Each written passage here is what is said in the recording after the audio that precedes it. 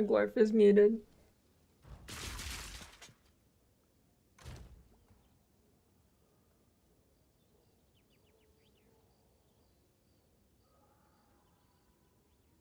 I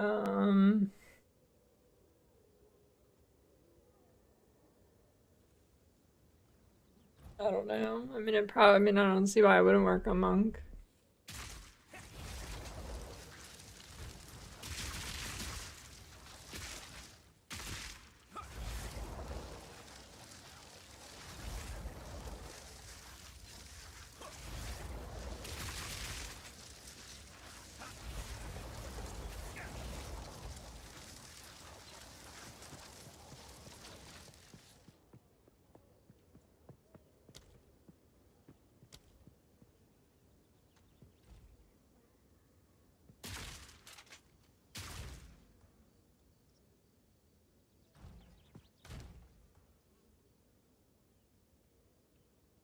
I have no money because I don't know the secret cheat code to instantly get 1 million exalts on a fresh run.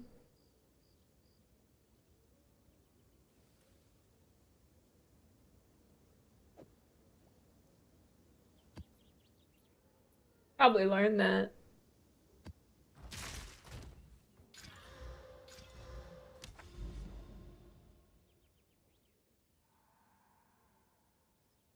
Ooh, another thing.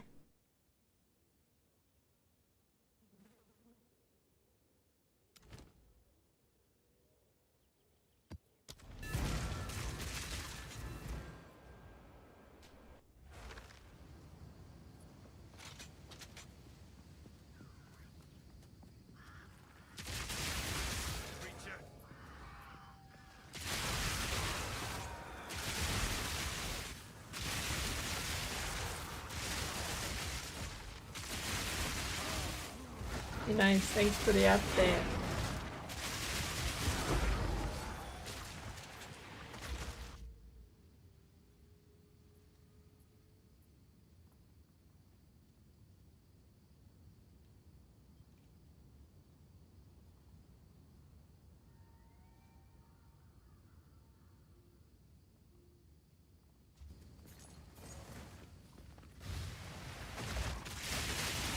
Boy, done it does, dude.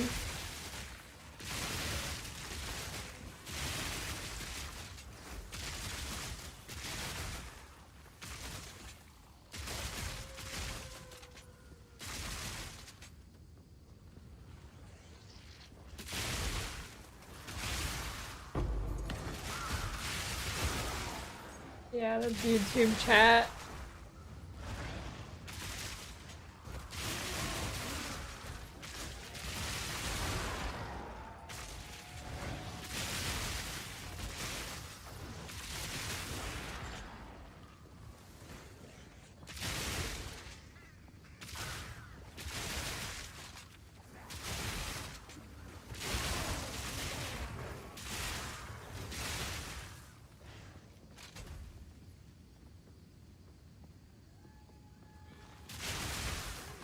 X chat.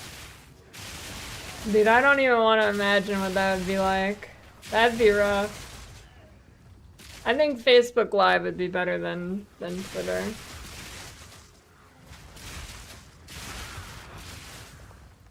Twitter live chat would be pretty rough.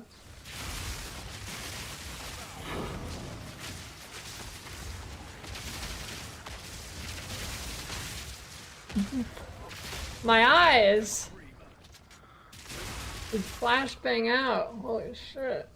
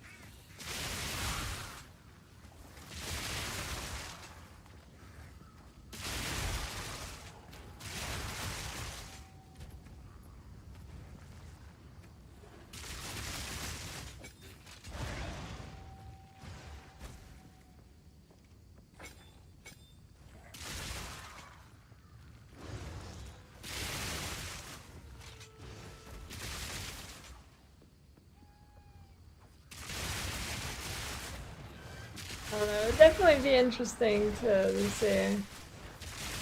I don't know if it's worth releasing that kind of force on the world, though.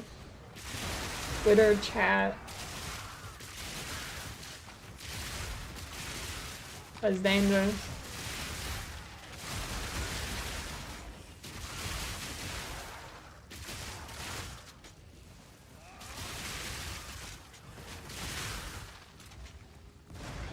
Really, I missed one back there. That was pretty cool. And I didn't click the checkpoint. Nice.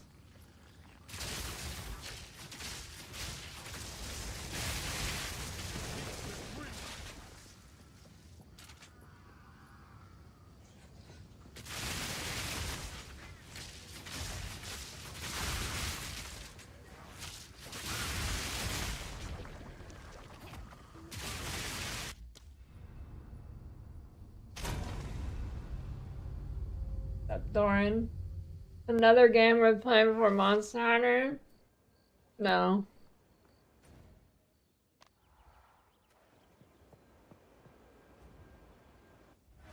And did Monk build? Yeah, Ice Strike.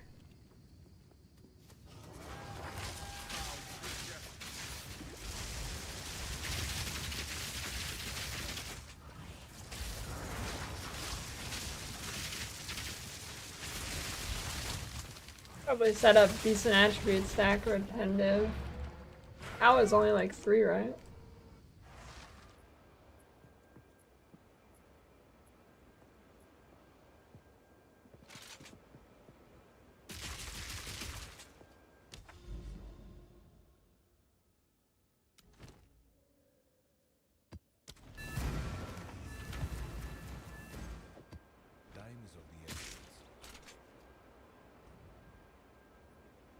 Man. RuneScape's pretty AFK depending what you're doing.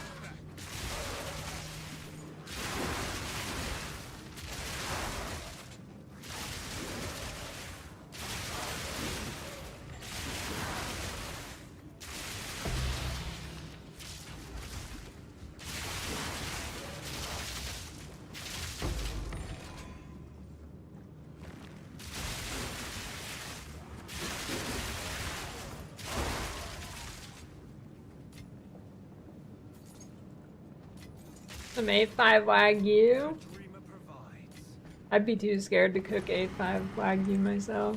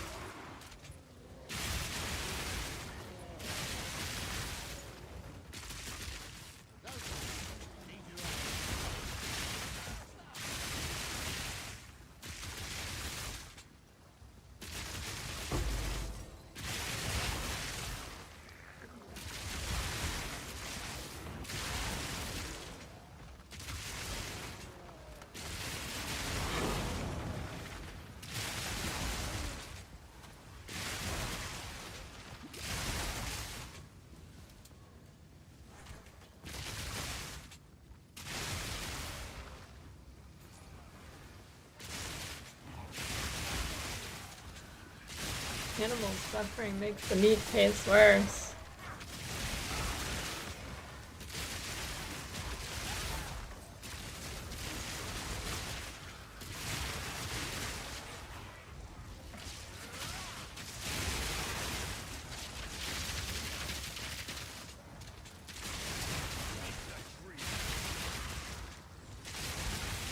Dude, shock's weird. How come the shock lasts for way shorter? Dude, certain monsters have like innate ailment damage or reduction.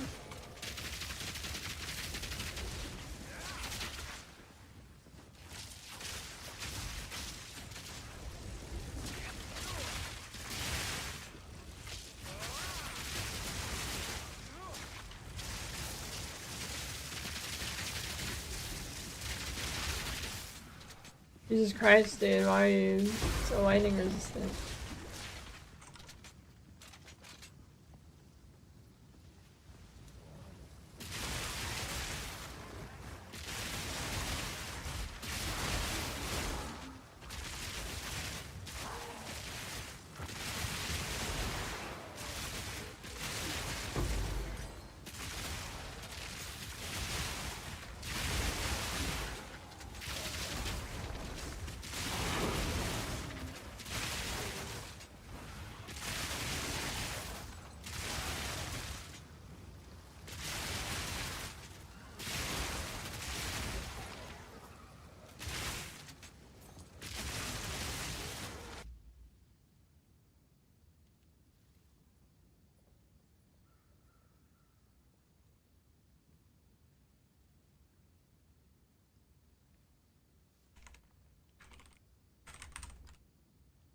Leaked my video ideas that I'm never gonna do.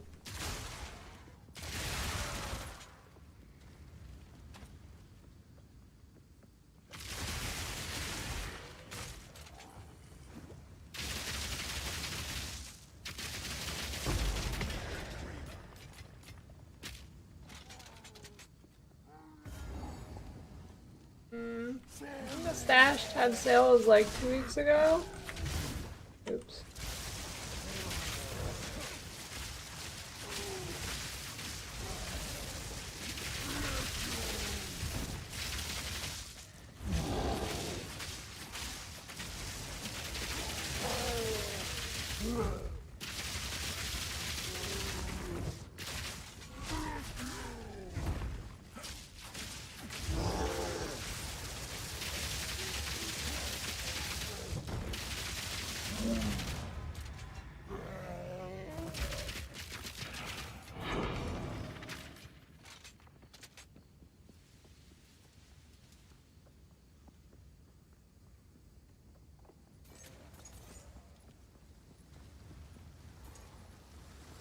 Oh, Lasik sucks.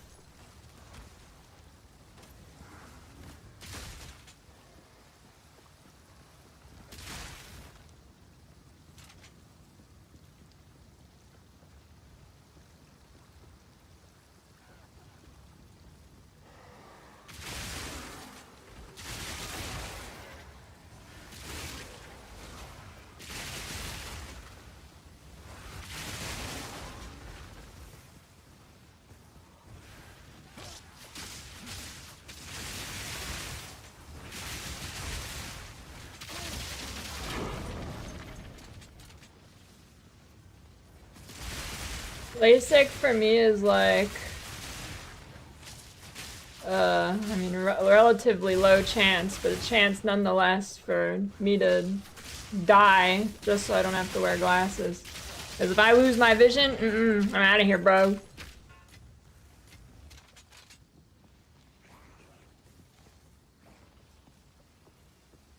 How the fuck do you live if you're blind? Impossible.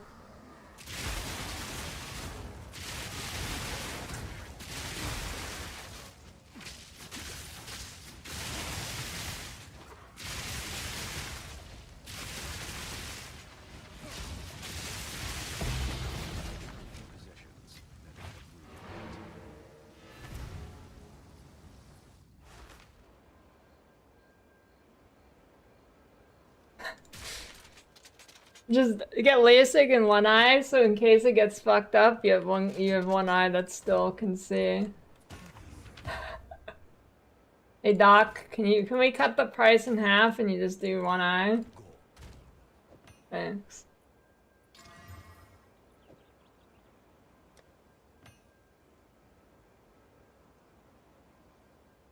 That's pretty good. That is a pretty good jewel. It's 2% DR, ES, and ailment magnitude. I'm gonna use that.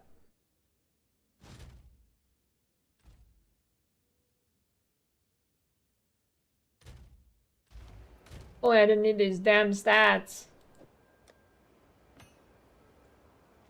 And then you could wear a monocle. Well, then if it works, you just get the other one done.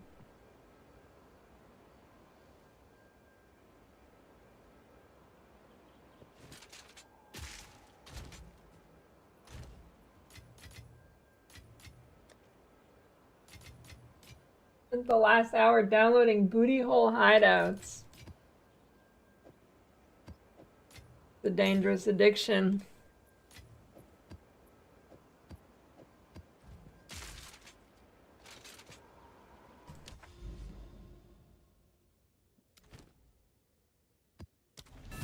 Dude, like, I don't know, I can't even, like, what do I even do if I'm blind? Everything I do involves seeing.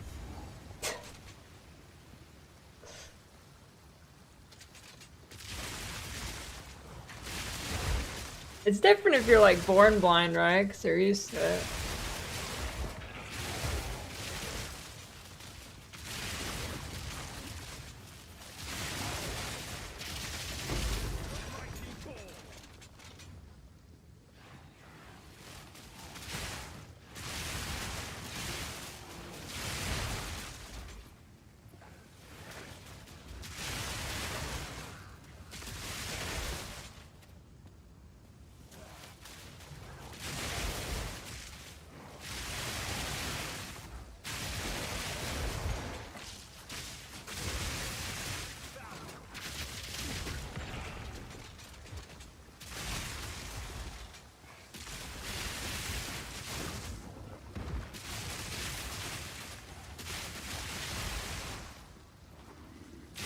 That's true.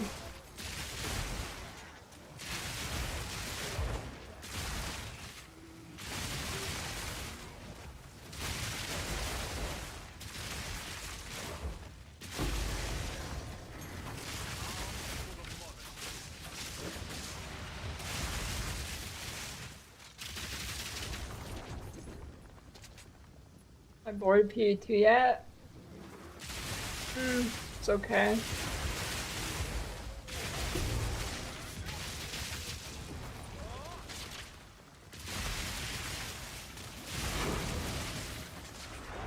Yeah, but if a blind woman won Master Chef, but she couldn't even see the trophy.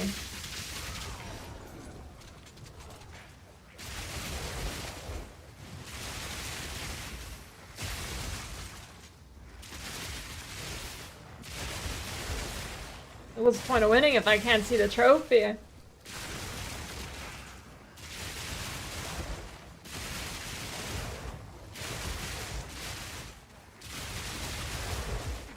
Thanks.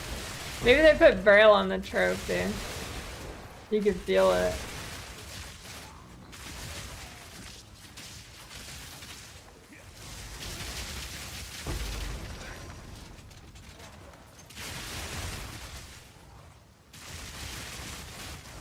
Okay, I just got a great idea for a video game for blind people.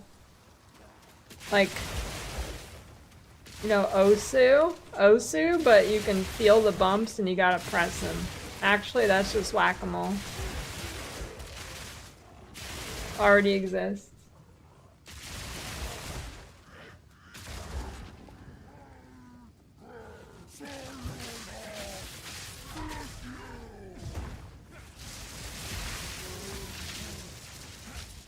Sir, could you stop moving?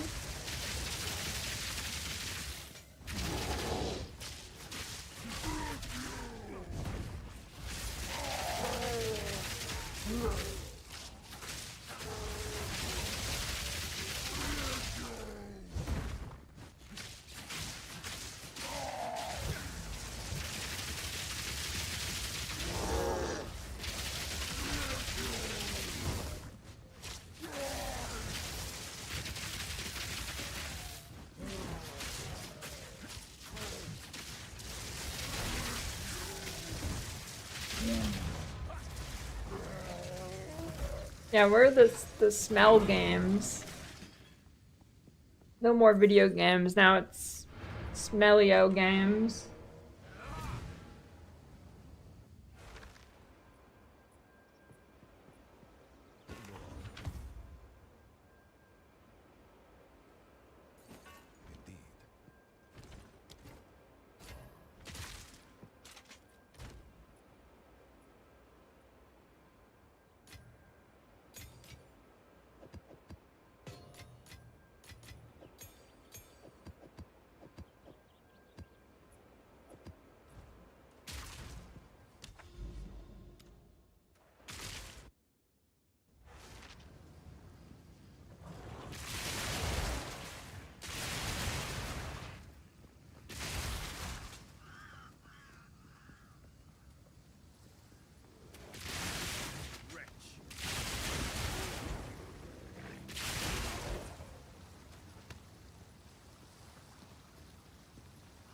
I mean, there is a product that's like it's a smello box, and it like hooks up with some games, and it can like shoot out smells based on what's happening. Video game smell box.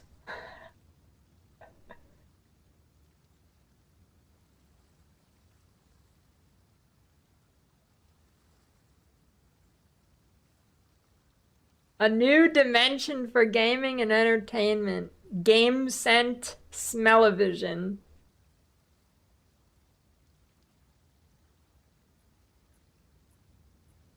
Starter kit includes gunfire, racing cars, explosions, forest storm, neutralize the scents from the app, and many more to come. There is one, it's not listed, they used to have one listed as human exertion.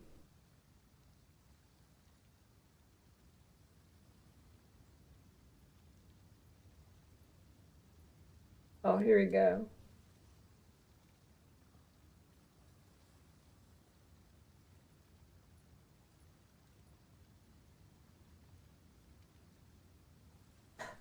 Oh, I think they changed the name of the one that was human exertion. They changed it to sports arena.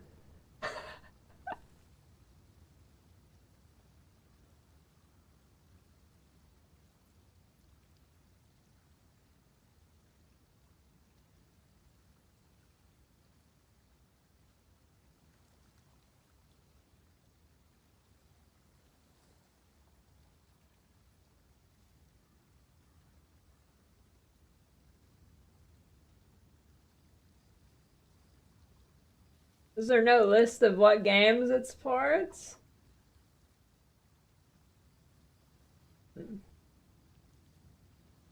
I mean, listen, you see the Queen of Filth in that one zone in the campaign. I mean,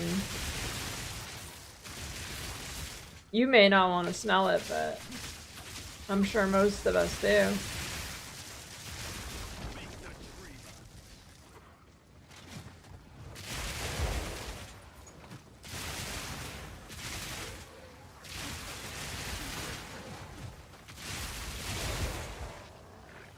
Imagine smell-o-vision for the bean tub stream. You could have smelt the beans.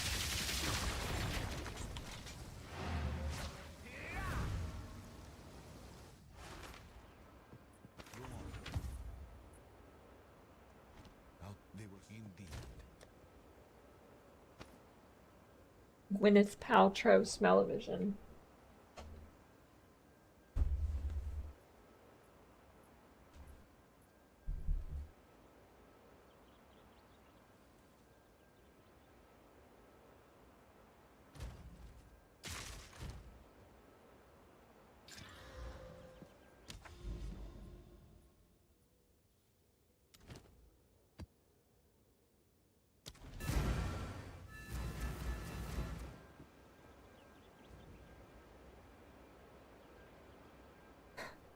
Yeah, that could be an unfair advantage in a boss fight. A boss starts casting a move and you can smell it.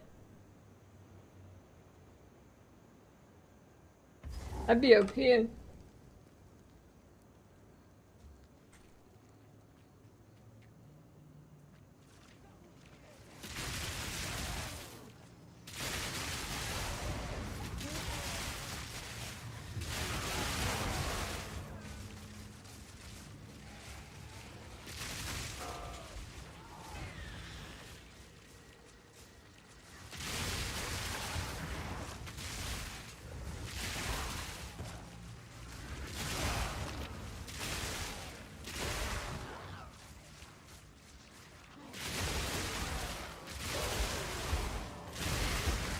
Wait, why is there so many shrines?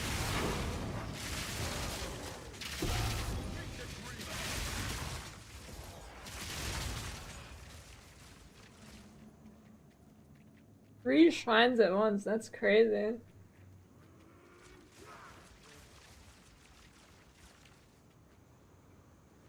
Wait, this is just Sun Temple with grass. I mean, looks good, but...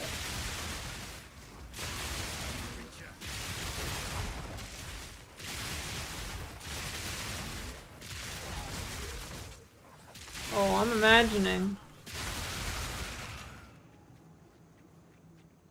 Trust me, I'm imagining.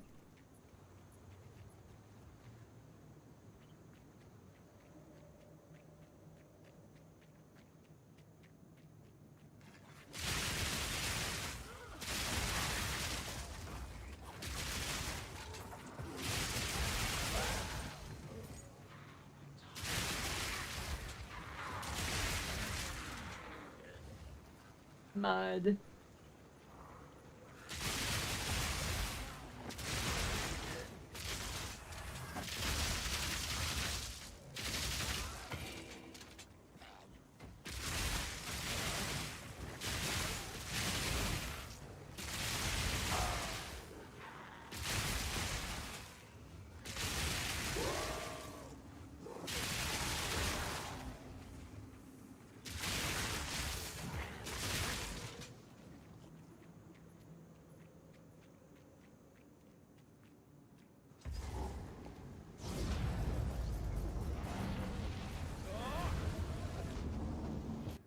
The environments are so good.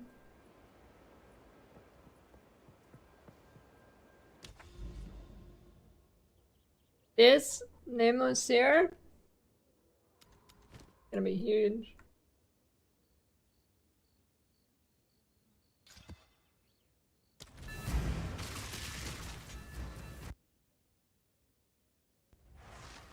I'm glad you enjoy the video. Or can you decrease reload speed? You can get it pretty fast. It starts diminishing returns pretty quickly, but you can get it pretty quick. Harder no-hit runs? I think they're easier.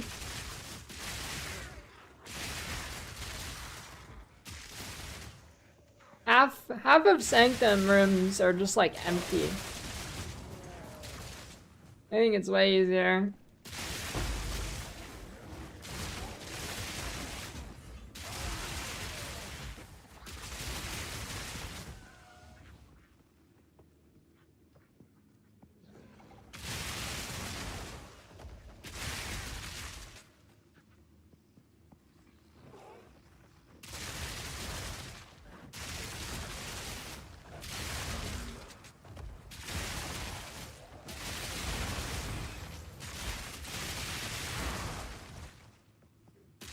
Need a buff for damage.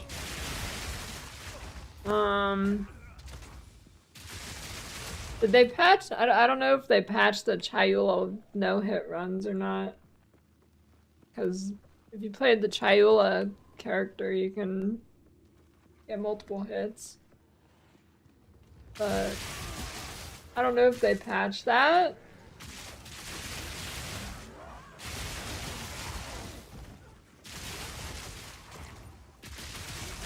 I'm assuming they did.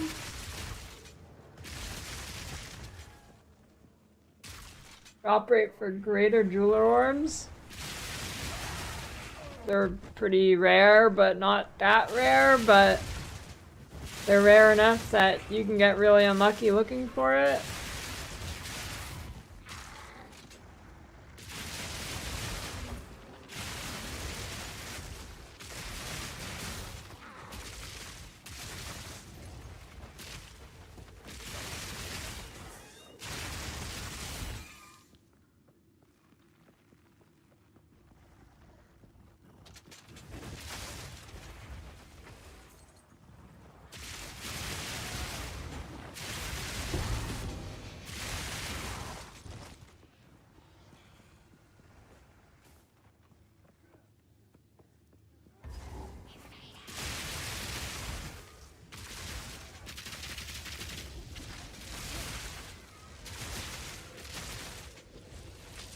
Dude, every monster has lightning mirage.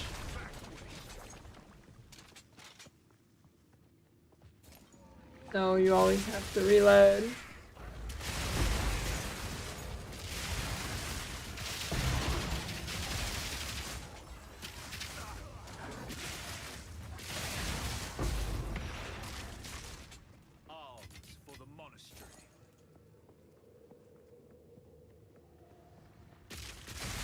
You wait, this Twitch doesn't let you write Bitcoin?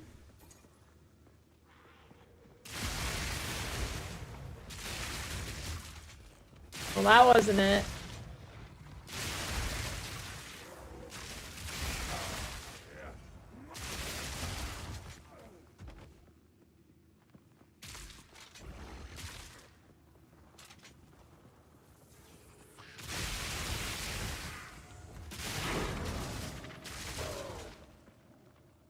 You think if I get hacked, they'll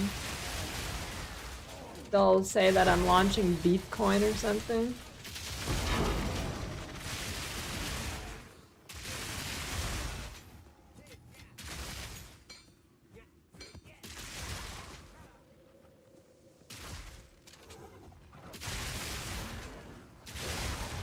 Beancoin.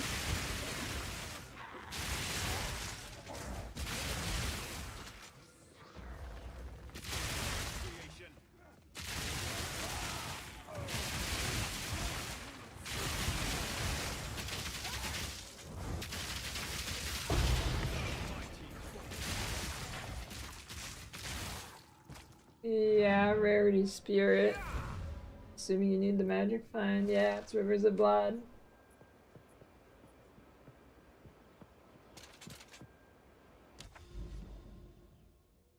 Here we go. Moment of Zen. Get ready.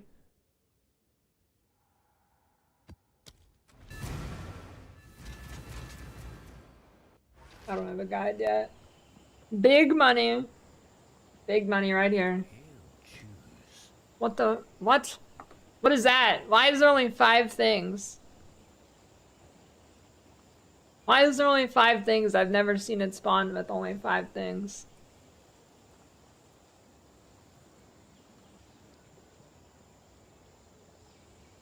That's bullshit, dude.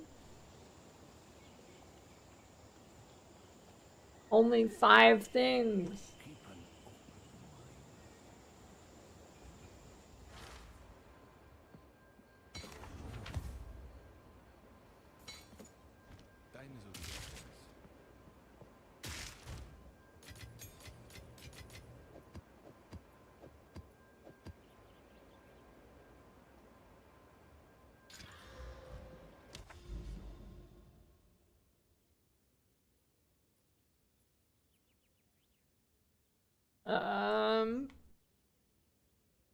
I don't know, I was doing Breach a lot, but I mean, you kind of have the choice on what you want to do.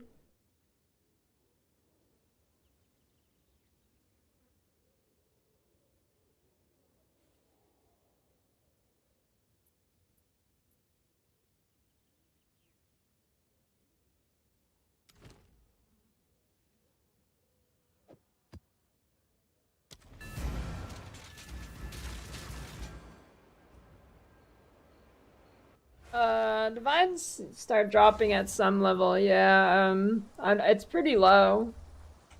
I would guess it's probably somewhere in Act 2. I don't think we actually know anything like... I don't think we know the specifics like that, though. Same thing with, like, uniques. I don't know if we know the specific, like, zone levels that some certain unique tiers start dropping or whatever. Like, Headhunter in PoE 1 needs, like, tier 7. Don't know if we have those numbers in this game.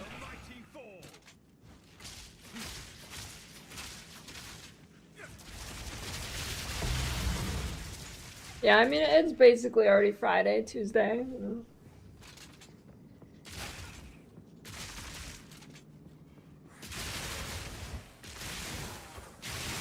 Tuesday, Friday.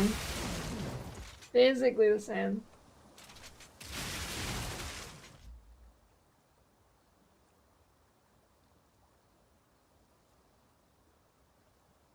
Worth regling exalting maps if you have a boss on it. It's always worth regling and exalting your maps.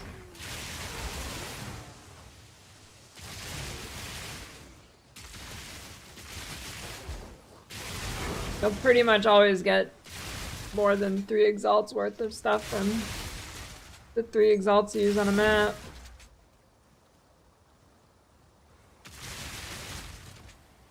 Assuming you're not dying running them.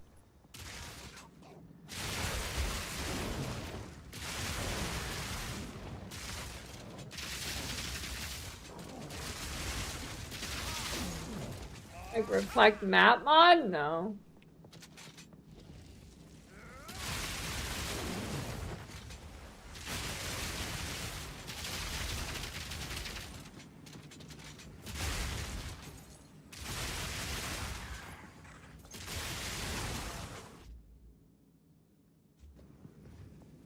What are divines up to in softcore?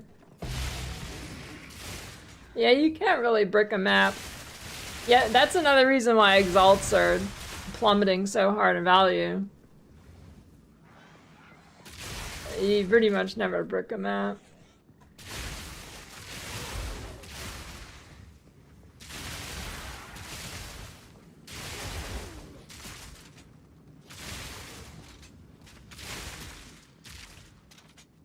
I mean, it feels okay. Not bad. It's worse than Deadeye, but...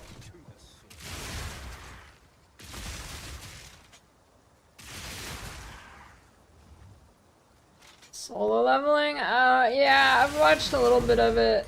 It's mid.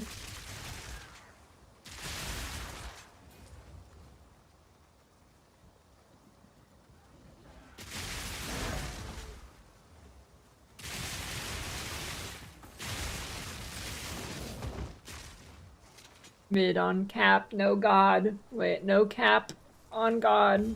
What do the kids say?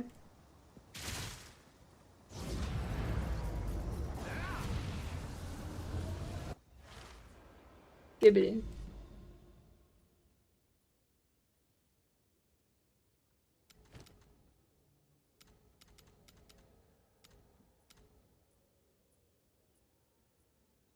Finally watched Rerun, that was quite good.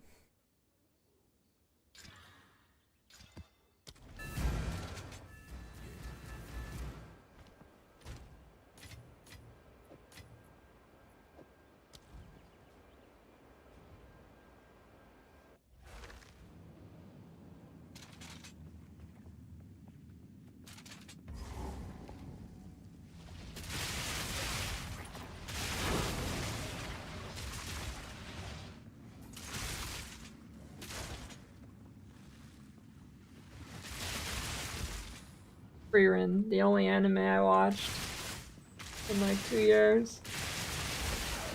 Oh, and solo leveling, I guess. Well, some of it. I stopped watching it.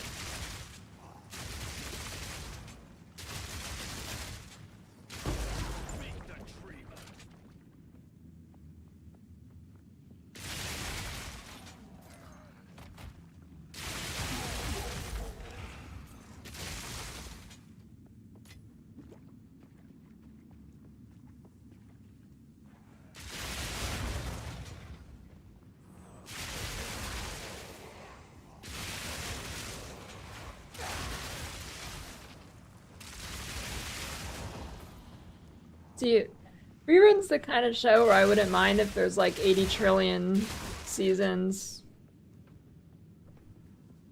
Kind of set up in a way where I feel like it can go forever without being stupid.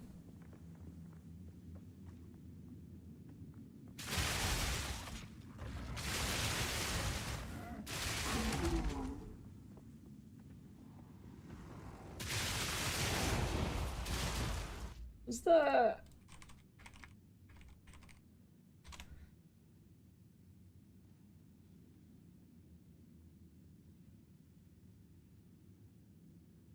Was the last Attack on Titan thing last year, or was that in 2023?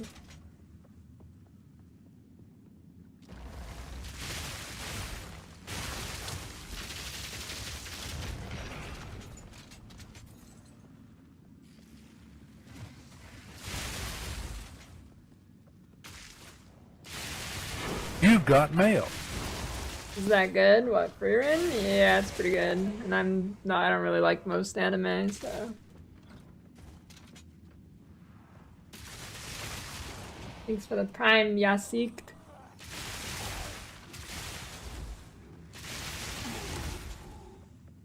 No, there's a boss in this map? Shit.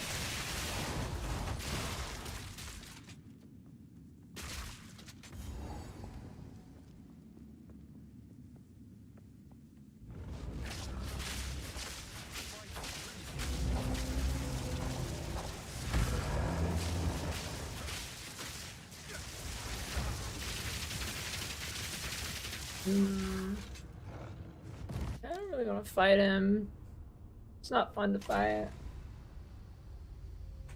I'm good. Don't want to fight that guy.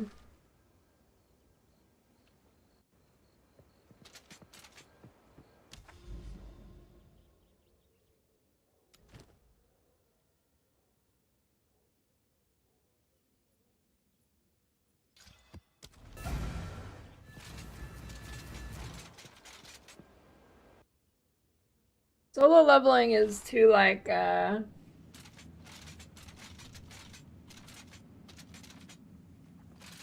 don't know, it's too anime-y, you know what I mean?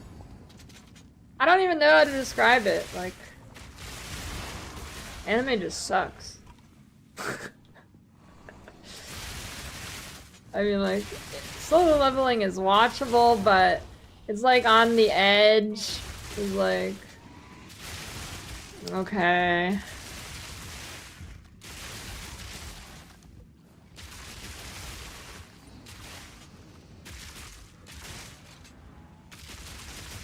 I don't know, it's like it's just like... The writing doesn't feel very good.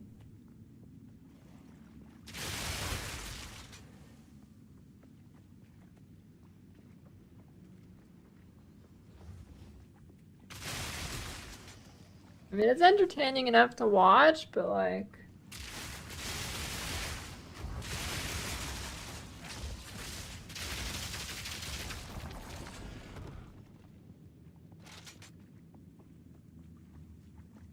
I mean, I'm fine with OP protagonists beating everyone up. It's more, I don't know, it's the... Like, I like the concept. The concept's cool, but...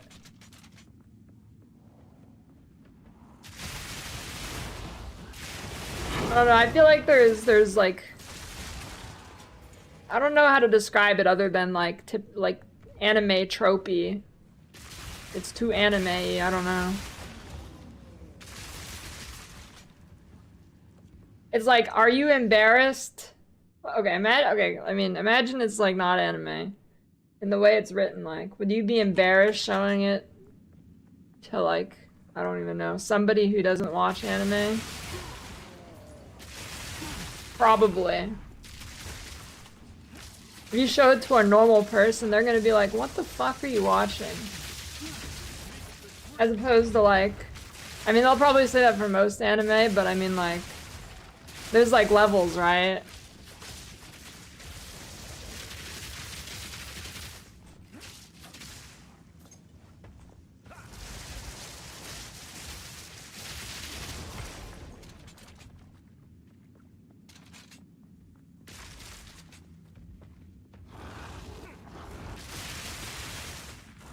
Well, actually, I forgot about Duty Haha.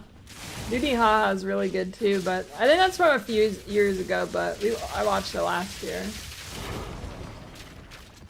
I think Duty Haha is definitely in my top 5 anime.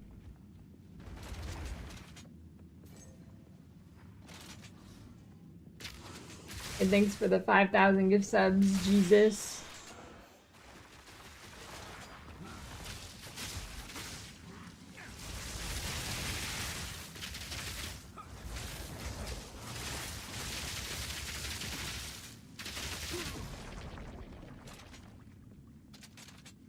and basing. Well, I'm not basing my interests off of what others think. It's like, it's just a way to gauge if I would like the show. If you could show it to like, if you can show it to like somebody and they're not gonna get like secondhand cringe embarrassment, then I can probably watch it.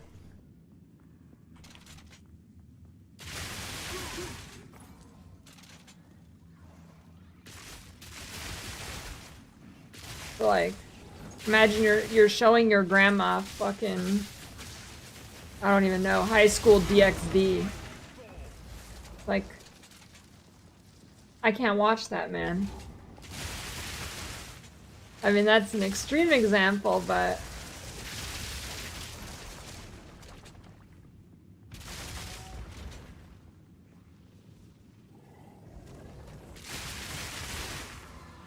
you know, for example, my dad, like, you know, pretty normie in what he watches, like Game of Thrones, like superhero movies or whatever, right? I could show him Attack on Titan and not want to kill myself from embarrassment, right? Some other animes though, like, I don't know which one in specific, but you know, some of them are just like, hell no, I'm not watching this.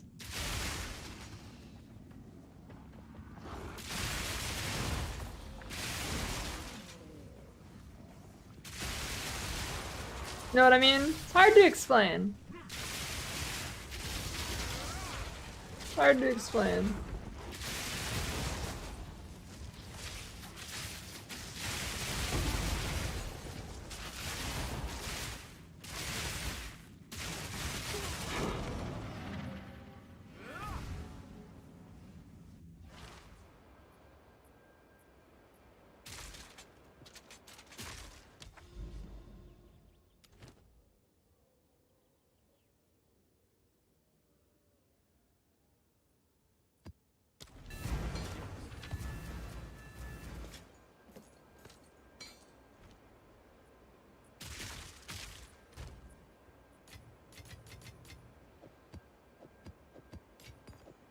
Here's a good litmus test for it. Is the writing in the anime, would the writing fit if it was put into a normal TV show? If it doesn't fit, I probably won't like it.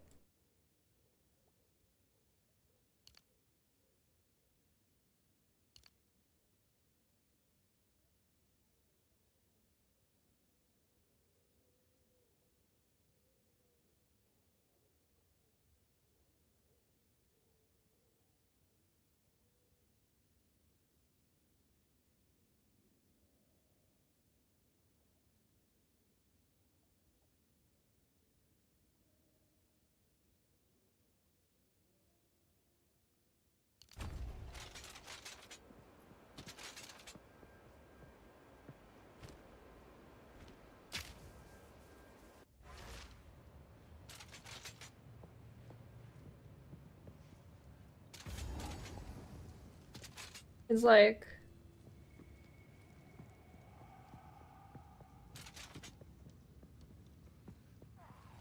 the moment there's some weird pedophile stuff, I'm out. That's like 80% of anime right there.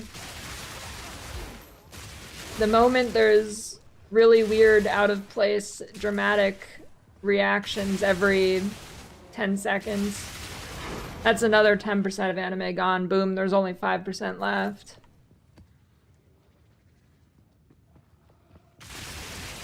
And then it also needs to have decent writing. And not be like all over the place and not a trillion filler episodes and blah blah blah. That's another 5% gone. And there's like nothing left.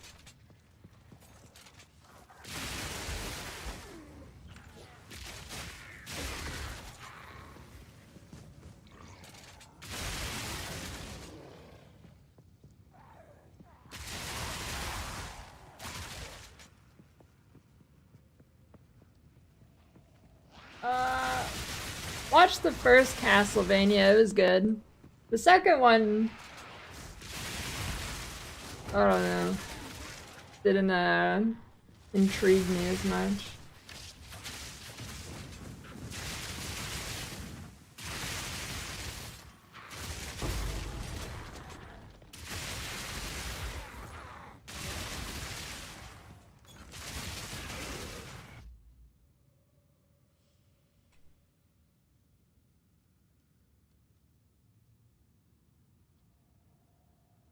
I mean, Freerun also doesn't look. Freerun doesn't look like a fucking kid. If you think Freerun looks like a kid in anime, you've seen no anime. That's not what a kid looks like in anime.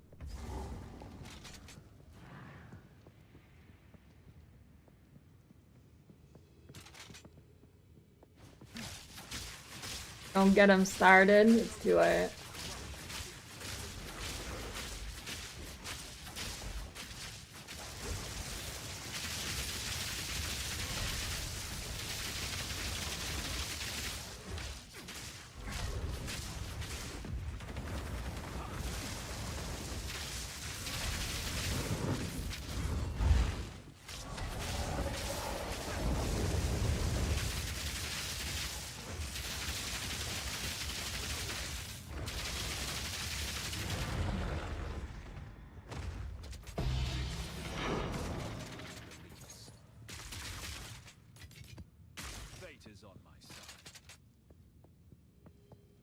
Every anime character looks like a kid to non-anime viewers. Every people who don't watch anime, everybody looks like a kid and they all look like girls.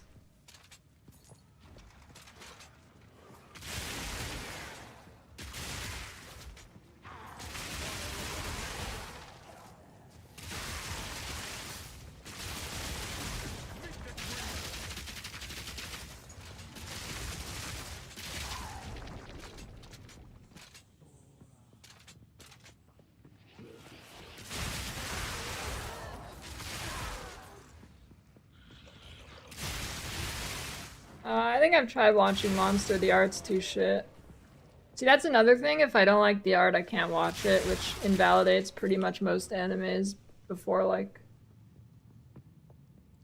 Well, there's some 90s animes that are okay, but a lot of them are really bad. Most 2000s are really bad. A lot of 2010 is really bad.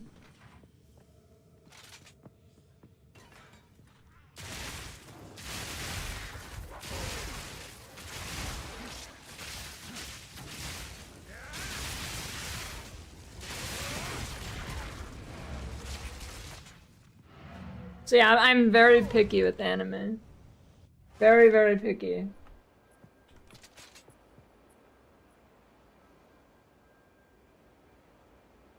It's like...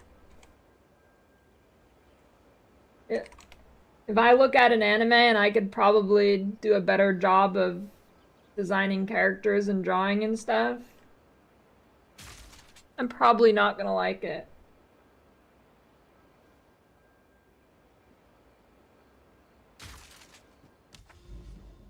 Some of it just has such bad art, dude.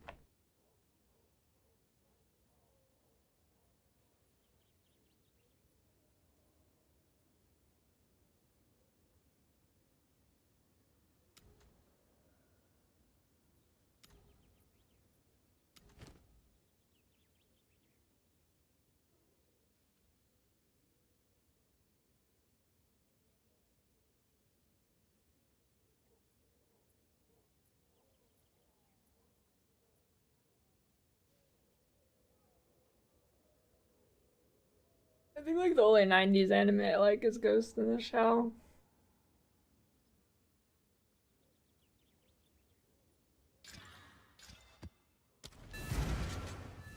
Yeah, I think I haven't seen Red Line, but I've heard of it.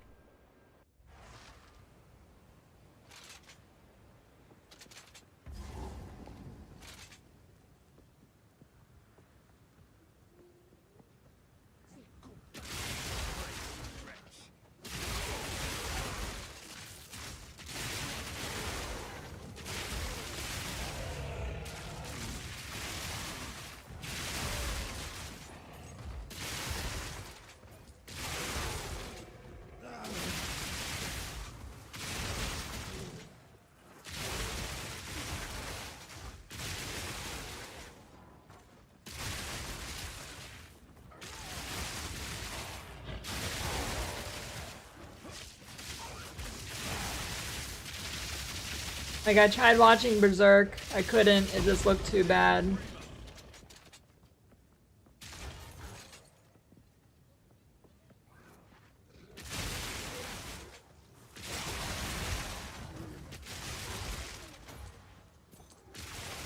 So I don't draw anymore.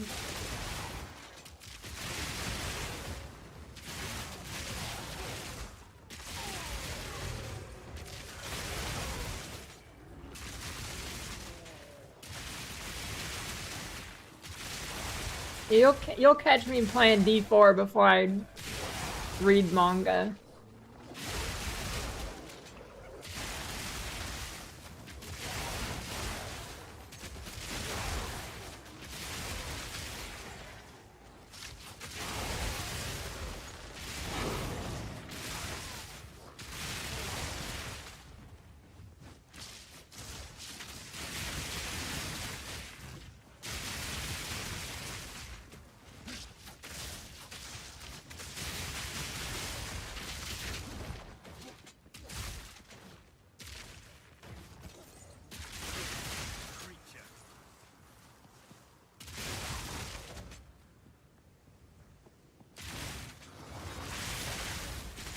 Yeah, free run was quite good.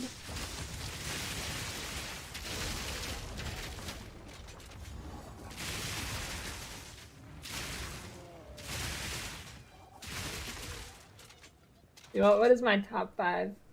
Free run, duty, haha. Attack on Titan. It might be the top 3. I don't know after that.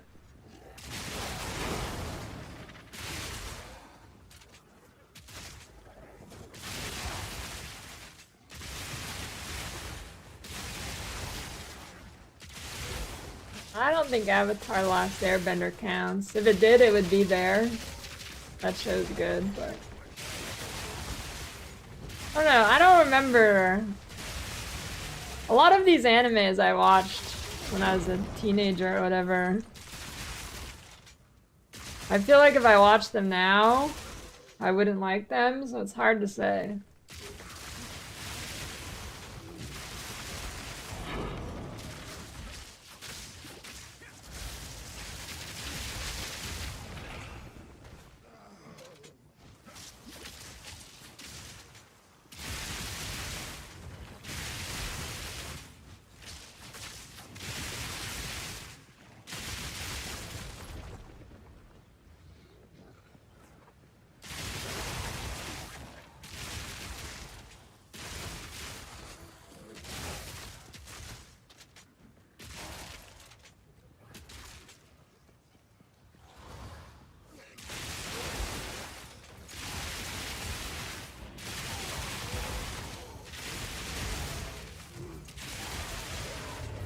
The Knights should actually move to Japan. The work culture would be perfect for them. You can't leave until your boss leaves. You have to hire a company to actually, like, if you want to quit your company, you have to hire another company to quit for you. Arms for the monastery. You work 1,000,000 hours a week.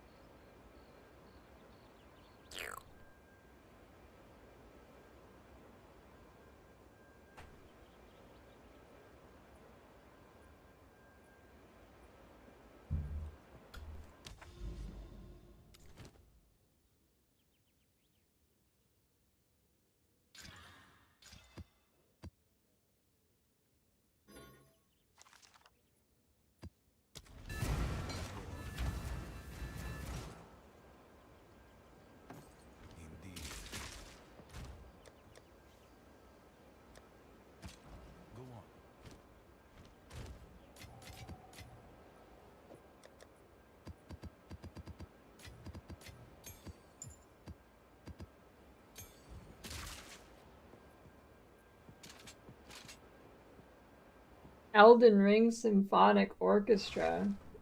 Oh shit.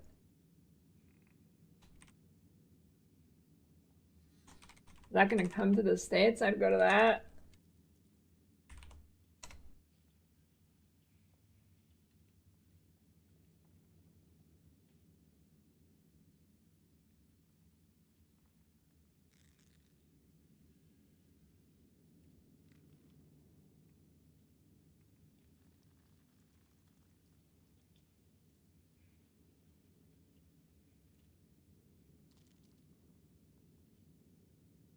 Damn it.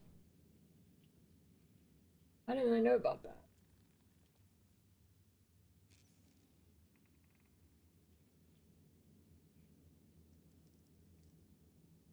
Are you playing the bassoon for it, Oscrix?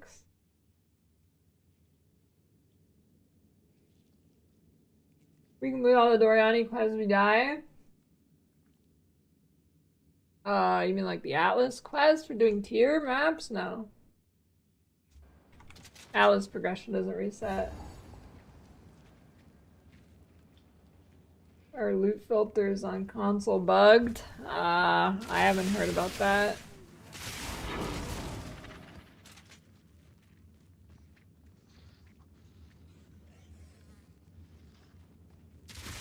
I need to pay more attention to like game symphonies. I would go to those.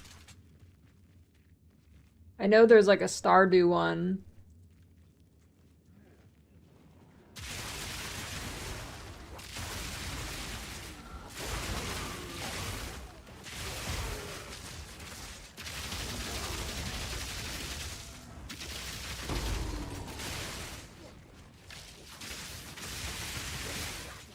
Do you even fucking find information on that shit though?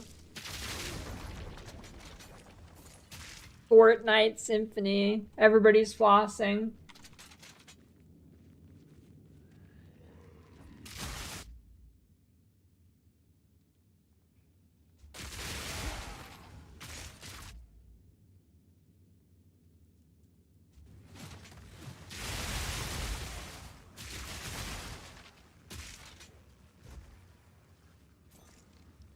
I don't think Blizzard would be allowed to get David Brevik because then they'd have to make a good game.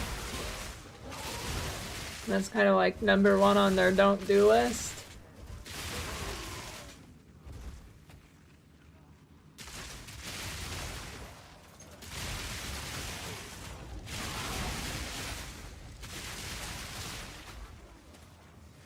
No, Stardew Valley is like Harvest Moon, I guess.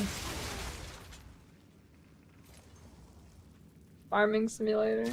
I mean, I guess Terraria can be a farming simulator if you're Quinn, but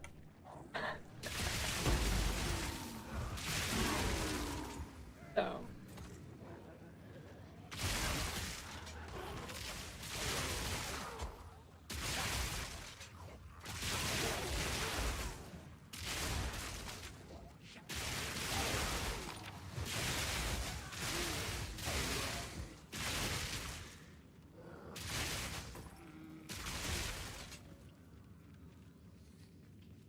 Tar is a fishing and farming game.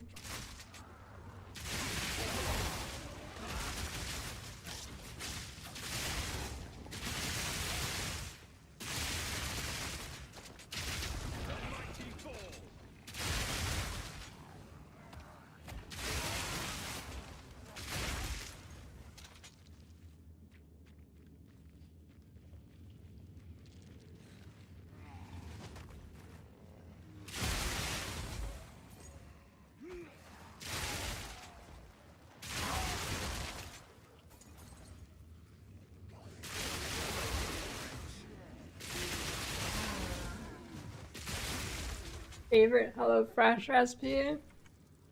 Hard to choose one because they have like similar recipes every week, but they always change a little bit. So any of the like glazed pork chop ones tend to be my favorite. Got honey butter glazed pork chops and this other pork chop thing with like tomato and shallot sauce. They're always a little different. I mean, they like repeat still, but...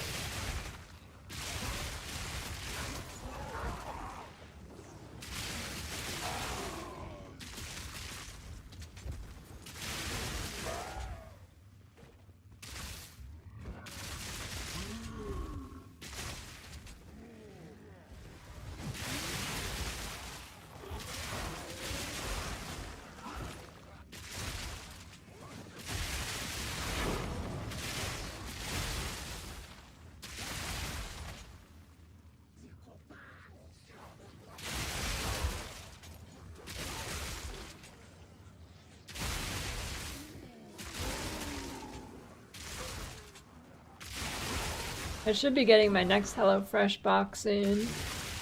Gonna get the shrimp wonton recipe. I'm pumped to try that.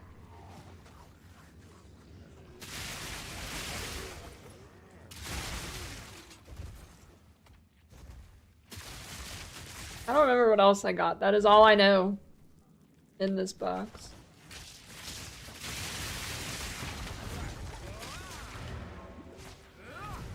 Alpha, what does Alpha's Howl even do in PoE 2? Let's see.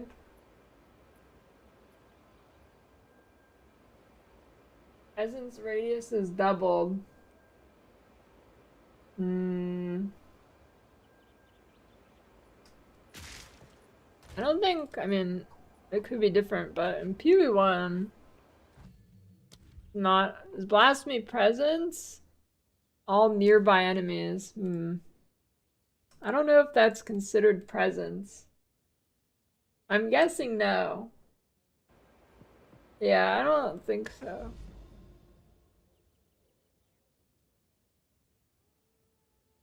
Yeah, I think I'll do another cooking stream for that one. Seems fun.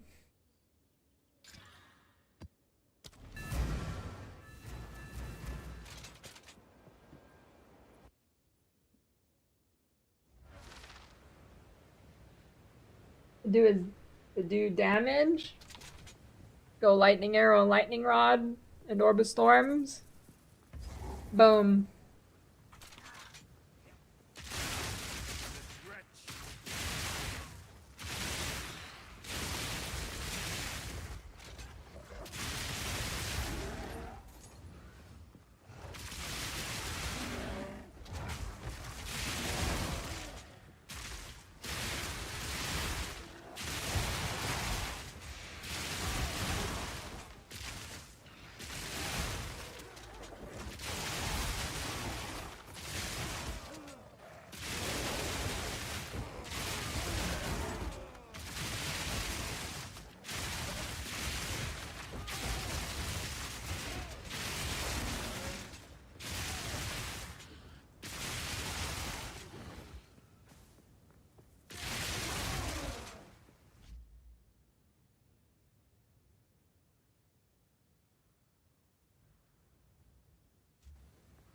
Are pastas considered noodles, or are noodles considered pasta? I think pastas are considered noodles, but I don't think noodles are considered pastas necessarily. Like, I don't think, like, I don't know, like ramen wouldn't be pasta, right? It's a noodle. But spaghetti is noodles, spaghetti noodles.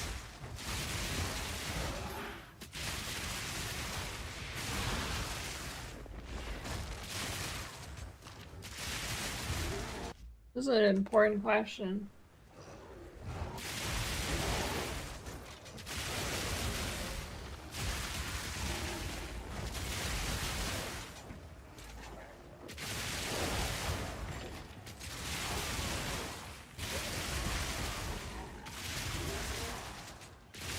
The history of noodles on YouTube.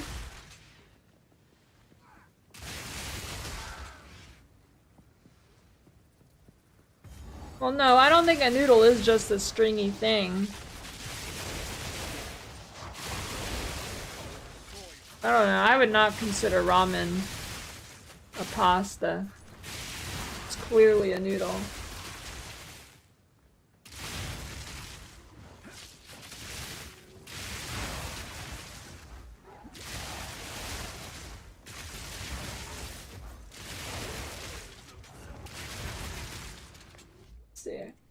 Noodle versus pasta.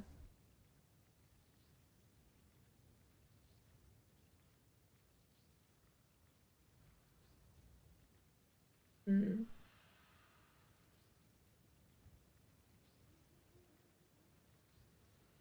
Well, with Google's dog shit AI answer, let's see. While often used interchangeably, noodle is a broader term encompassing various types of elongated dough made from different flours, while pasta specifically refers to a type of noodle made primarily from deesed wheat flour, typically originating from Italy and often with distinct shapes created through an extrusion process. All pasta is considered a noodle, but not all noodles are pasta. That's what I thought.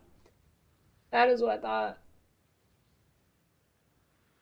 I mean, you could, well, no, you can make a noodle out of beans, but not a pasta.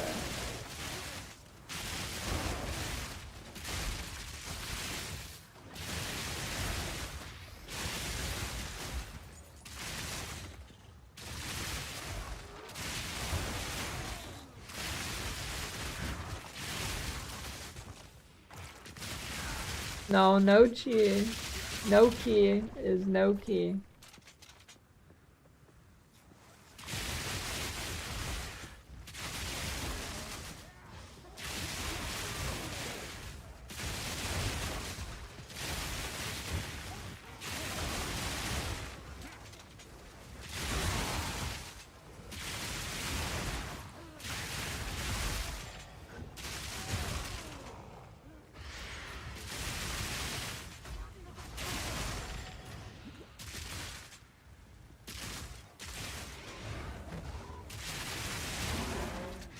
Ganache.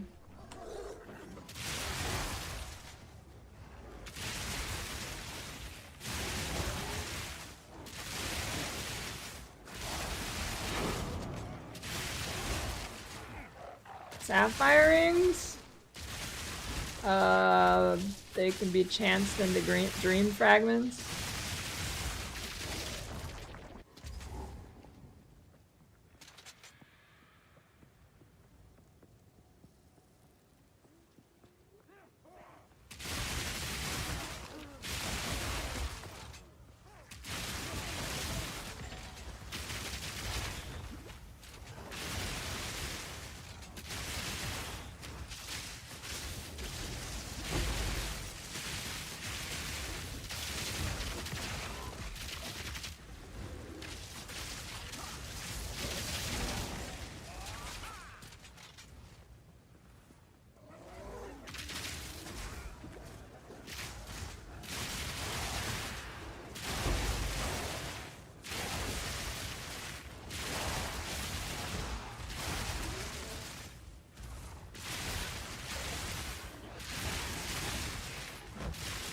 Wait, YouTube can autoplay streams? I feel like it shouldn't be able to do that.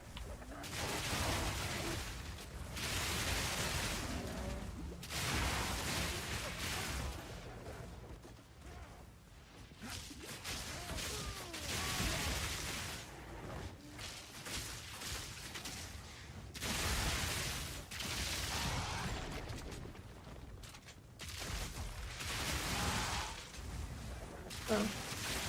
That's weird. I've never had YouTube autoplay me a stream. I feel like that should not be allowed. I mean, hey, I guess it benefits me. I'll take it.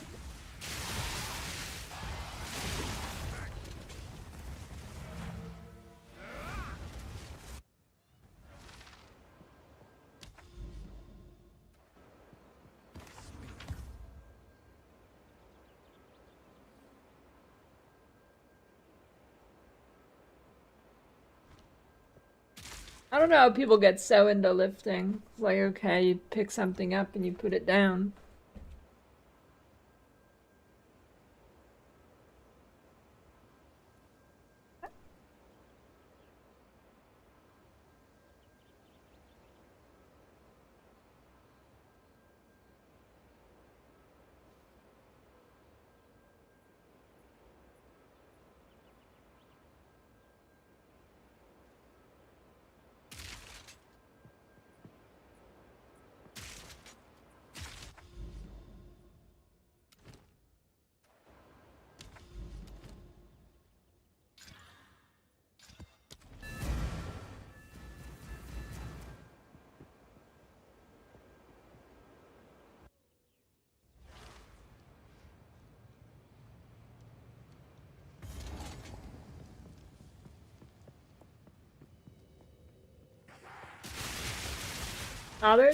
People are definitely like, I fucking love lifting. Not, I fucking love lifting to see what it does to my body. They live for picking things up. Yes, it's so true.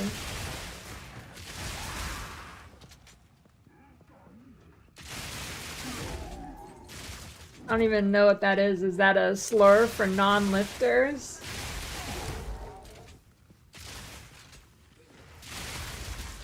Why did you just call me? What is that?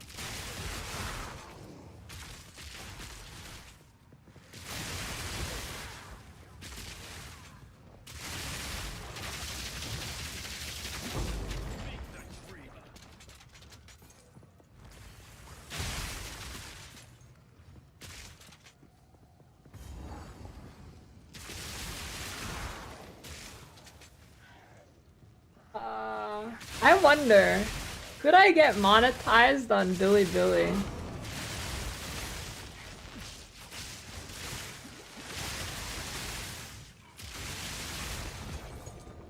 Yeah?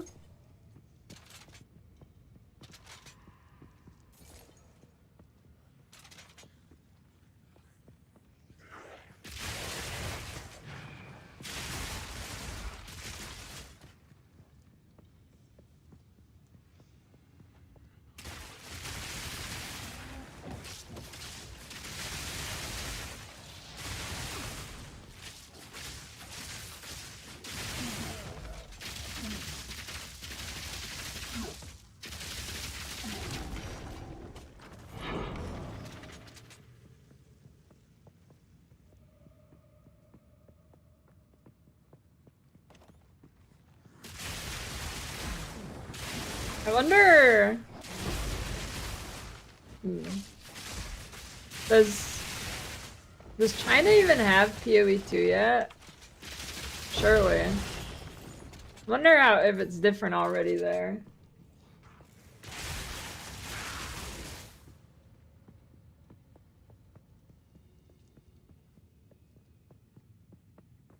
Hey, glad it helped.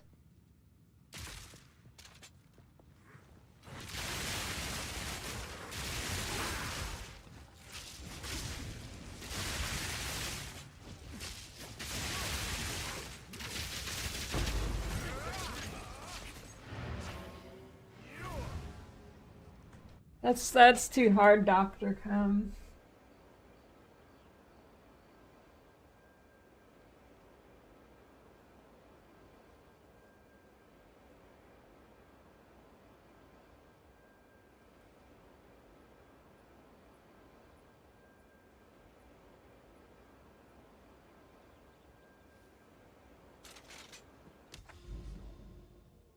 If you're not born learning that shit, you're never learning that shit. At least not like actually writing it and stuff.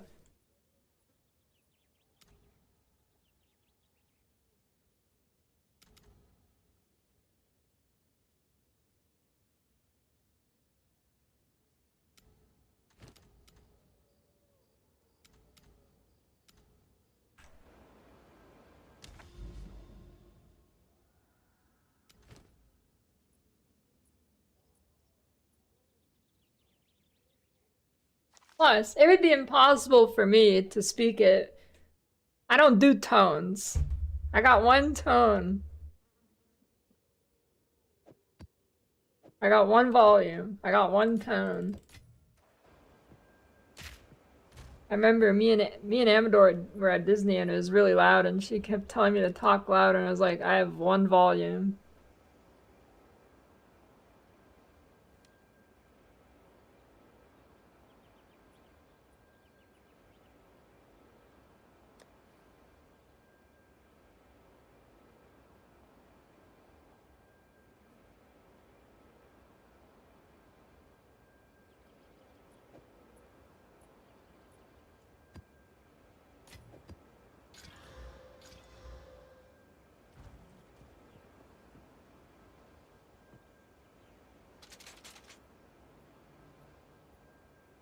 Not trade with Chinese players?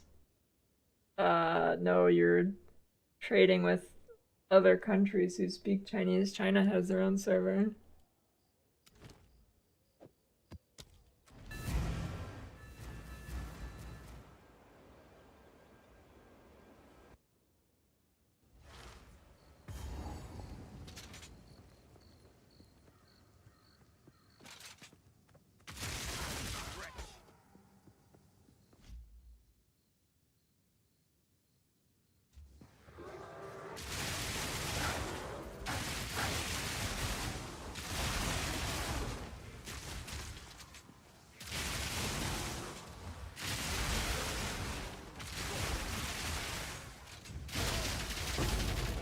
-10 social credit score for Carrick.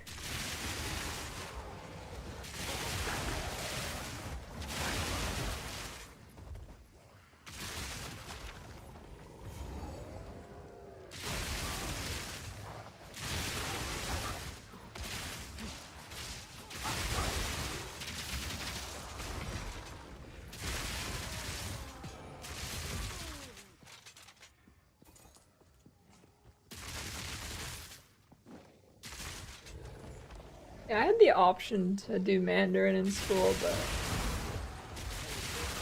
that shit was too hard.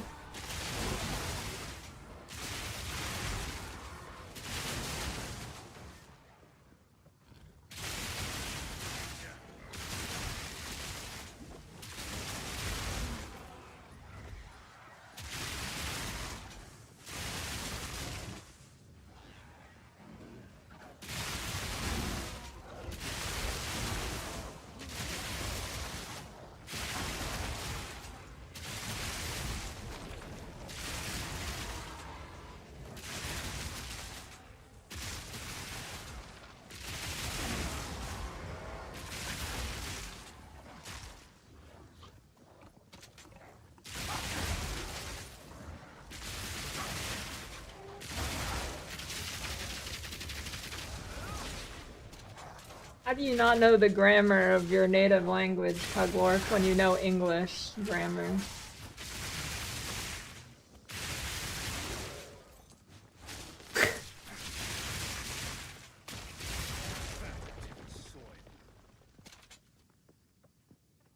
Old shotgun skills still not viable for clearing? I don't think it clears. I mean, you could theoretically just use heralds with it and it probably works. But I don't think it clears very well on its own, no.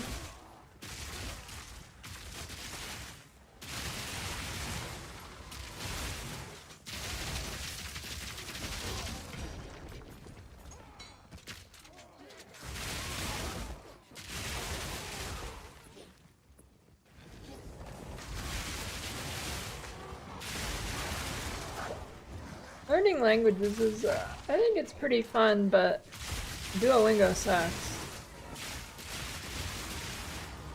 I wonder if there's a better app that's not shit.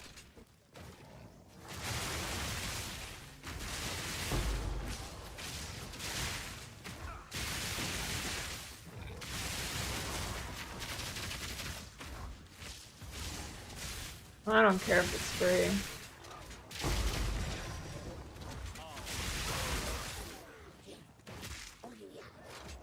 Duolingo used to be good. Like, actually, it's, I don't know, like 15 years ago or something. A long time ago, Duolingo was actually good before it got, like, super popular.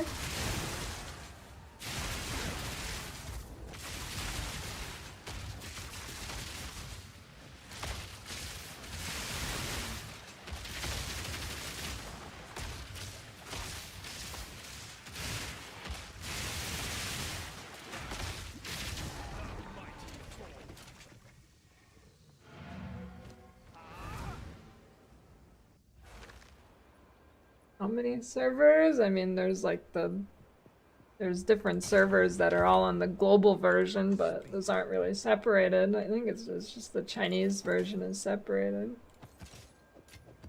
Because on the Chinese version, they have like pay to win and shit.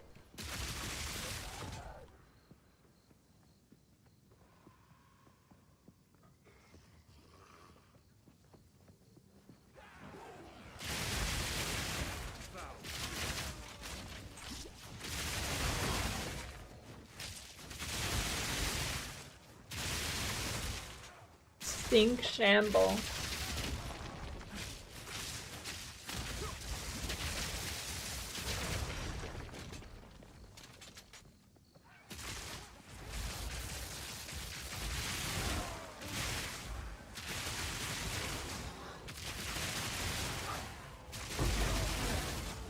Dude, Chinese PoE is crazy. It's got pay to win, it's got pets that pick all the shit up for you. In PoE 1, they let you, like, make private leagues of previous leagues. So if you want to go back and play, let's say, Harvest League, you can pay and you can go back to fucking Harvest League. I don't know how many leagues are supported by that, but they also have, like, they have cool racing and stuff. They do, like, headhunter races.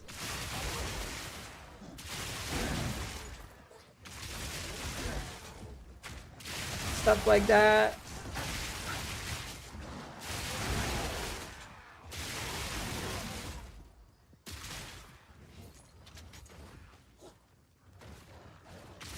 They've got anime girls as pets.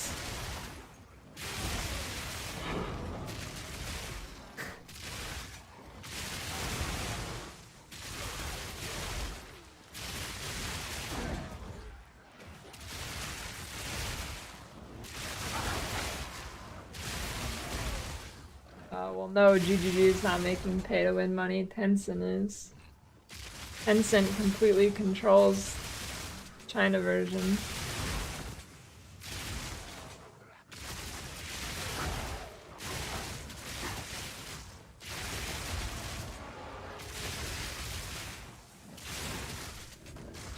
Their deal is they don't touch the global version and they do whatever they want on the China version.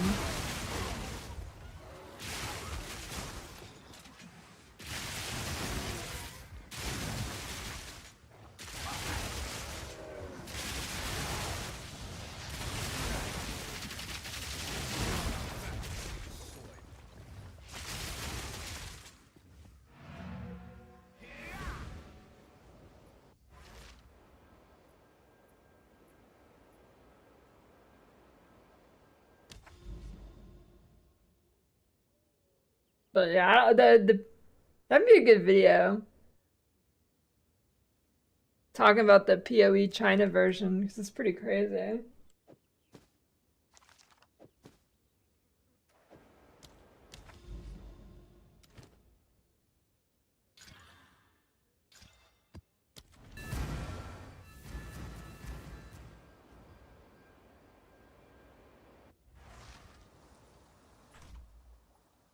I don't think I have any Chinese viewers though, because I'm assuming Twitch is probably You've got mail. blocked.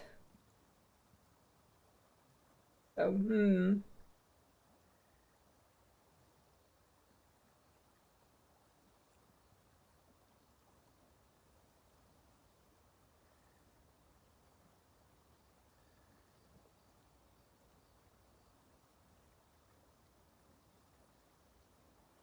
Thanks for the Prime King Snake.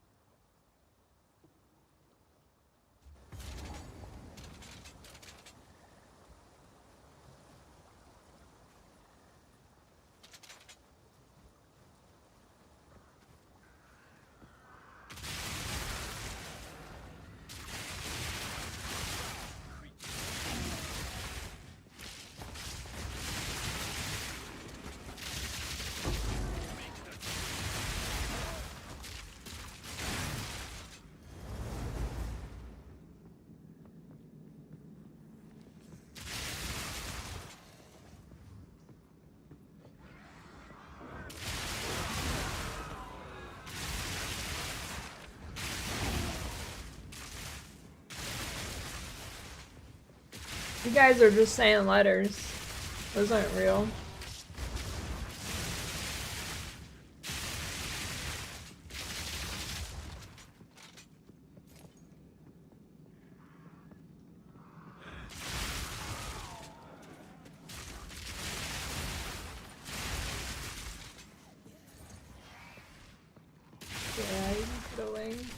It's not a weird link.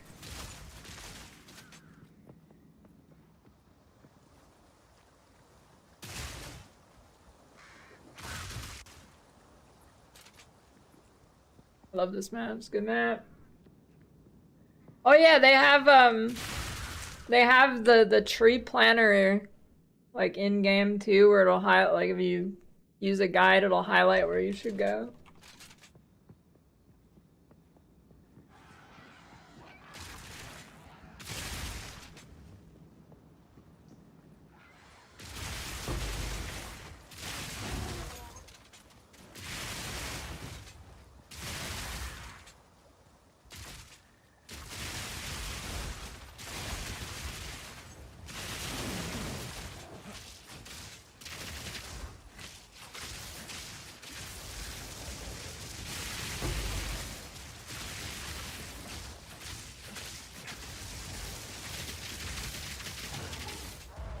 You just get shocked.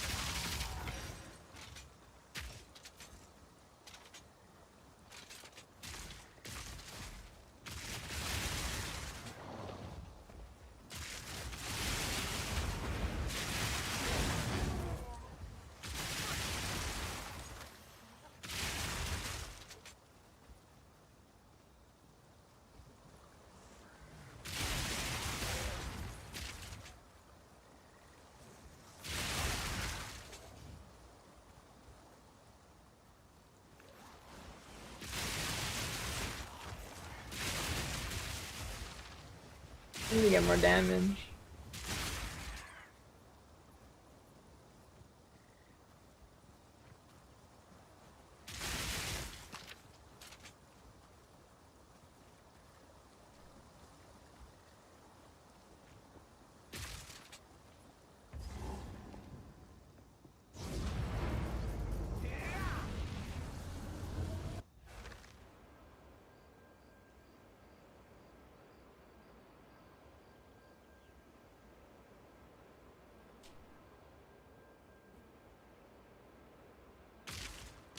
Is there a mod to make RimWorld not look like a game drawn by a 2-year-old yet?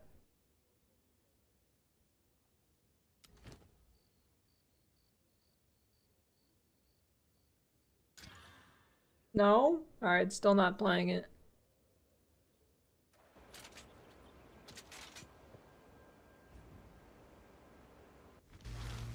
Wait, what do you mean? What do you mean it has anime mods? How bad does it look? It looks like an early 2000s Flash game.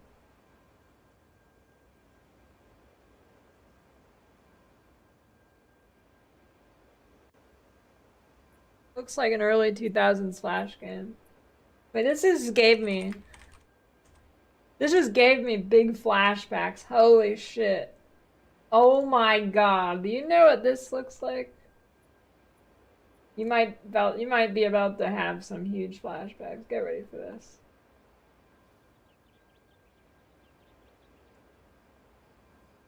Anybody play that? Did anybody play that, dude?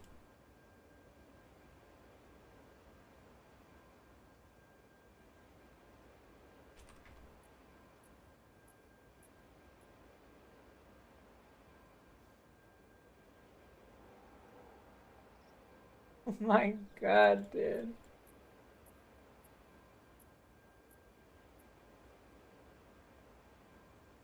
This fucking game, dude. Holy.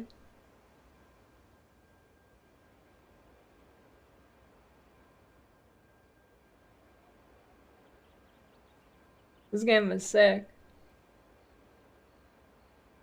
That's what RimWorld looks like.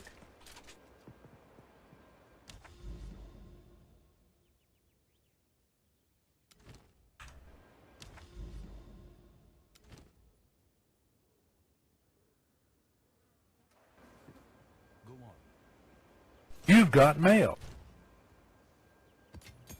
Thanks for the prime identical.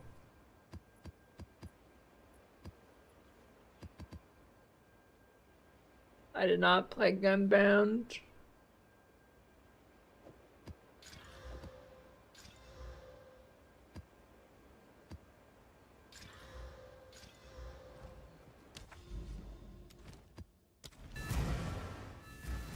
Is what sponsored?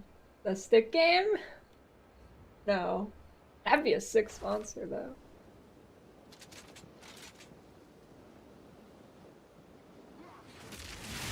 What was Gunbound? There's a MapleStory private server I played where the people who made it had a Gunbound private server. Was it like MapleStory? Wait, turn-based PvP worms.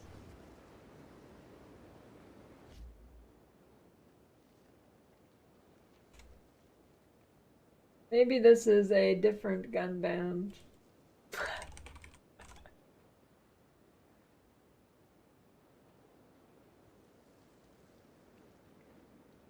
Maybe not.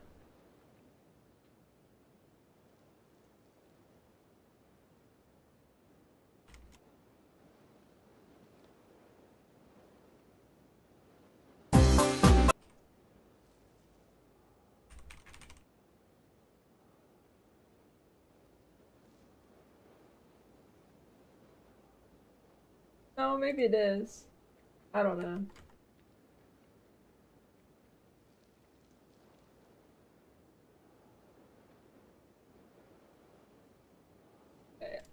RimWorld anime mod.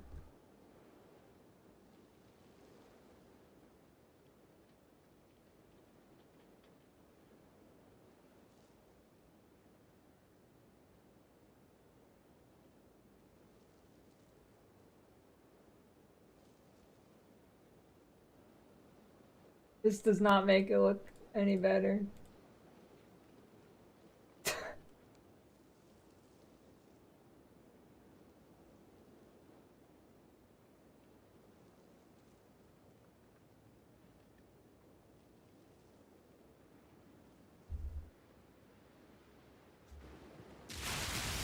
You know, it was a good, like, kind of Worms-like game?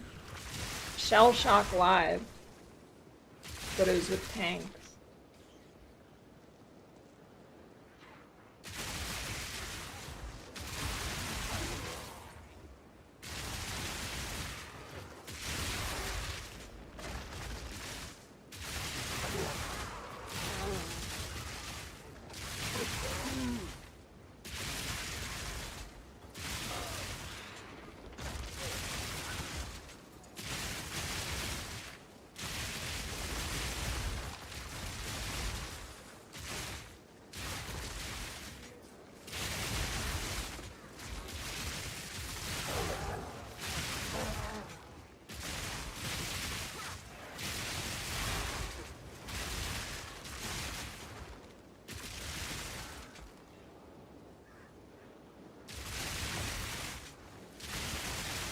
I think it RimWorld look better than it does if it banned in many different countries with the content within it. A worthy sacrifice.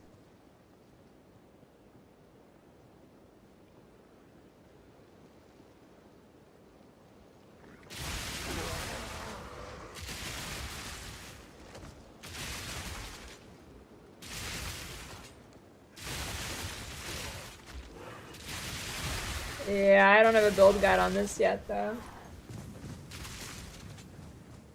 Soon, TM, as soon as I make it good.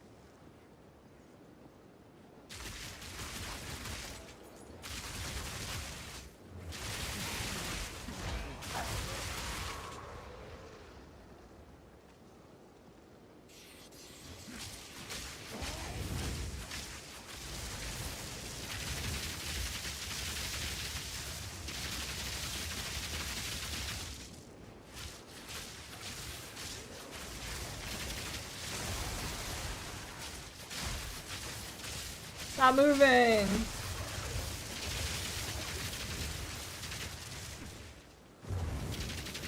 Doesn't give you much room to walk out of that.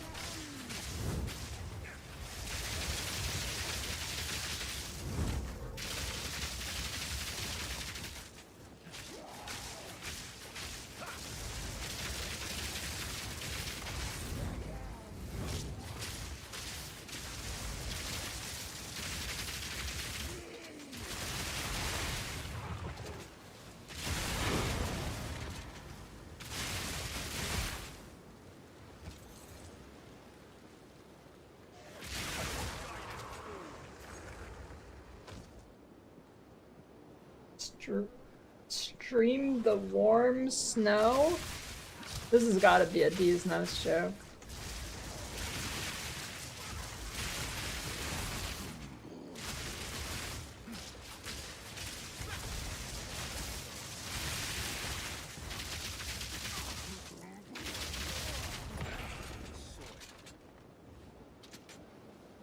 Okay, well, streaming warm snow sounds like piss snow or something.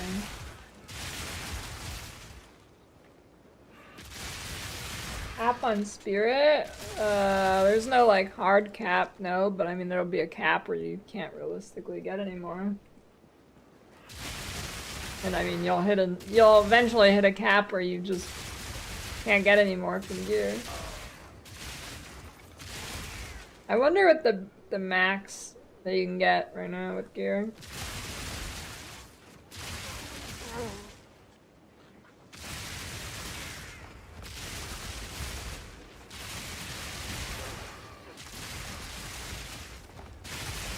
Dude, pausing is just too OP. It just allows me to tab out a million times in a map and just look at random shit.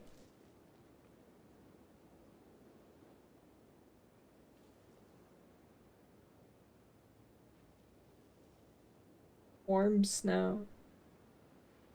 And how long is your fresh to be?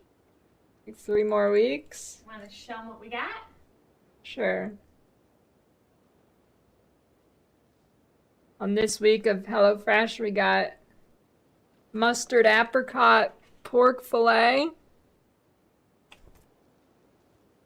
smashed pork gyoza tacos. Hey, it actually looks good today.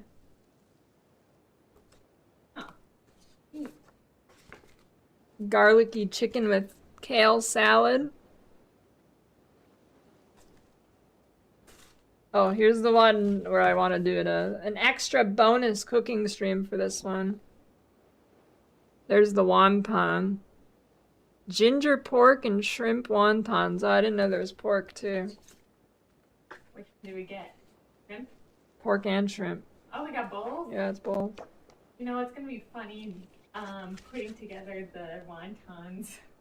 Yeah, that's why I want to make it on stream. It's going to be funny. Oh, we actually have to put those together. Well, you. Yeah.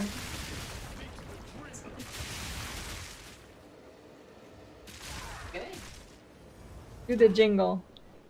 If you don't know what to make and you're feeling stressed out, you should go ahead and order HelloFresh now. Gotta get the hat on and dance over there. Later. Next time. Later.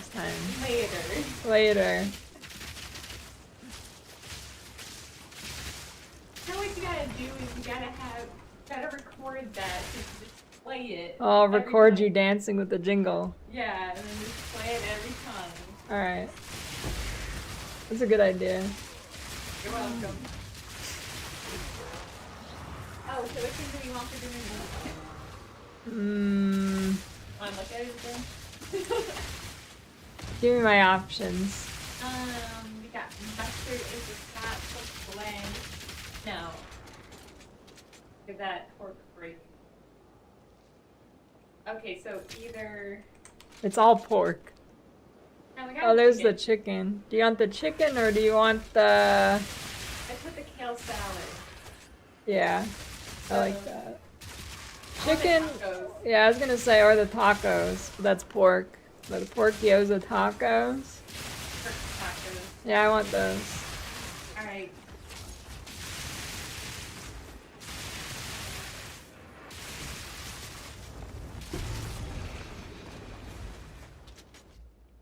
Exclamation point, HelloFresh. A point redemption? That'd be good. Good idea. My DPS is pretty bad right now. I only have 3 links on my DPS skill. And I'm using a 10 exalt crossbow.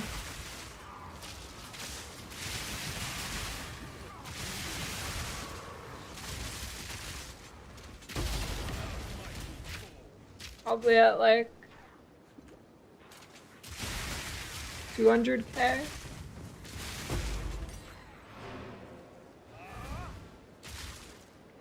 I only click and drag the special items that drop from things.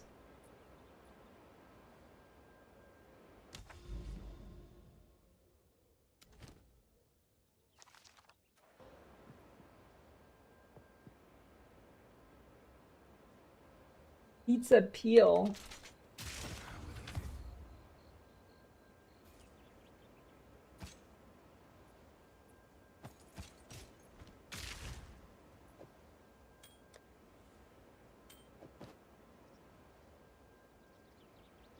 Yeah, this thing's pretty good. Big slams, get ready. Why mana?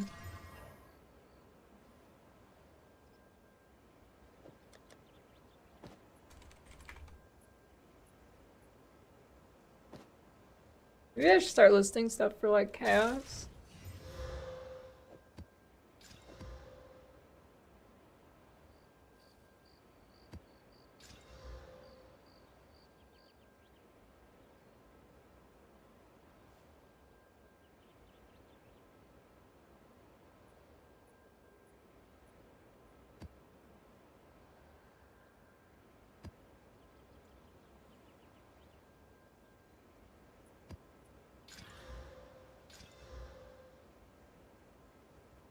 I want that. It's too much life, though. Screw it.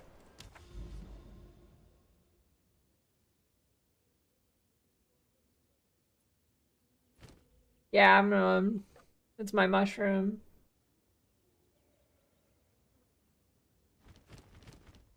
Why not set exact price? What do you mean?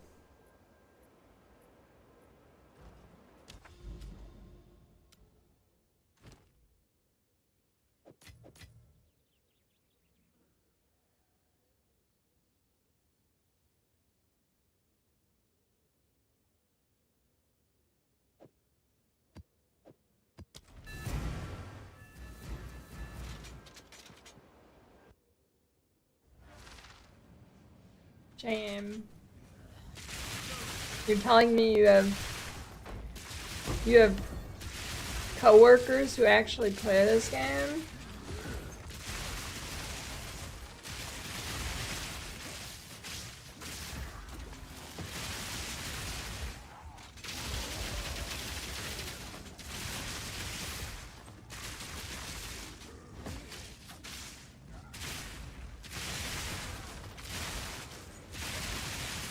I wonder if this game will be popular enough on release where I'll actually get recognized in person by somebody. You know, we got a bonus. We got a bonus? We got a bonus. You mean the breakfast? What was the breakfast? I haven't got there yet. Oh. You're getting ahead of yourself. But the bonus is cut and bake easy chicken enchiladas. Oh. Yeah, that's pretty good. I think that one's like you just stick it in the oven, right? Yeah. They give you all the stuff and you just wrap it, and then they even give you a little Ooh. tin for it. Large.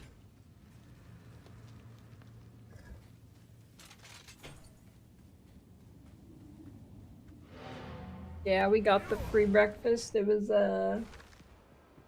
blueberry yogurt last week. It was pretty good. Not a huge yogurt fan, but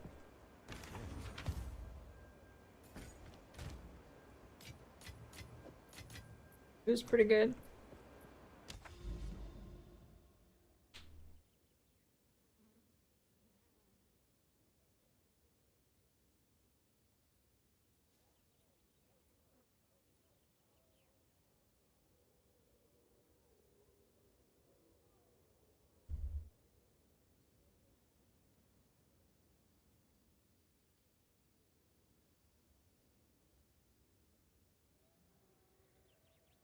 The drop down, it's just faster for me to type it in, and muscle memory and habit.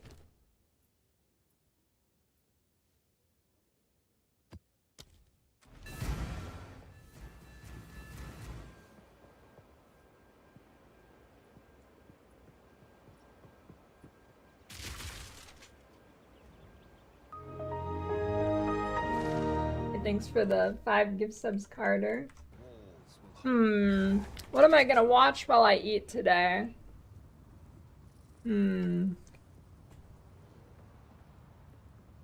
of Ice and Herald of Lightning to proc version of frozen kills. Oh yeah, they have to be frozen and shatter for Herald of Ice. Herald of Thunder, you just have to like shock.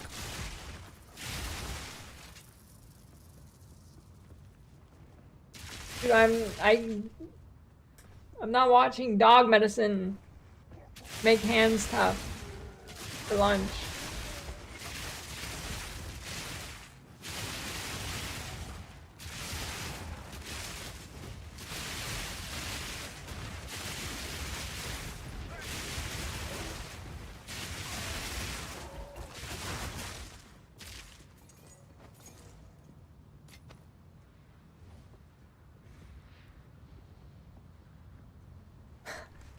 Yeah, rewatch the stream and comment on what I was talking about.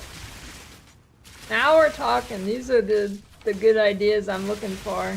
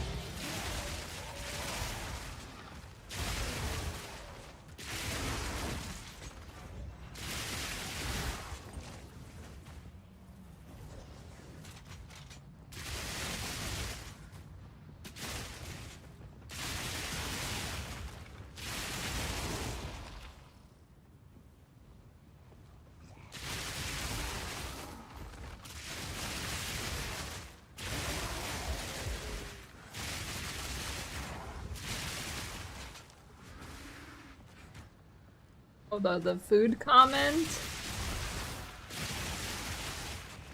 I should make a video going through all the best comments I've gotten. Dude, he wrote like 4 paragraphs. That dude was crazy mad that I was eating food while watching something. He was so mad, dude.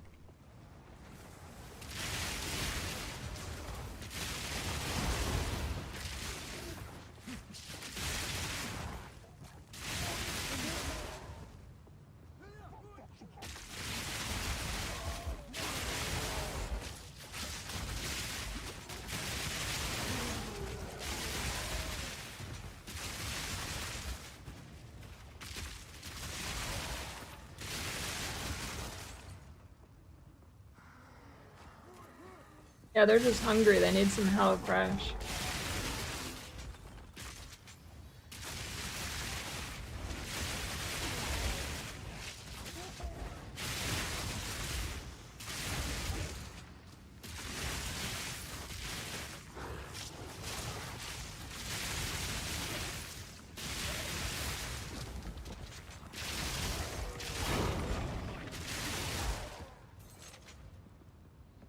I don't really get it. Why do people click on, I mean, not just the food, but like, there's a lot of people who hate the reaction content, and then they click on it anyways, and they get mad that it's a reaction. Like, what is wrong with these people?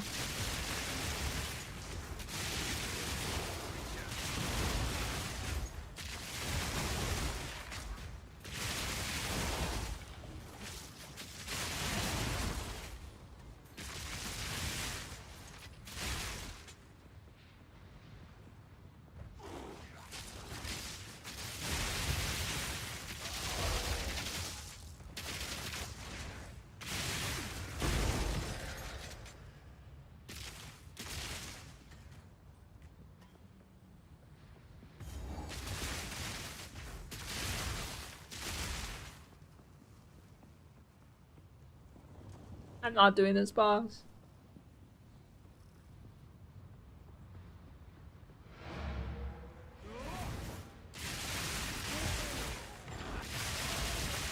I don't know, like, the whole concept of hate watching doesn't make sense to me. I mean, it kinda does, it kinda doesn't.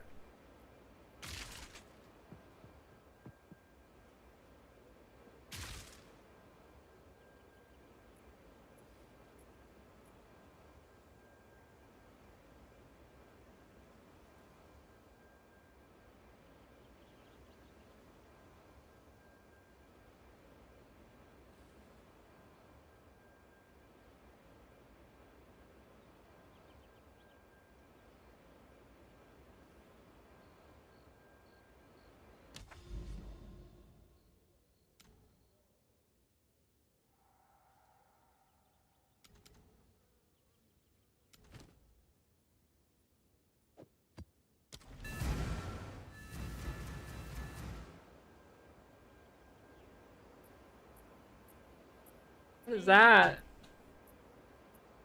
In progress. Good. I'm in iced tea.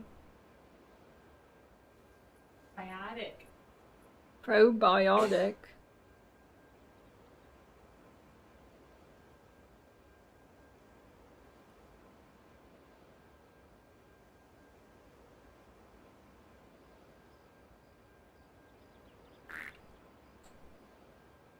Is this for me? Yeah. Thanks. Unless you didn't like it. No, it's good.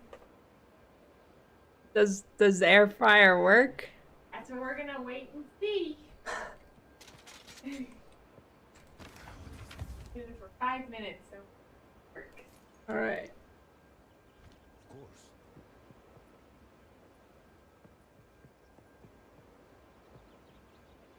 I don't hate watch Rage Gaming. It's genuinely really entertaining. We just got a new air fryer, Doran, and Amador informed me she dropped it already and broke the tray.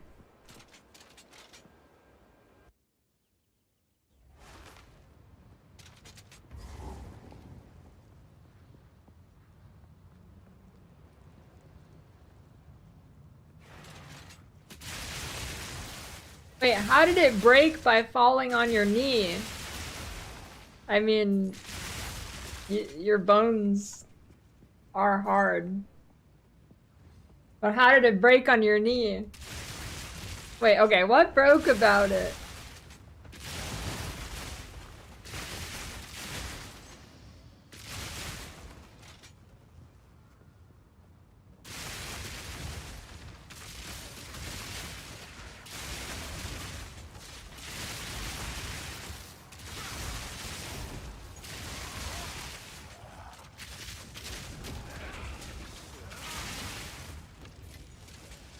I bet this is a cover-up.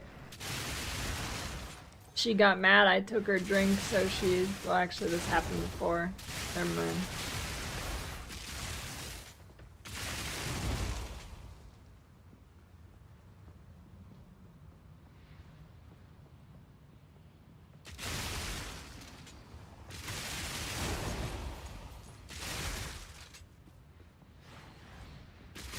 Yeah, she dropped the WWE move on it.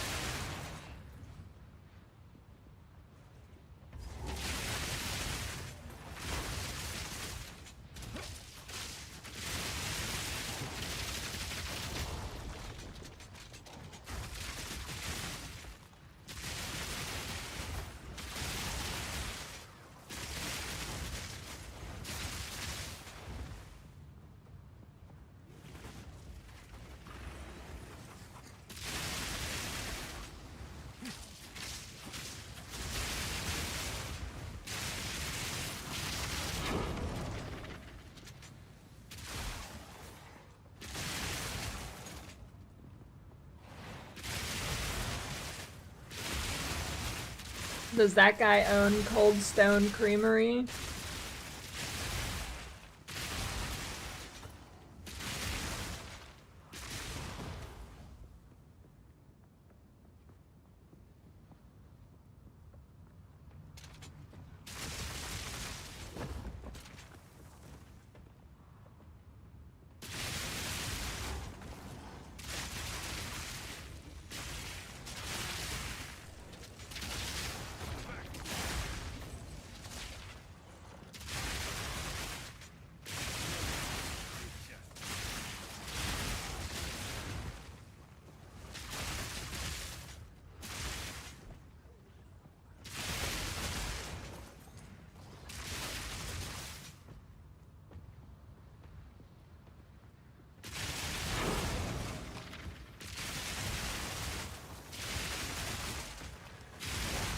What does Triple H mean? It sounds like a disease.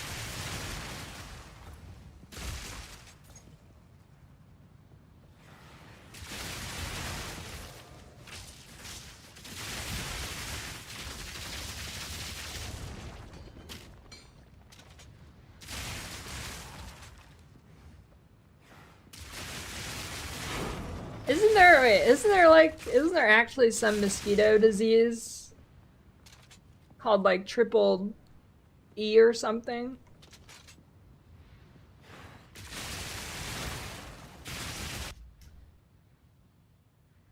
Mosquito disease triple E. It is, it's triple E.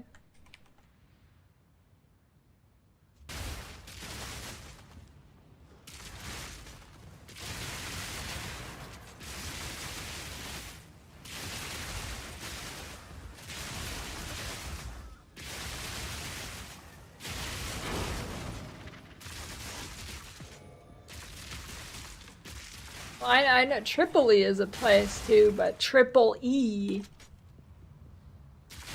not Tripoli.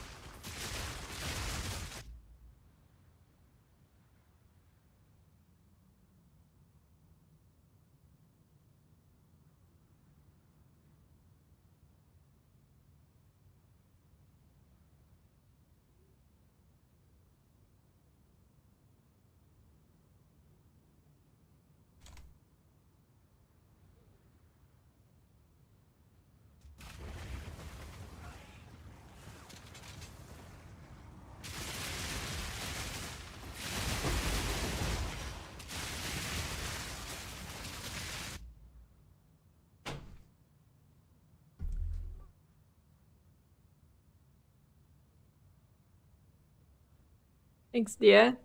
And she puts it in the dirty pile. No, it's on the clean side. The cleaner side, anyways. They're hot. Oh, good.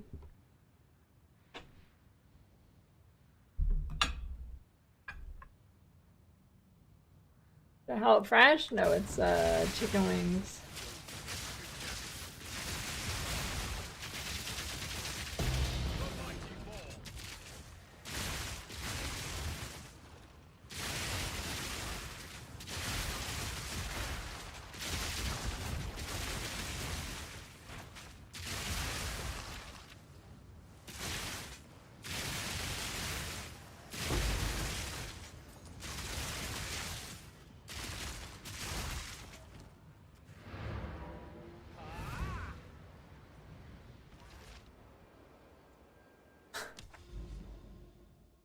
The food eating comment is the comment is so long that it couldn't fit in a single Twitch message, so I can't even make a copy paste of it.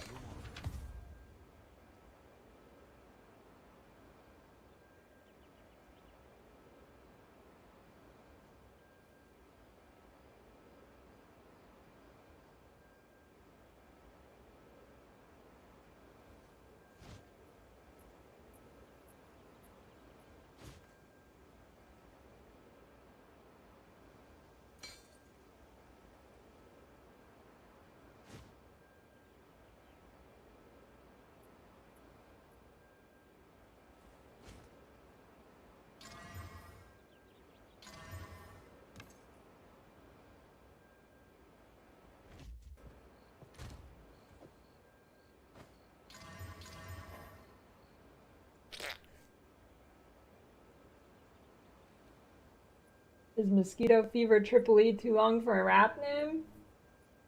I don't think so. I think it's on the verge, but I think that'd be fine.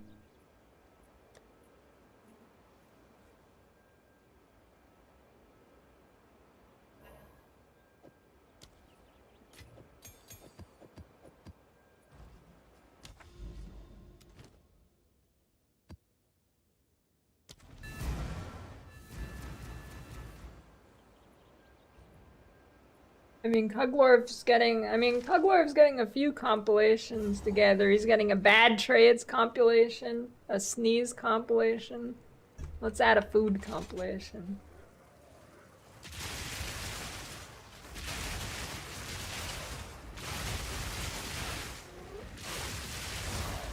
Are you up to the challenge, Cug?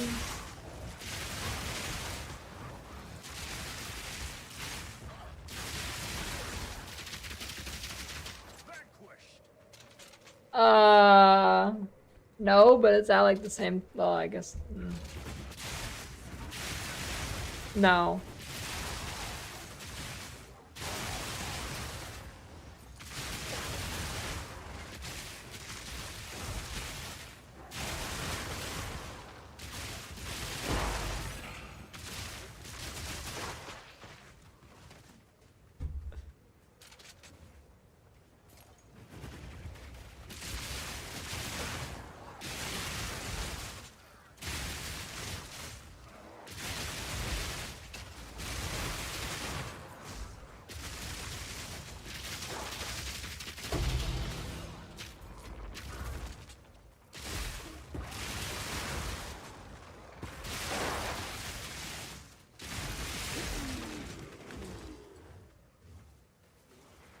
A 10-year eating video.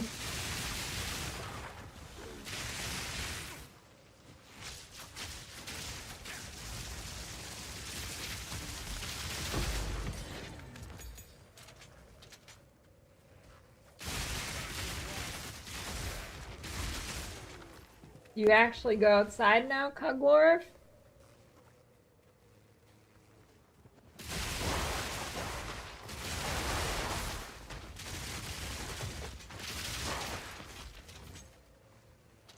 Oh.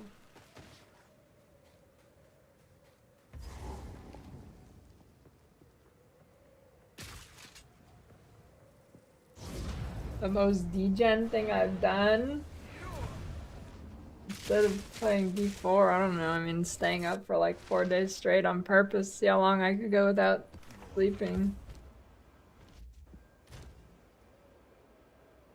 Playing League of Legends. That was pretty bad.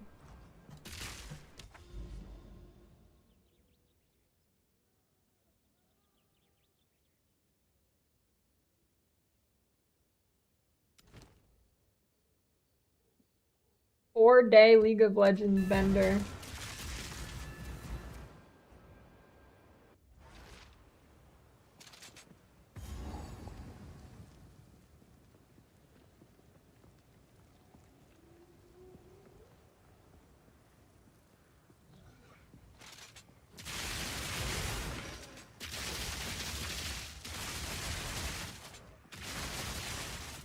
Eat every day.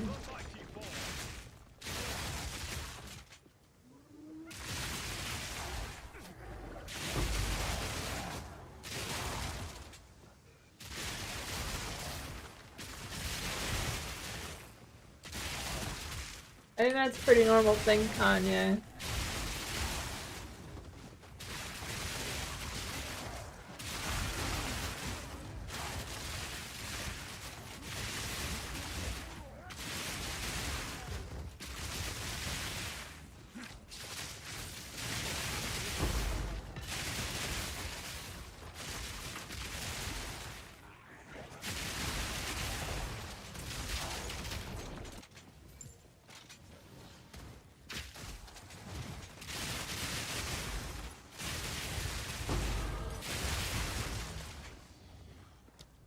Win. But what do I win? I don't know. I need to get rid of these nodes. These are 2 free nodes right there.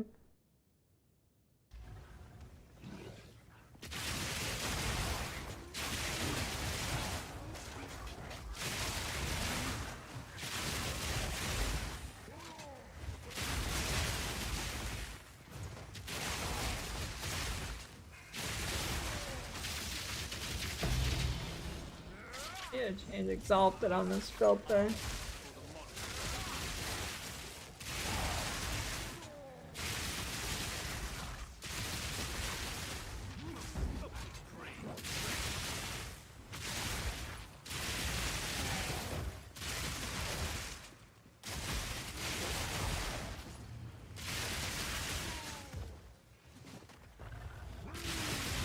Choose wrong by going Witch Hunter? Depends what you mean by wrong. Is it playable? For sure. Is it one of the worst, if not the worst, ascendancy in the game? Also, yes. But, I mean, it's not like you don't need to restart or something. You can play as Witch Hunter.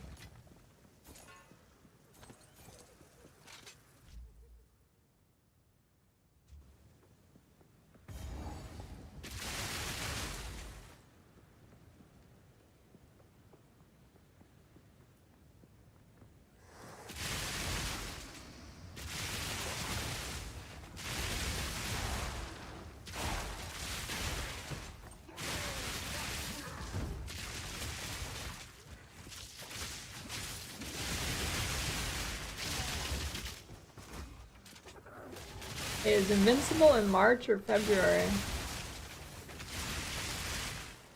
Don't say April.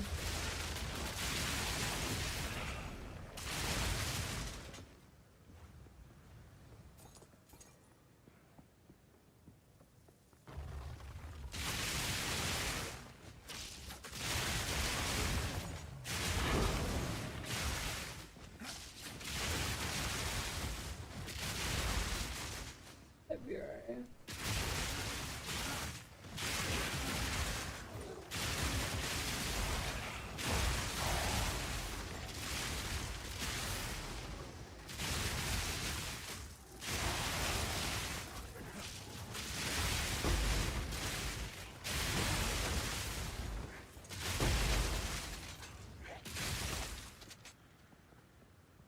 Where does February... Why does February have an R in the name? It should be February. Where does that word even come from? I think it's a fake month. It's a hoax.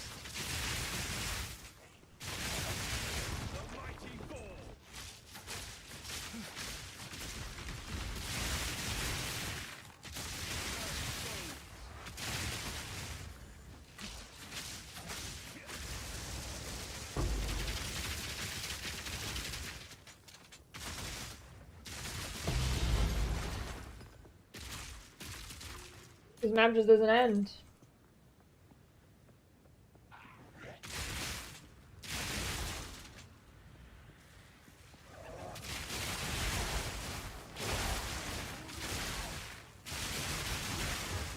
Month of cleansing. So maybe it's don't dump December, just hold it January, and then it's fuck it February. Okay, that makes sense. I see.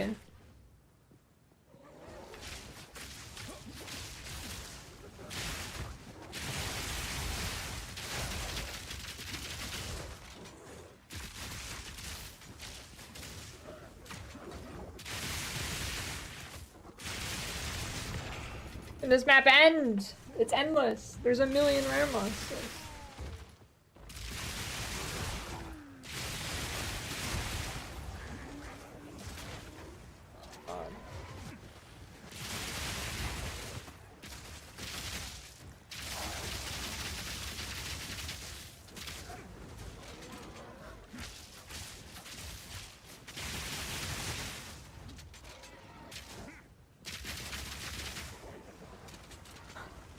That dude is shooting 5 projectiles.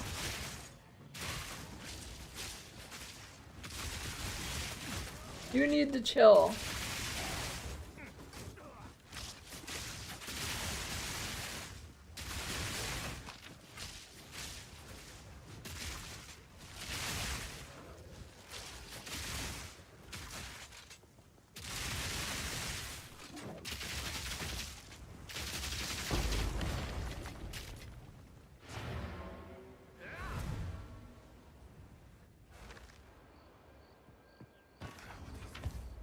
That thing's named Tough Sucker? Well, it's true. It was tough.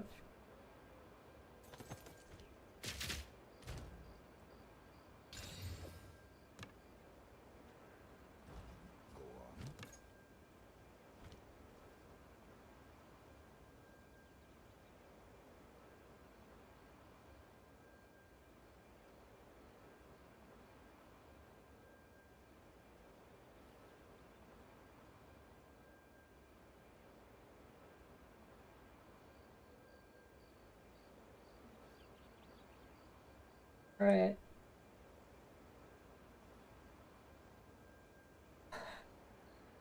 Dude, dude, I think my algorithm is looking pretty good.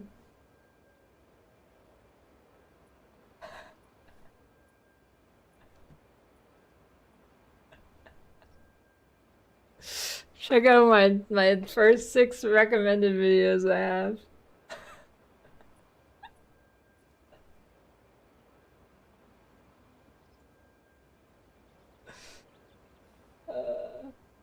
I wish there was some pan piano in there. That'd be good.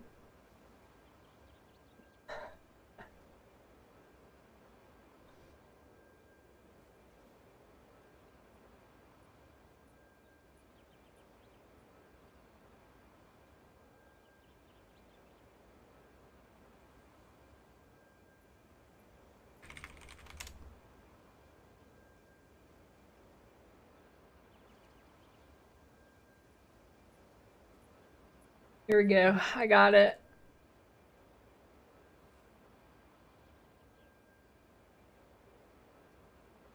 Another long day at work, make yourself some dinner, maybe you just heat up some leftover pizza or something, feed your cat, maybe even play with her a little, and finally, after all of this, you get to log into your favorite game you've been looking forward to all day. Cooney Pop 2 Double Dash. That's right. Path of Exile 2. You look at your atlas, find a map with a boss, a breach, and whatever else you're into on there, hop in a portal, and this happens. You think to yourself, I guess I should have seen the slam coming. My bad. You've lost your waystone, 10% of your experience towards the next level, all the rewards tied to the map like Breach and the boss, and understandably, you're a little bit ticked off. Not a great way to start your gaming session for the thing. Still, Well, you're shouldn't have undeterred. lost. You decide you want to try getting your last 2 ascendancy points again, since you recently got some upgrades for your build, and for sure this time you'll be able to beat it. Forbidden Sanctum, Trial of the Sekema, here I come. You breeze through floors 1 through 3, even though you got some really shitty afflictions, have a bit of trouble getting through floor 4, since it's your first time here, but you managed to make it to the boss relatively unscathed. Don't screw this up, you think to yourself, before taking a few steps forward to initiate the fight. Things are looking good, your damage is solid, you're not dying to hits coming your way, and you've got like 7,000 honor. What could possibly go wrong? Then things take a turn. You walk on this glowy patch because you've got no idea what the hell is going on, and the boss pieced out. Next thing you know, you're running as fast as you possibly can, which apparently is slower than your grandmother crossing the street, desperately dodge rolling just to try to reach these glowy hourglass thingies, and time's up.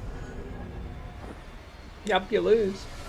The game might as well say, GG, get good, loser. You close the game and hover that uninstall button. Path of Exile 2 hates you. Or at least that's what it feels like. In this video, I'm going to go over some of the things that I've found to be the most frustrating about playing this game while still acknowledging the good stuff, because at the end of the day, there is a lot of good here, like the visuals and music, the new skill gem system, and the boss fights. These are all awesome. I just feel like it's being brought down a little bit by some of the more annoying features the game has to offer, and I'm honestly finding myself rage quitting every other time I boot it up. Real quick, if you have opinions of your own, which I'm sure you do, go ahead and let me know what they are. I might not always respond, but I do read every comment I get. That's a Alright, mistake. before going into some of my negatives, let's start with something I think Path of Exile 2 mostly nailed: the campaign.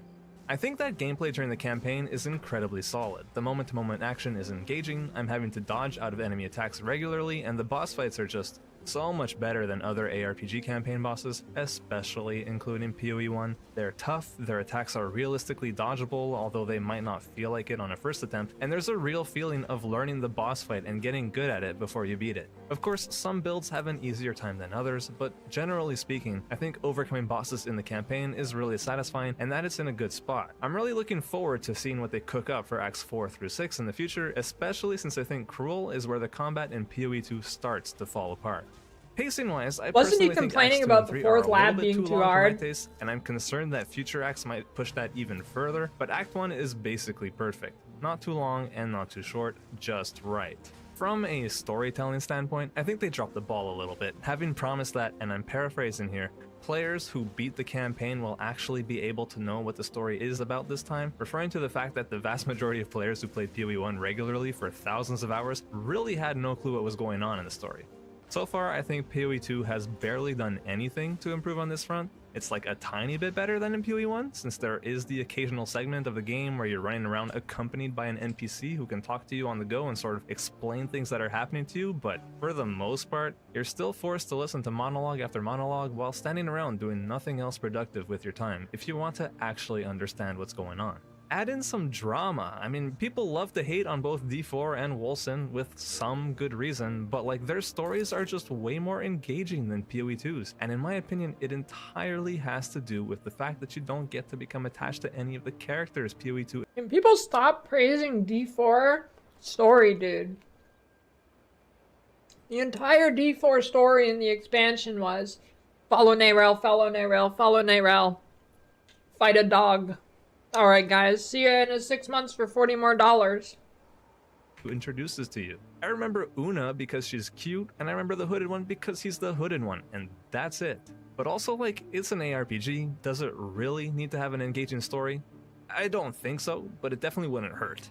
I get that GGG went for the classic way of telling stories in ARPGs, but like, it's 2025, guys. I think it's time to adapt a little bit. And you know, that's kind of going to be the theme of many of my frustrations with the game currently, the fact that some gameplay systems are simply stuck in the past. Take trading, for example. Trade in PoE 2 sucks.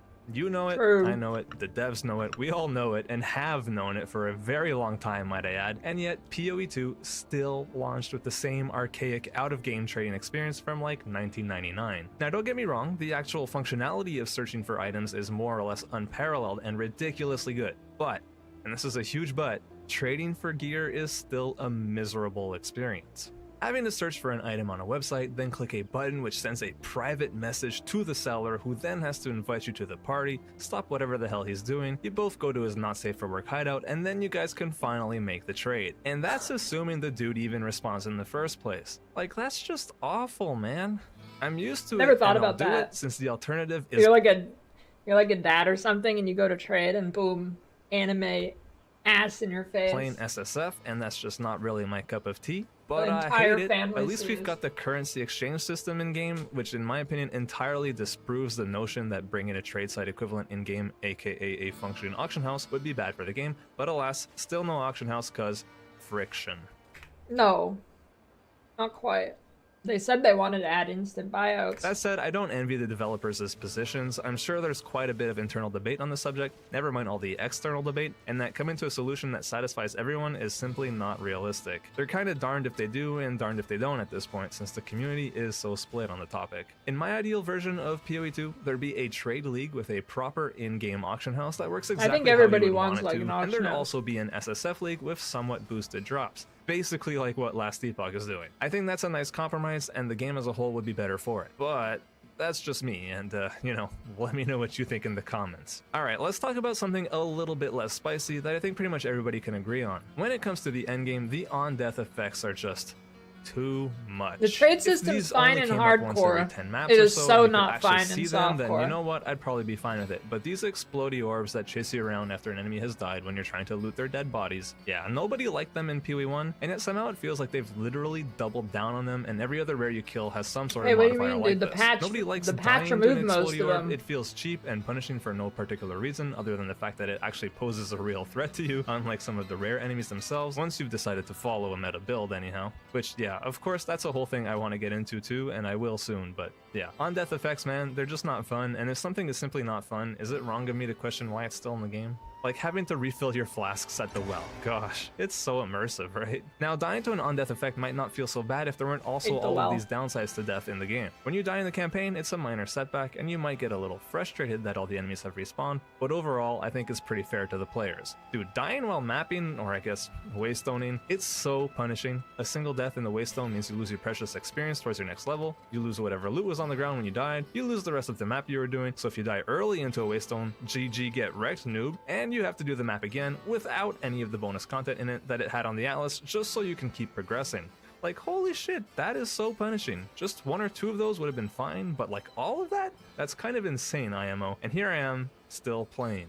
I'm optimistic in that I think grinding gear games will do something about the balance in here that makes death a little bit less punishing, but I'm also not expecting a complete overhaul. PoE 2 is supposed to be punishing in accordance with the Holy Vision, and you know, I think that's okay. It's just maybe not the perfect game for me, which is totally fine. Maybe I'm not the target audience, and that's okay. Right, so on-death effects are annoying, particularly if your build is not the tankiest, and that kind of leads into another frustration I have with the game in its current state, and that's character balance. Allow me to start this off by saying balancing power in video games always appears easier than it really is, and that in Path of Exile 2's case, I mean, you've got the skill tree, all the ascendancies, all the different uniques and weapon types and skills, and like all of that jumbled together equals balance. Like, it's just never going to be perfect, and that's something we all have to accept. That being said, I hate that my build I was playing hit a wall at tier 15 waystones, and that I felt like I had no other choice besides swapping to a different one that completely blows the build I had worked on out of the water. I was doing a fizz damage based crossbow build using high velocity rounds for a single target, and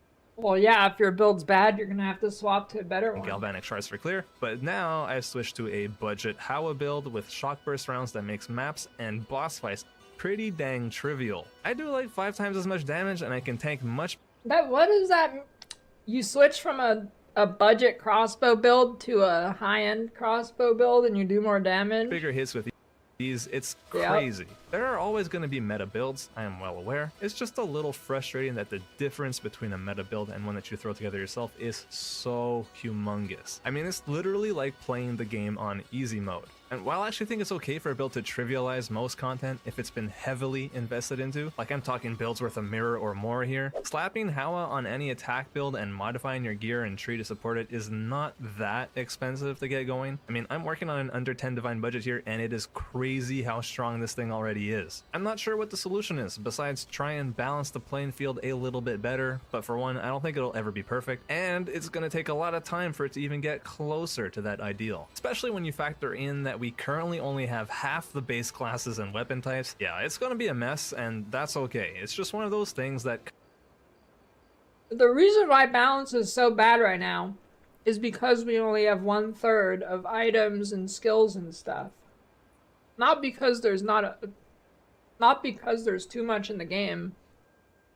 It's because there's not enough in the game. Kind of feels bad to me. I'm sure most of you who like doing things yourselves can kind of relate. Also, for what it's worth, guys, my prediction is... There's like 5 good unique items. Of course everybody's using the 5 good unique items. They're the only good unique items in the game right now. That damage will be nerfed on these builds that are overperforming and not the other way around. I think they want boss fights to actually play out like boss fights, regardless of your gear, so yeah, I expect damage nerfs on the top performers, rather than big buffs to the builds that are already experiencing real boss fights all the time. Okay, let's move on to something else that's gonna need some time before it's in a really good spot, and that's crafting. Crafting in PoE 2 is honestly pretty laughable compared to PoE 1, but I think it's important to acknowledge that that is the intention here. The plan was always to have really basic crafting at launch so that they have tons of room to add new crafting options in with new content drops in the form of leaks. Things like harvest, bench crafting, beast crafting, syndicate slamming, influence spaces. I could see all of these returning in one shape or another, and I'm confident in saying that those will make crafting feel a whole lot more nuanced and interesting, and hopefully a bit less RNG reliant. That being said, right now, crafting is for sure in a weird spot. Like, it's hard to even call it crafting when all it really boils down to is hoping to hit good exalt slams. Now don't get me wrong, there is actually profit to be made here if you know what you're doing. It's how I've been able to afford my gear upgrades. Hell, I self-crafted this crossbow that is allegedly worth a lot, but the way you craft anything that isn't mirror tier worthy is by buying an item off of somebody else that has a couple mods you want on it already, and then hitting it with some exalted orbs or an essence depending on the base I guess, and hoping for the best. It's literally just gamba, and I don't know, that's kind of lame. I've been crafting crossbows for Howa builds by just buying good bases with plus levels to projectile skills and either attack speed or elemental damage with attacks, and slamming on exalts on them, hoping they hit whichever mod it's missing with a good roll. I've been able to sell a few of the crossbows that hit for a few divines, but there are dozens of failed attempts that just get vendored. The decision to remove alterations and scours is actually one that I think I agree with fundamentally, since it actually allows for a handful of these items we identify to actually have some value to other players, since you can't reliably start a craft from zero without omens, which are just, we might as well pretend they don't exist, right? But the process of trading for those bases that already have some decent rolls is quite miserable, so I think that for this to feel better as a player who wants to do some crafting, there needs to be an in-game auction house with instant buyout. Then you don't have the hassle of having to whisper tons of people and just hope that they answer. And if GGG is really determined to not give us that auction house, which unfortunately I think they are, then No, yeah, they're give us not. alterations and scours back. Alright, I saved the best for Why did last so many year. people This is miss one that? of those things that I really said think they is wanted to a add bio with fundamental gold. problem with the endgame, and hell, even some of the campaign, but mostly endgame. And it's something that I think GGG will not budge on, because they're like being really weird about the whole topic, and that's zone layouts. God, the majority of these waystone layouts are just awful. Like, they suck the life out of you. There's so much backtracking to do to find every single last rare in a map, and I don't know about you, but backtracking to me does not equal fun. Now, I know that we have checkpoints in maps which are helpful at times, and I do appreciate them, but they're also like not always in spots that make sense for you to teleport back to, but others are just straight up broken, like this one here, but I expect that to get fixed eventually. Anyways, I feel like checkpoints in maps are just a little band-aid solution. The problem is that the majority of maps we have to run are straight up not fun to run. I think the majority of maps are fine, and then there's a couple really bad ones, and then there's some meh ones. I might love the aesthetic of an area. Like I think Forge and most Mire maps look are fine. dope, right? But Most God, are actually fine. terrible layouts. There Are is they no probably too big for my taste? Yeah, but the actual layout's fine. right way to clear them. You just need to meander around till you hit a dead end and start meandering in a different direction. It just means that there's a lot of downtime in maps, which I think is boring. Now, should every map be a good layout? Probably not. Then they lose their identities, I guess. But right now, the ratio of good to bad layouts is really skewed towards the bad ones, No, and it's not. maybe that's where they could tune things. Related to this is the god-awful amount of obstructions and little gaps in the maps and these vertical slopes that you can't even see in maps like Willow. Like, who thought it was okay to have all of these annoying little rocks and holes that you get stuck on all the time? They're freaking everywhere. I mean, look at this. This is gross. And the slopes are cool when you can actually see them, but GGG had the bright idea You've to got actually have mail. slopes going downwards but away from your camera perspective, so you literally cannot see what is on the slope. I've often found myself getting Thanks for the stuck on enemies I time, didn't even know neurons. were there. There's a reason that isometric games never do this unless you can pan the camera around in a 3D space. The slopes are annoying for sure, but really my biggest issue is all these dumb little boulders and holes. I think it's I think maps having like environmental blockages and stuff is fine as long as it's not crazy like Mire, where you only get little tubes to walk through. Like, not every map should be Sandspit where it's just or Savannah where it's just a big circle. In the map that you wouldn't even know were areas you couldn't walk on by actually looking at the physical terrain. It's only when looking at the minimap that you can tell why you can't move over certain spots. It's just fundamentally messed up. Restricts are I don't really have that issue. 95% of the time I walk into something, I knew what I was walking into. I don't really have that issue where I get stuck on something I can't see. ability to dodge Maybe it's a skill issue. out of the I way of guess? I don't attacks, and know. it's how should I put it?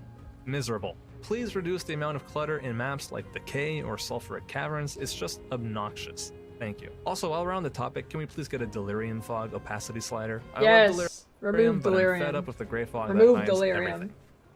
Okay, to wrap things up here, I kind of want to ask you guys a question since it's something that I think about pretty often, and I wouldn't be surprised if you do too, and I'm really not sure what to make of it. This is the question. Do you think that maybe we as gamers are setting our expectations too high in terms of what we are able to accomplish? As in like skill issue or Like, have we been playing games for so long now? Decades.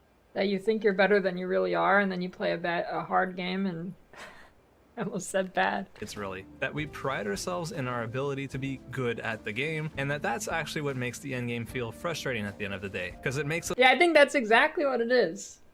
People want easy games that they can think they're good at instead of hard games that they know they're bad us at. feel insecure about spending thousands of hours of our lives playing games, and we feel like we're not accomplishing our goals. Maybe we ought to just let go of that pride and get the most fun out of the game Yes. that we can without really worrying about There all we this go. endgame shit. Like, wouldn't it be nice to just play a game, have fun with the campaign, reach the endgame, try it out a little bit, and simply accept that, hey, maybe I'm just a campaign guy, and that the endgame is just not for me. Maybe Path of Exile 2 doesn't hate you.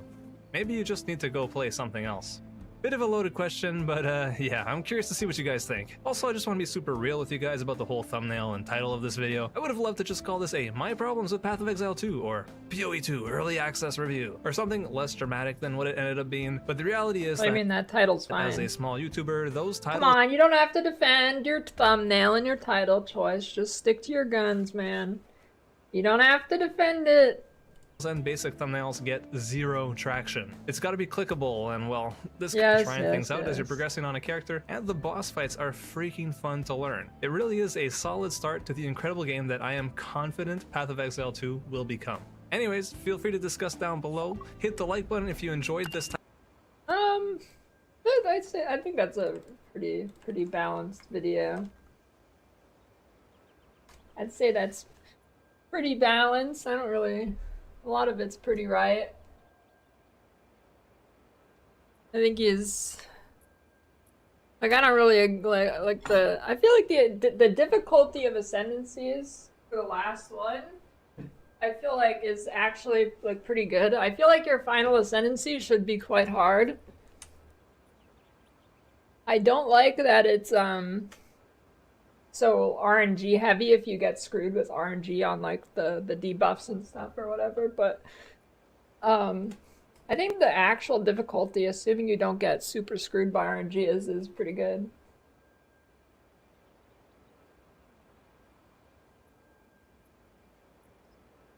But I feel like this. I feel like this video is pretty balanced. But like,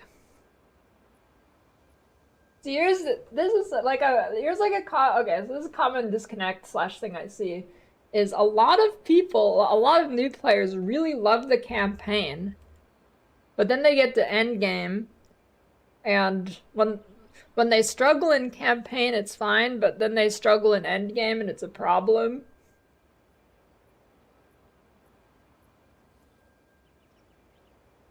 I don't know. I mean, maybe he's right. Some people are just campaign players. Because I mean, endgame has to have some kind of punishment. Like endgame has to be punishing to some degree. Otherwise, divines would be 10,000 exalts right now and not 300 if people had it their way, where the progression or where it wasn't punishing, right? I mean, he's not saying it shouldn't be punishing, but a lot of like it's something like people don't understand this concept. Like people get mad doing bosses, they end up losing money, but then in the same sentence they're like they don't want it to be punishing at all. Like they hate the one portal thing. Like they want to have no punishment, and they also want like a good economy around it. When it doesn't work that way, because then nothing ever leaves the economy, and like if there's no barrier to entry to the bosses, then everybody wins on the boss, and nothing's worth anything. Like I mean, I think probably it is a bit too punishing for just like dying in maps on like in softcore and in the base game, but I feel like bosses should not have 6 portals. I still like my idea where you go into a boss and you can fight it as many times as you want, but if you die, you get no loot. I think that's the best system. But I don't know. People like. Now I'm not saying Schwingy in this video saying this, but just in the similar like topic, people cry and beg and plead for like the game to be easier or whatever, less punishing, to like a massive degree, but then they don't realize that negatively impacts other things they're also complaining about, like the economy being like weird and exalts flying down in value and stuff and whatnot, stuff like that, right? Losing money on bossing when there should be no scenario where you can ever lose money on bossing. Like, that doesn't happen in hardcore. Because there's actually like a barrier to entry, right? Stuff leaves the economy. Like, there has to be some way stuff can leave the economy or like punish the player or something, or else you're just gonna like stuff just rapidly inflates to like crazy prices and it becomes a clown economy. Like, it doesn't really work in this game. This game needs some kind of punishment. Like, I know plenty of people want it to be like a sandbox, but I feel like most people argue that they don't want it to be a sandbox, and they also don't want it to be like super punishing or whatever. But it doesn't like those are two things that cannot exist together.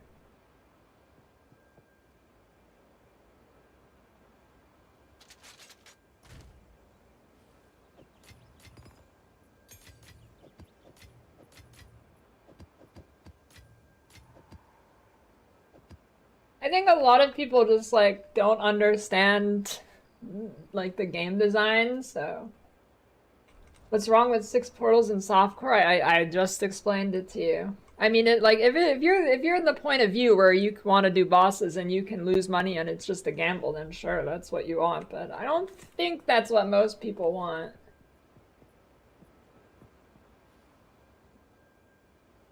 I could be wrong. Maybe people do want it to just be a gamble and you do the hardest stuff in the game and you just lose money. I mean, maybe people do want that, but I would say probably not.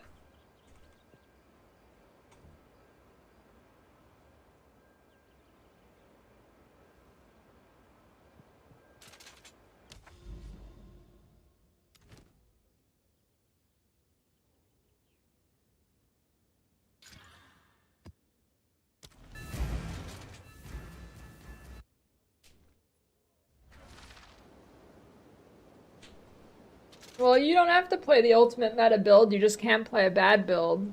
That's something else people confuse.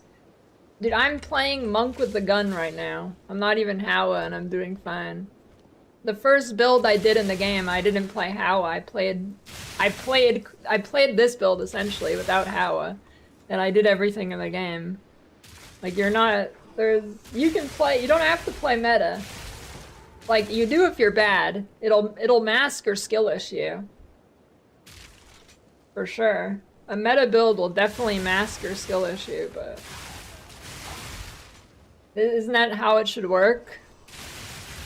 What's the solution to that? There will always be a best build. Do they put the numbers and the mechanics on every skill to be the same thing? Like, there's no solution to that.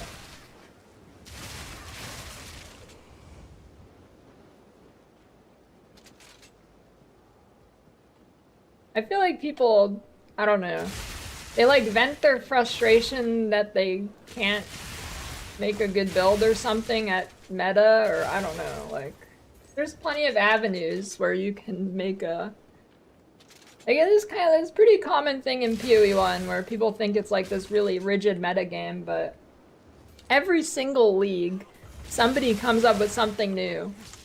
Even in leagues where there's barely any changes, people still figure out new stuff that's good. You just have to be good at the game to find these things. You're not gonna be shit, and you can't just throw 6 random things on your build and expect it to clear everything. The game would be bad. You would have to put no thought into your game if it was like that. But the reality is most skills, at least talking in PoE 1, like in PoE 1, like 90% of skills are completely viable.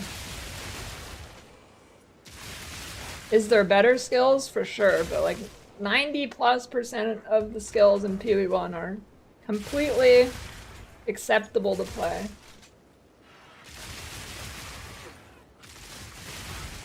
And people just don't know how to make builds, right? Like build making it's a little easier in this game, but build making is like the true pinnacle of difficulty. Actually being able to find interactions that'll work well together and putting them together and actually thinking about it yourself. That is the pinnacle of difficulty in the game. But people just want to like throw 8 random items on their build and call it a day and clear the game. Like, nope, that is not quite how this game works. Kind of like the antithesis, you actually have to think about the interactions.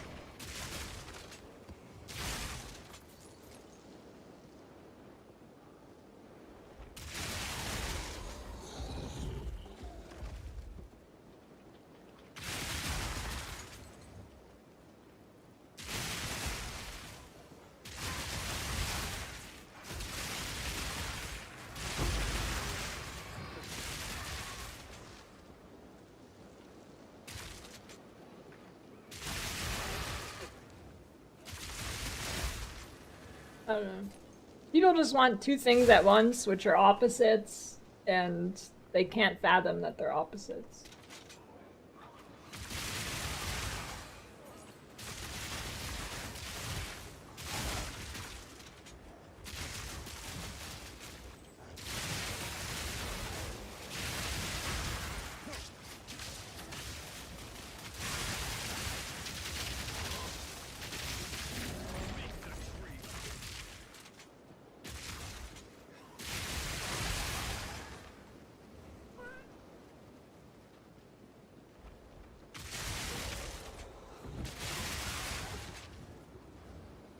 You need to make the profile actually show your character.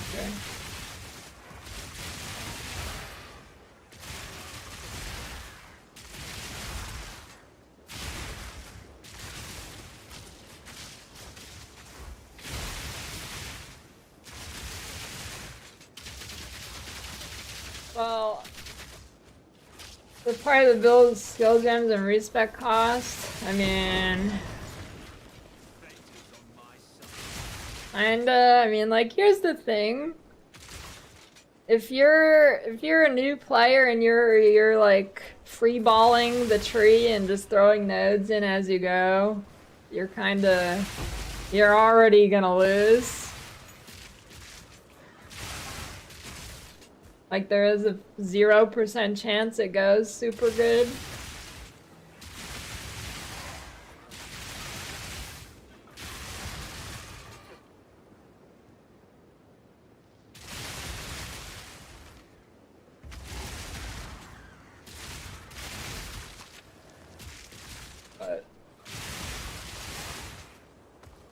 I think respecking is actually... I think the cost while leveling is pretty decent, though. I'm not sure, I haven't done it in a while, but...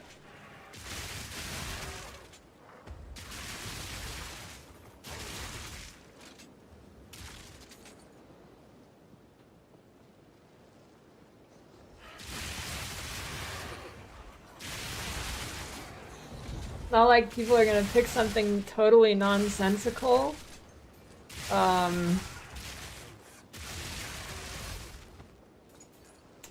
You ever seen almost every PoE1 new player picks nonsensical things. Every new player in PoE1 clicks 0 defense nodes and wonder why they die. I think most people will click nonsensical stuff. That's exactly what they do.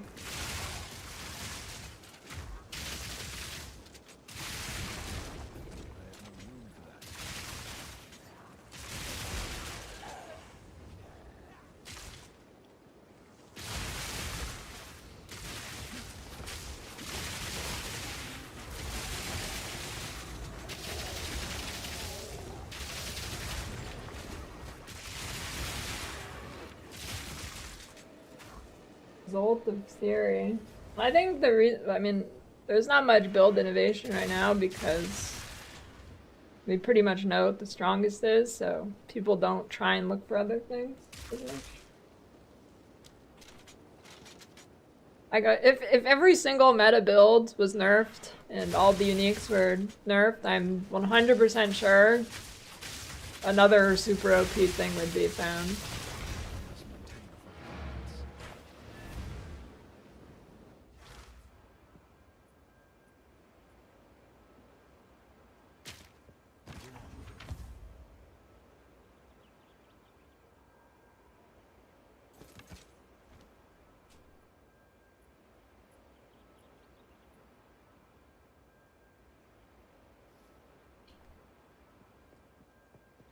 But I don't know. I feel like PoE2 is pretty good for respeccing on like the ARPG spectrum. Other than, I mean, like only a D4 it's basically free. And Torchlight Infinite. So those are just free. But like,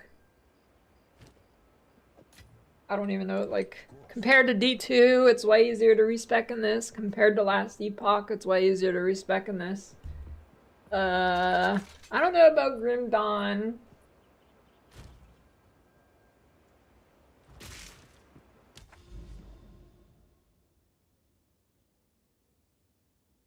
Grim Dawn's free, essentially.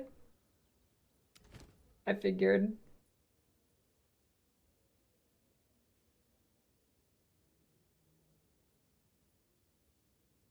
So skill just out-of-game theory crafting. These endgame builds don't look like they take skill to play. I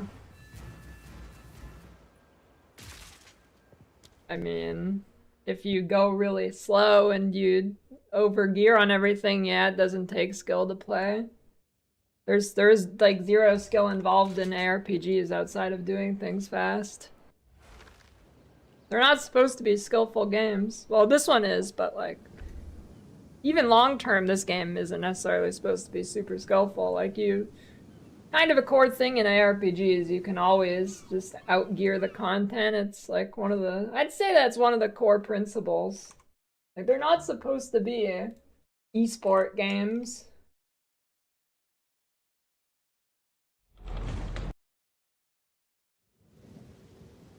The skill comes in when you try and do things quickly.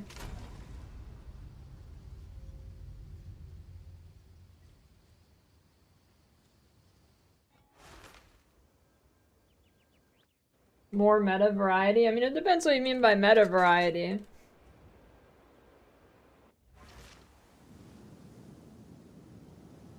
I mean, PoE1 has vastly more build variety because there's just like infinitely more skills and items, but most people think that builds in PoE1 are very constricting and that it's like the illusion of choice or whatever, where you end up playing like the top builds no matter what, but they're just wrong and bad at the game. Like 90% of skills in PoE1 are playable.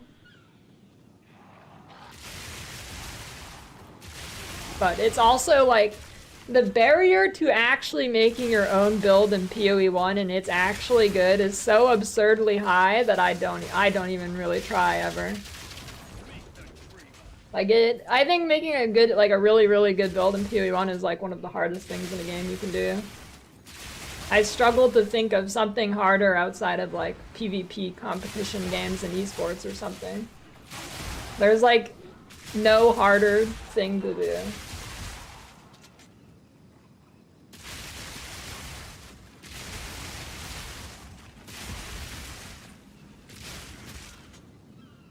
You have to know everything in the game, and then you also have to be smart.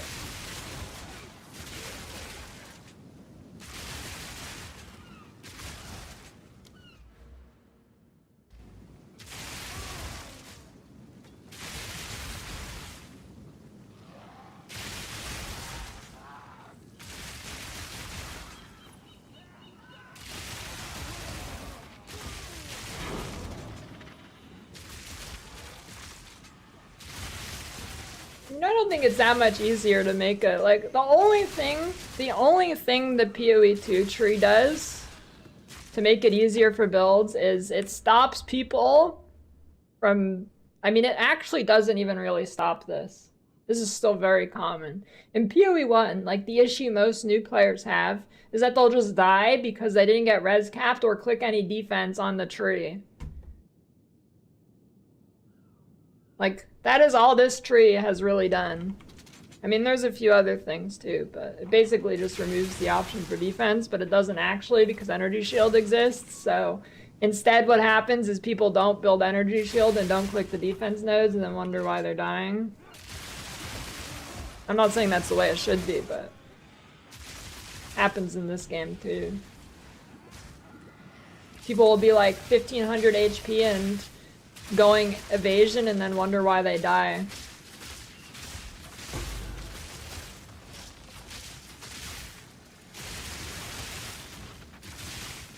Consider making a build yourself? I'm talking making it like from scratch.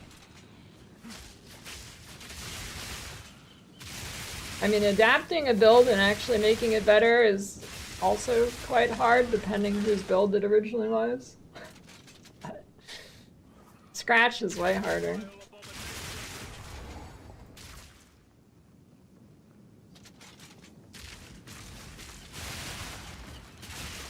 How do you find which skills actually worth making a build around? I mean, there's a few things here. One is just purely by numbers, which you'll only know if the numbers are good if you know all the other skills and you know which ones are good and what their numbers are. And then you also have to know the mechanics of the skill and how it works.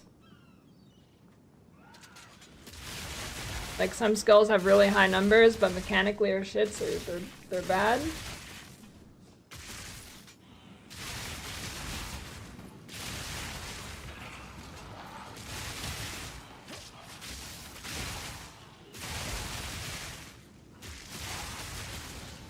Oh yeah, no one makes their own builds because, well, no one makes good own builds other than like 5 people because it's infinitely hard to do.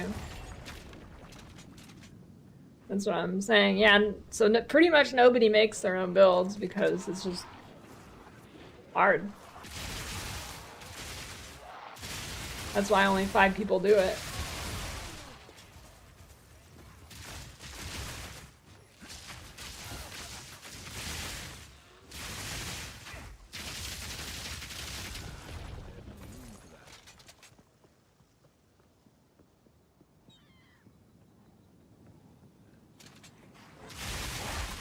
I mean, they certainly don't make them by not thinking hard.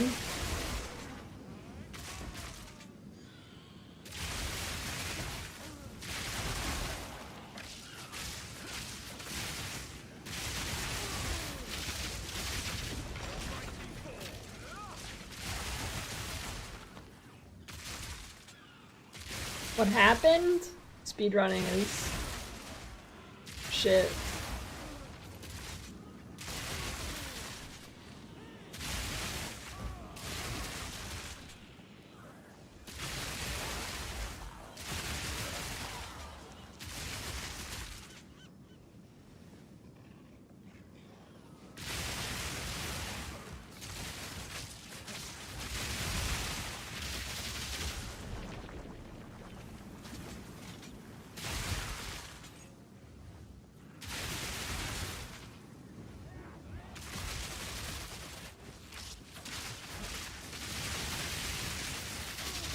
You've got mail. Dino Dance. Hey, thanks for the 19-year resub. The Perfluence.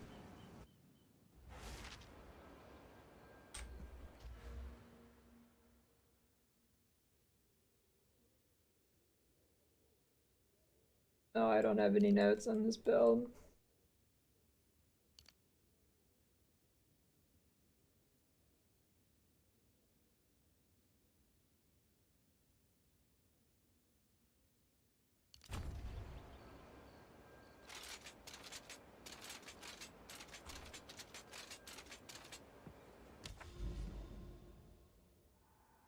Even if you had the chops, theory crab and POV, the barrier of entry for currency for gear is too high for most popular test. If you can actually make a good build in PoB, you can make like 100 divines in one day, no problem. Well, PoE, like talking about PoE 1 anyways. I don't think there's a single player who can actually make a good build that can't farm the gear in like a day.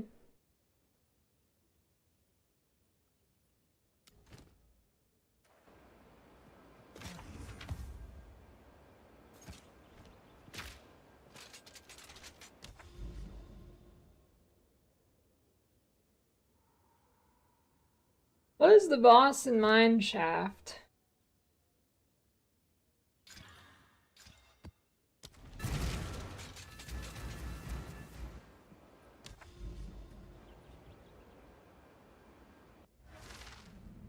Flamethrower lady. Oh no.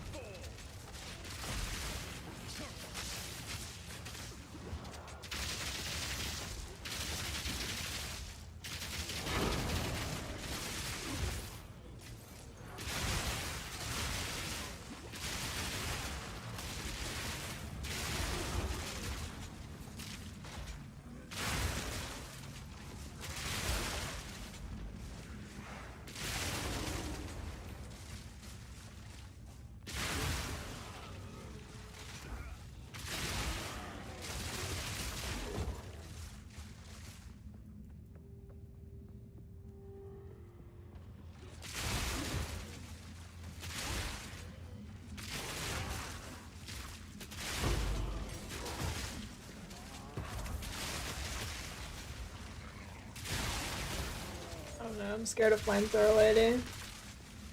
Her boom boom moves there.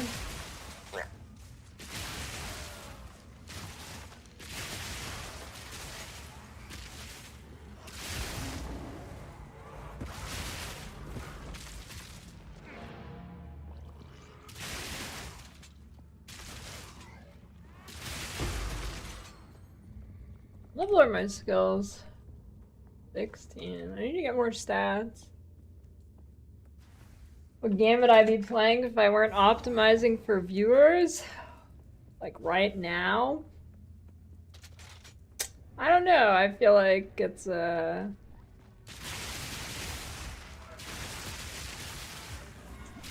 little bit of a small drought for like the next month. What would I play?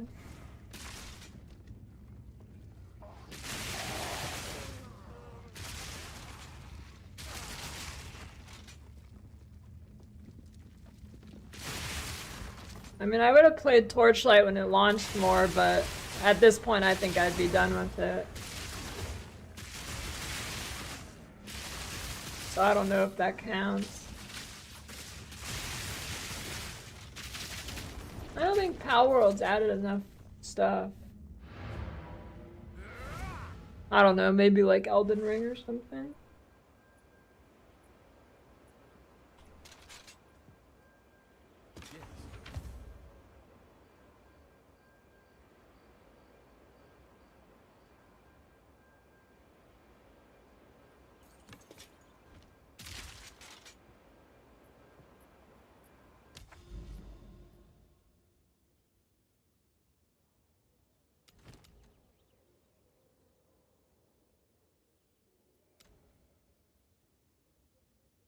Yeah, I would not be playing hardcore WoW.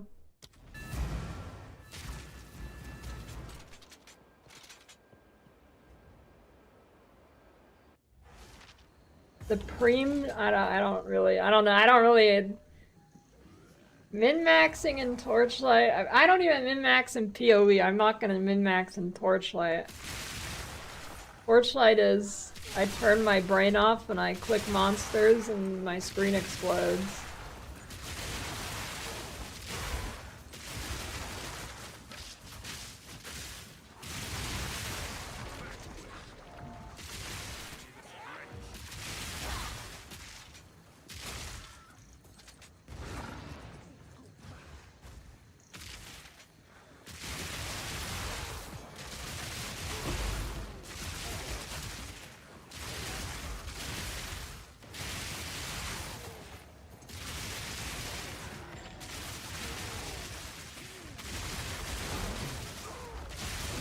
Well, kinda, Doctor Come, kind of. Like, in Torchlight you blow everything up, but when you're actually evenly matched with the bosses are actually well made, as opposed to D4 where, like, most of them just don't work. Unless they fix that. Dude, I still remember doing Uber Duriel in D4, and he's shooting projectiles everywhere, and I'm, like, clearly in between two. Like, there's one right here, and then there's one right here. And I'm right here, and I get hit by it. Like, the hitboxes in that fight were the worst I've ever seen in a video game. It was crazy.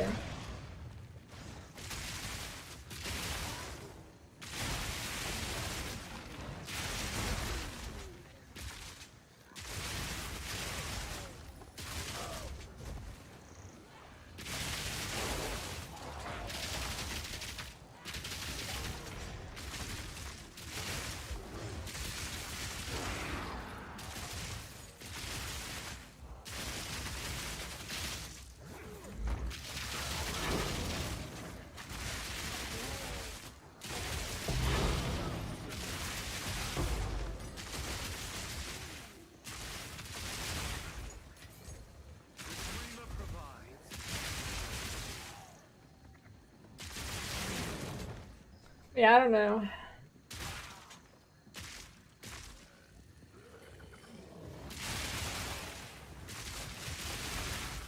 I don't really have a particular urge to play anything at the moment. Super bad anyways. I'm pretty much just waiting for monster hunting. Other than that, I don't know. I know. Maybe I'd play Project Zomboid if it's I think he wants to do a server of that, but I think he's like dying, so I don't know. I don't know if that'll happen.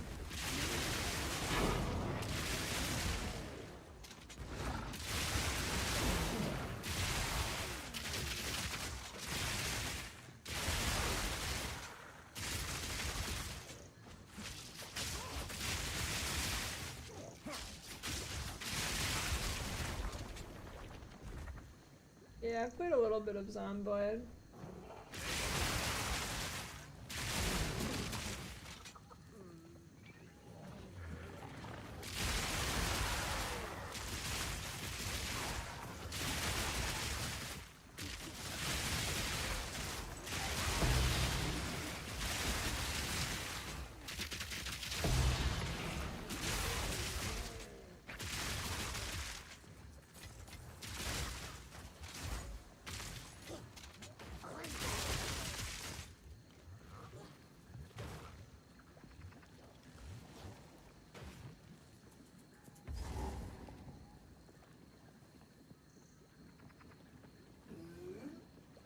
I don't know. I don't think it's happened yet.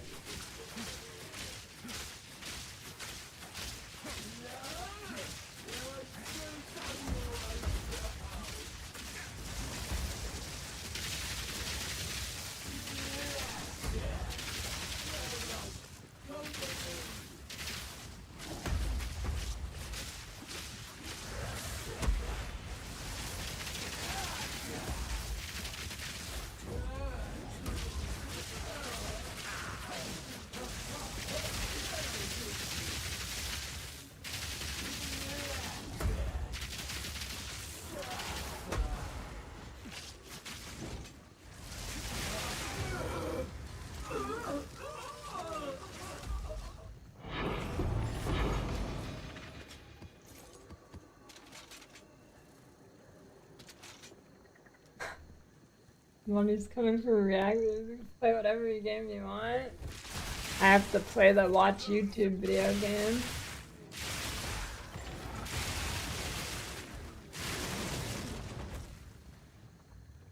Yeah, maybe I'd be playing Marvel Rivals. I do want to try it at some point. Well, I probably won't. By the time I get to it, it'll probably be dead, but you know.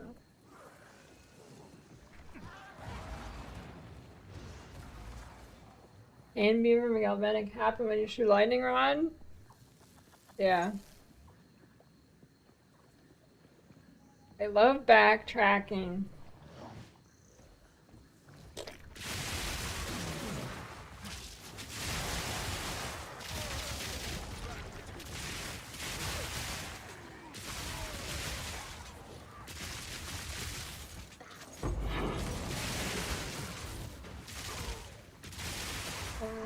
Deadlock was never alive because it's in like alpha. I know it's not even a beta test.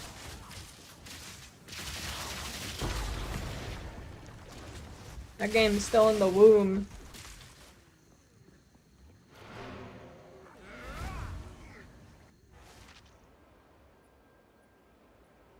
I don't know, Deadlock just made me want to play Dota.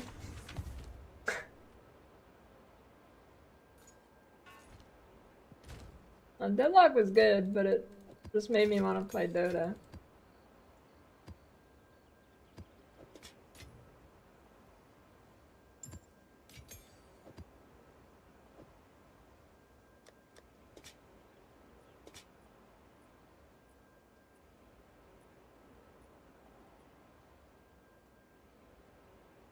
Maybe I'd be playing Dota right now if I could pick any game.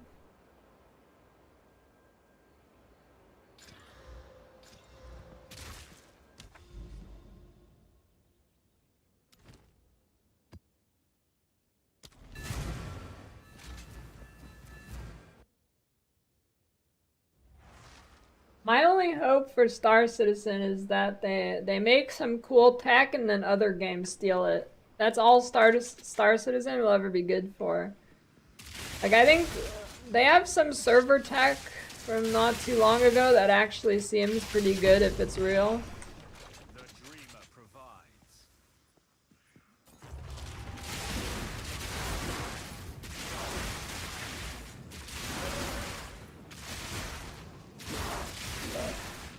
I don't think that game will ever be worth playing.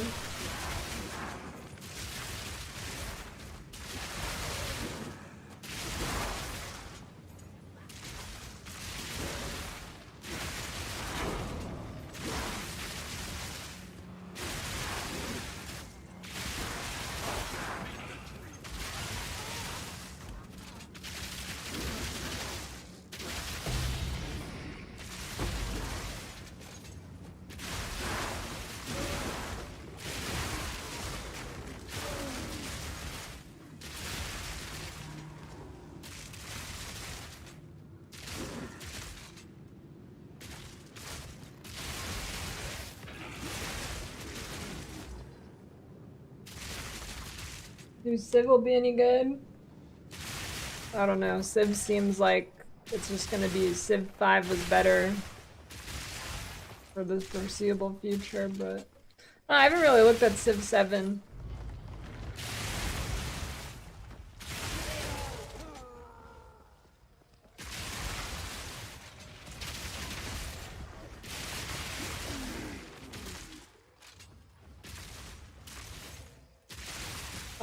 I mean, I got to like level 20 in hard, and actually I don't remember if it was hardcore, but like level 20 in classic WoW one time.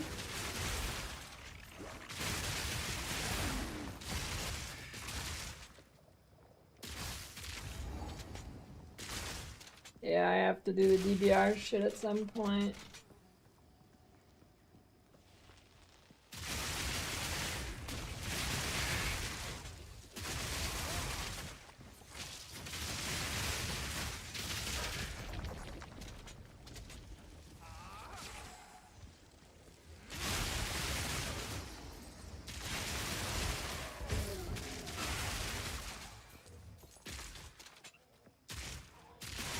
Isn't me playing Monster Hunter next month? 95.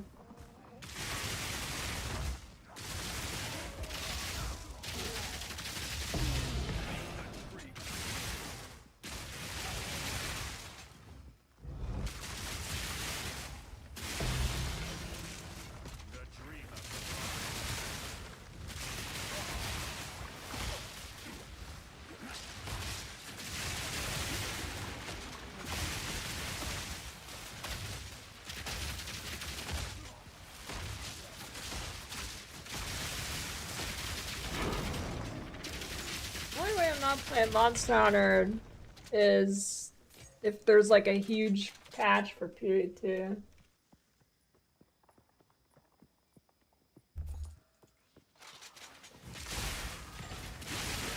Slash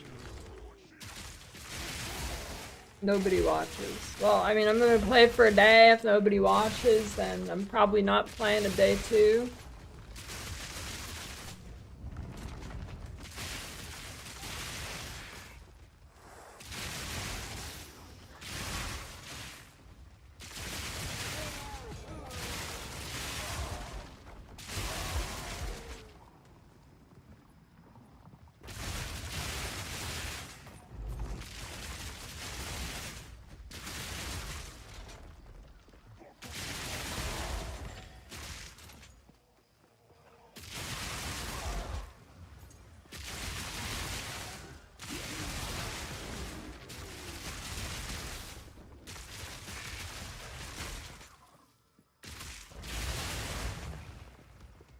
I have 0 divines.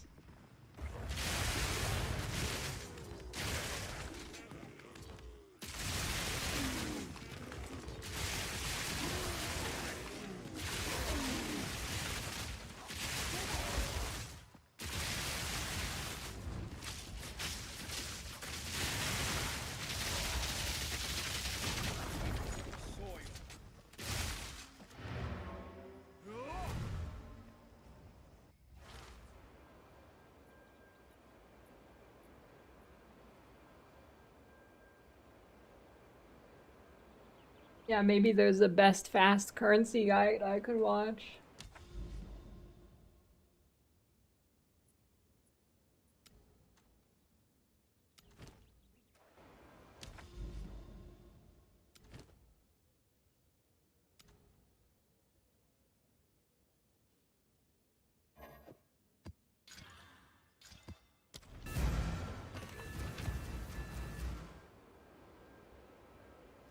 Ooh, kinda good.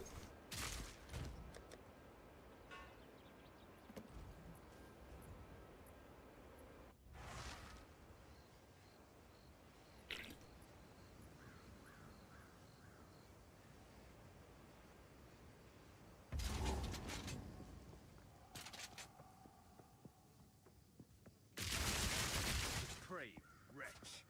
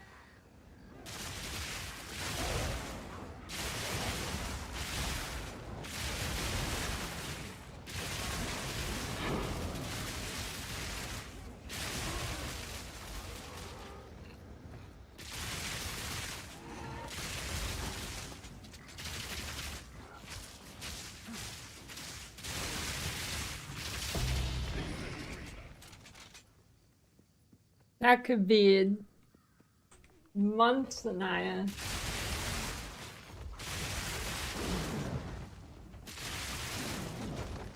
Years, perhaps.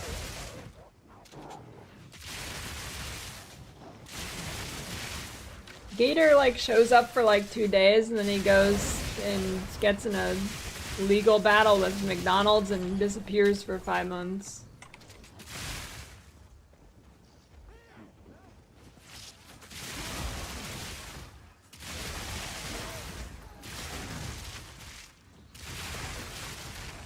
because Crossbow's cooler.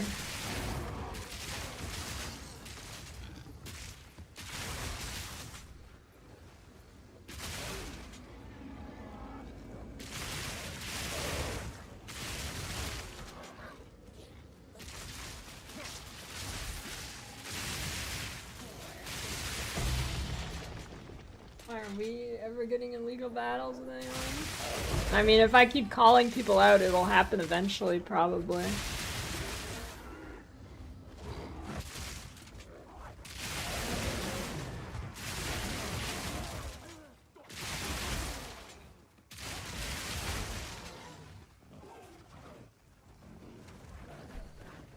Itchy, stop fighting me.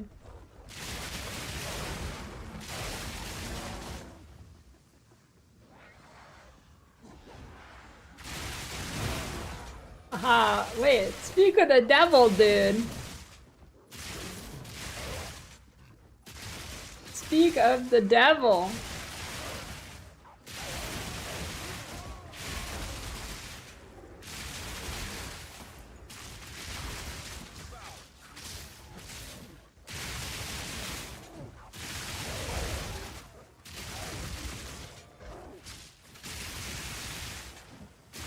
Alright, Gator. If someone asked you for a game recommendation right now, any game, what would you say?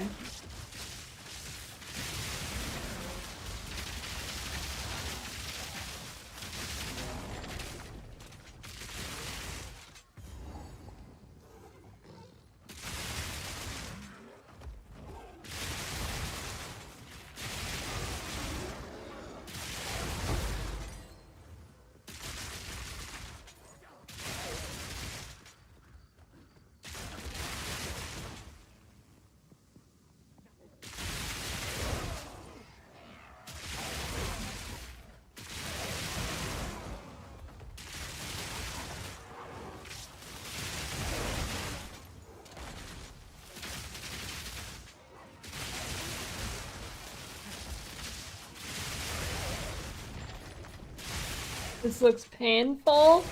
I think you better be ready for when the game full releases, because I have a feeling this is going to be much closer to what a endgame build looks like than the shit we have now.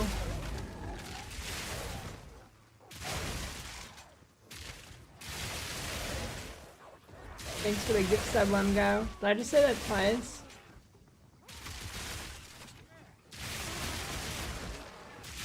Where am I?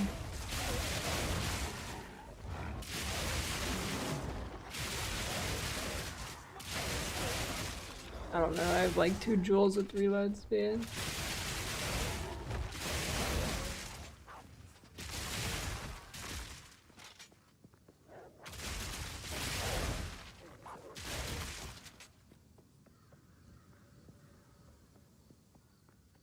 Have a guide for the build yet. Is L my favorite Death Note character? No, Light is.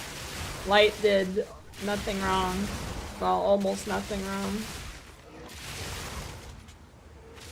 He did some things wrong.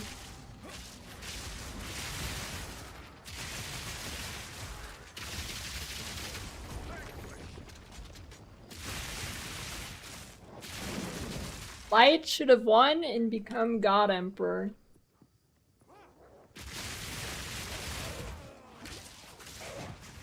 That would have been a much better plotline.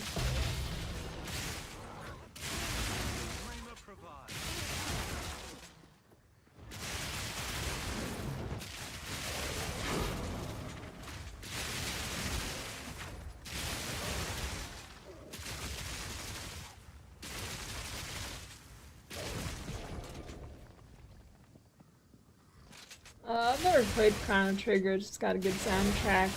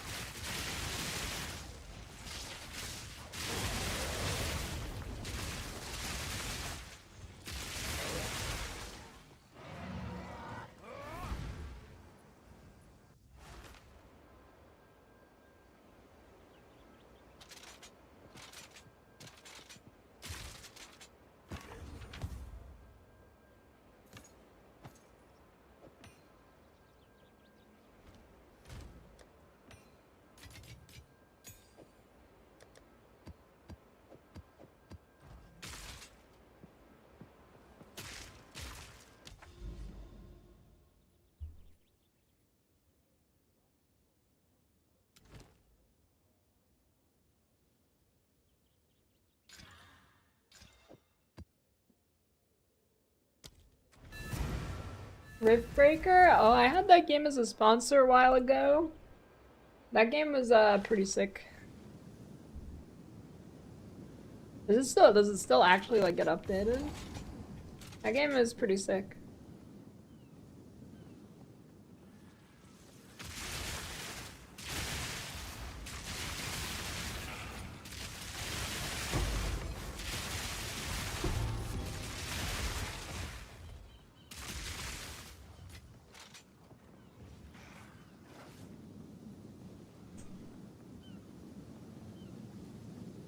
You get a sponsor and talk good about it, when the sponsorship is over, you just talk mad shit on it? No. Whenever I play a sponsor that's not good, at least I feel like I make it very obvious by the way I talk about it. If you've seen a lot of my sponsors, you could probably pick up on my mannerisms when I think a game is shit.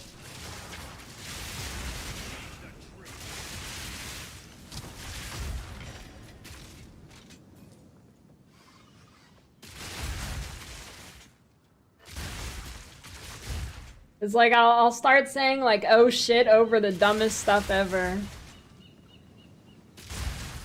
I'll like open a menu and it'll have like a 6-hour timer in it. I'll be like, oh shit, that's awesome.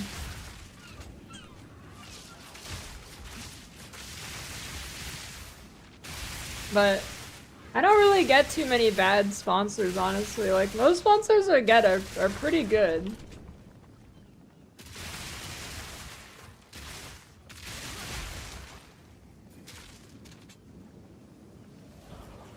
Well, you would see if I played an actual bad game for a sponsor come far, you would know. It's been a really long time since I had like a bad sponsor though. I've been on a damn good streak with sponsors in the last like year or two. You should have seen this fucking mobile Lord of the Rings game I played. It was the worst thing I've ever fucking played in my entire life.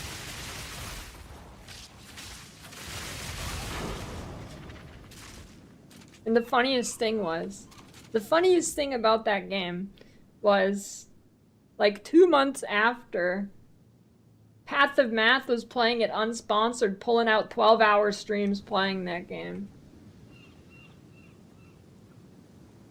He was like wailing out on it. It's basically like, you know, games like,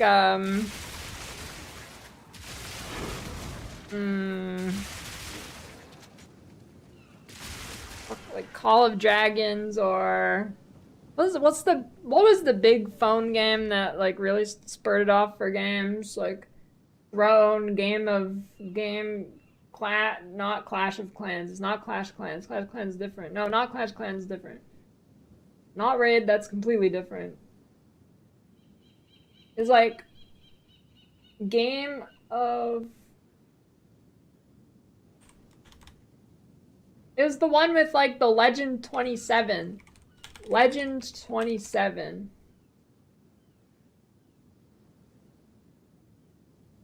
Game of War. Well, okay, but like basically like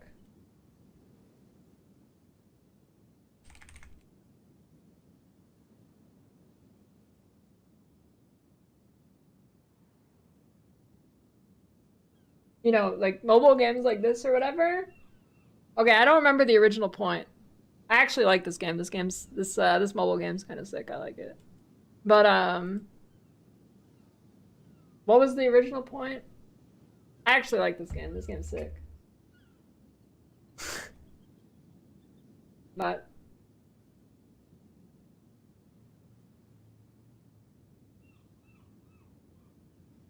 I haven't had a sponsor like this in a while. Like my sponsors last like year or so. I've not really had any of those. But the Lord of the Rings game, right? Okay, so this thing, right? Okay. In connecting. So you know how these games work, right? You like have a city and then you have timers and it like you eventually it tries to get you to pay and whatever, and like you fight other people, and then there's like FOMO and whatever, you know. But good ones like this game, I mean, you're still heavily encouraged to pay, but it gives you like a really good drip feed. Like this game is playable without putting money in, right? It gives you a drip feed. You always have something to do. The Lord of the Rings game, I was sponsored to play. It was like one of these clone games that are like this, right? Except they didn't give me any money to spend. Sometimes games will give me like a stipend to spend, and they didn't. And I played for about 15 minutes, and then I got hard locked, and there was nothing I could do without paying money. So I just kind of sat there and like stared at the map for 2 hours. And then the march speed for your armies march, right? So you like, here's one player, here's another. And you like send out your army and it like walks across. And usually it's pretty fast, but in the Lord of the Rings game, it was like two things like right next to each other. Like say these towers that are overlapping each other, it would take like 2 hours to go from one to the other. And I was just sitting there for like 2 hours watching it because there was nothing else I could do. I think, like, I actually like city builders like that when they give you, like, a drip feed and it's kind of playable. Especially when, like, a new server starts and games like that. It's very playable free to play, actually. But not in Lord of the Rings one. Lord of the Rings, I was just hard locked. Within 15 minutes, I couldn't do anything. I could do nothing. I could just watch the slow-ass army march. That's all I could do.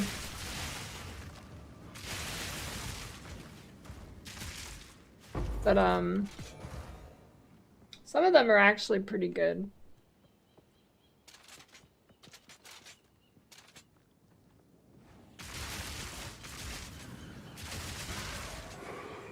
But, I don't know, I haven't really... My sponsor quality has been quite high for the last year.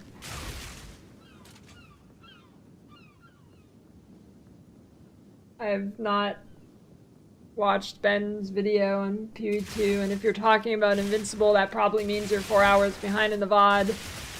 Can somebody tell that guy to click the live button?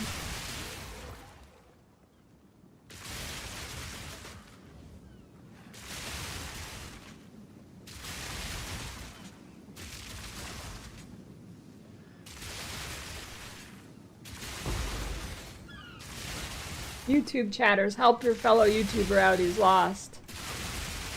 Tell him he needs to click the live button. Oh, never mind. Are you back? Are you here? Are you live?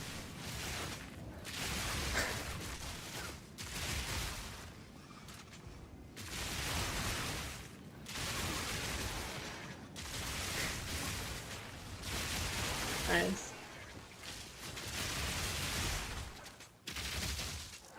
No, I have not watched Ben's video yet. Is it from today? I didn't see it.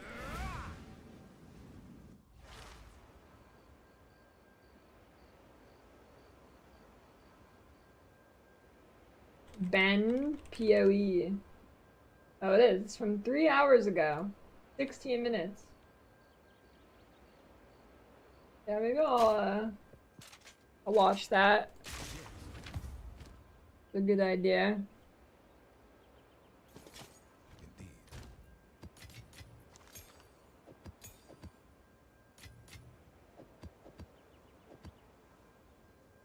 I'll watch it in a little bit.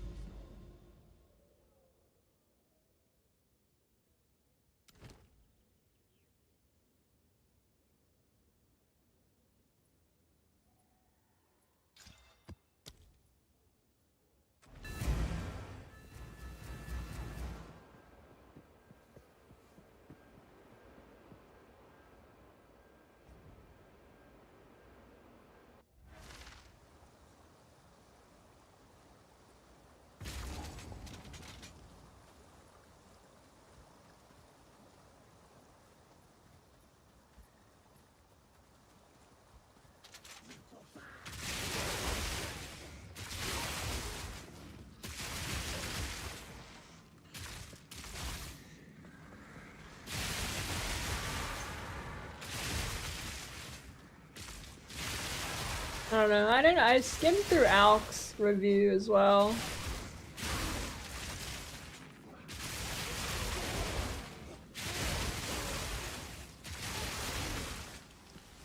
I didn't watch the whole thing, so I don't know what he said really. From Alk's review, I basically watched it or skimmed it, and I heard art and boss fights are good, and the game's in early access. That's basically all I got out of it.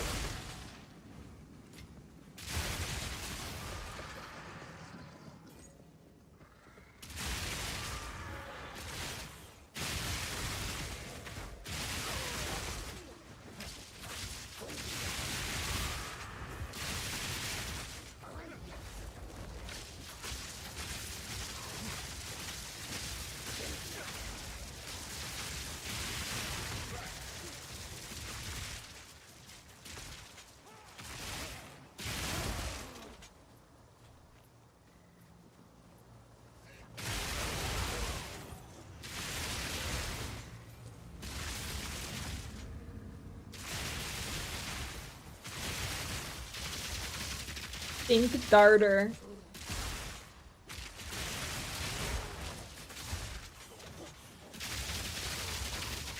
You know what I want to play? On the topic of what would I be playing if I could choose anything, maybe it would be Project D2.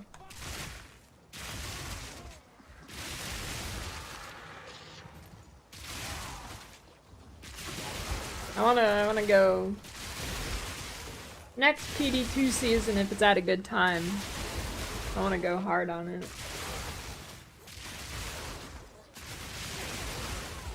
Game's good. No, I think the PD2 season is quite old. I think it was... When was it? I'm pretty sure it was before Necro Settlers. Project D2 seasons.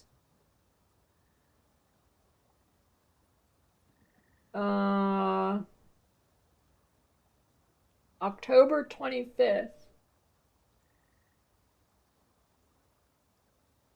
God damn, it was 6 months between seasons. I hope it's not 6 months before the next one.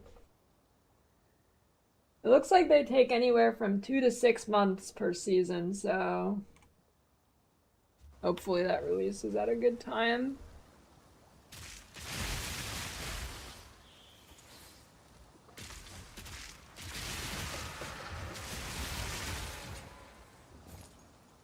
He says the good build for HCF. Okay, well, it's not minions, but it has minions. Detonate dead. And it feels worse than minions. So probably don't want to play that. I don't know.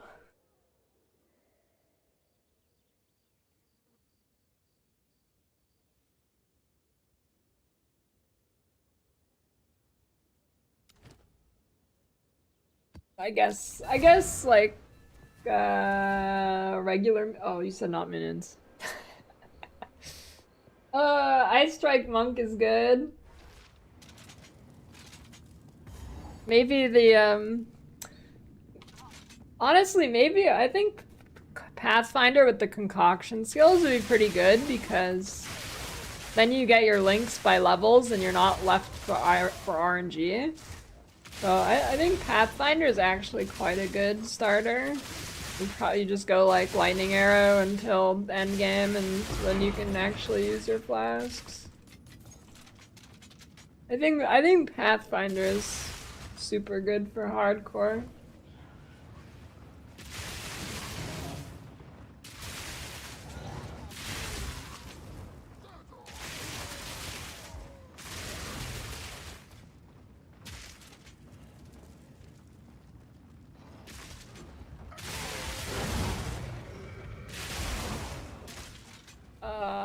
Herald of Thunder can proc Herald of Ice. I mean, that's how the Herald chaining works, right?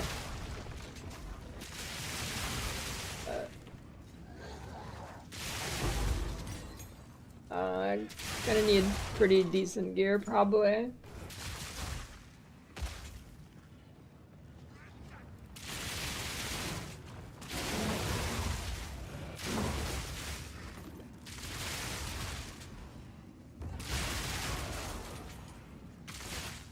No, I've not watched new Severance episode. I was too busy watching Freerun.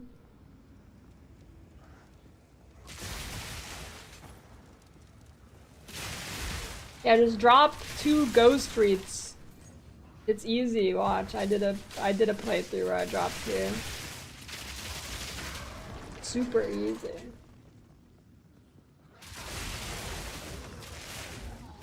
Dropping ghost and swapping it for a curse skill.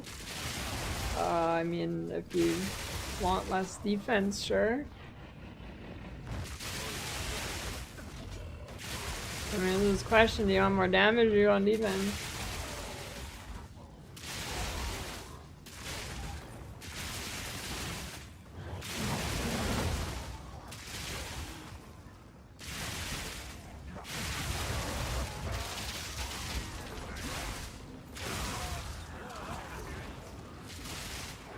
There's no room for fish.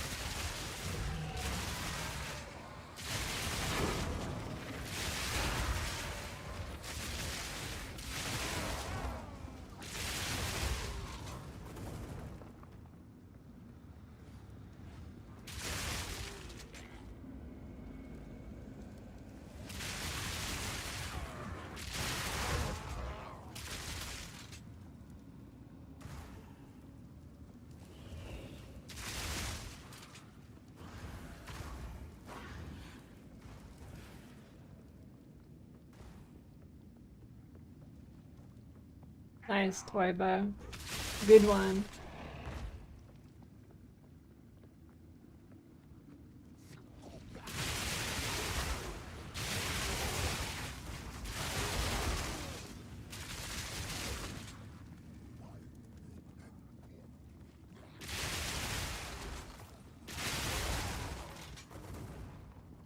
Yeah, pine trees do smell pretty good.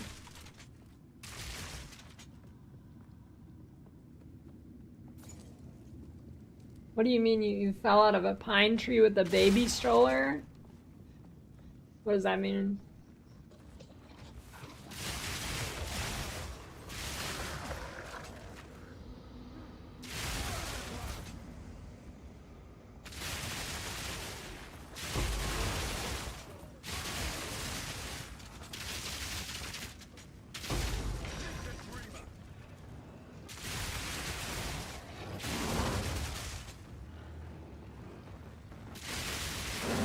Don't even tell me that monster's out of the map. I think it might be.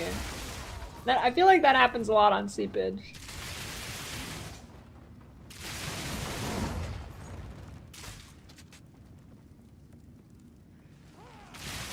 Why did you grab a stroller and climb a tree?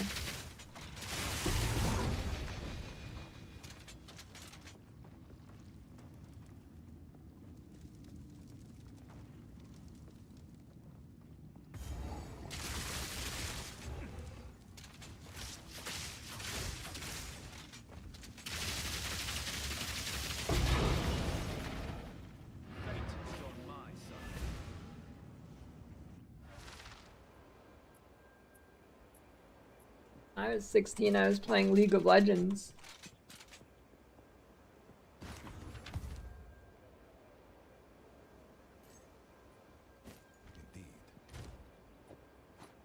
Yeah, that's a pretty good belt.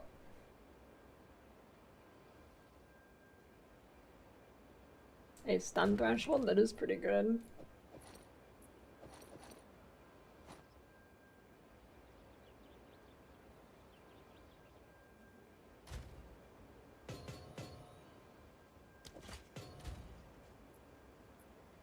68.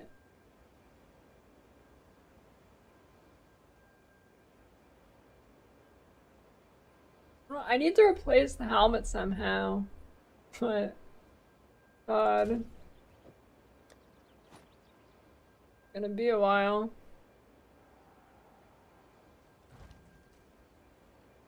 What is it? Oscrix loves Subway Surfers.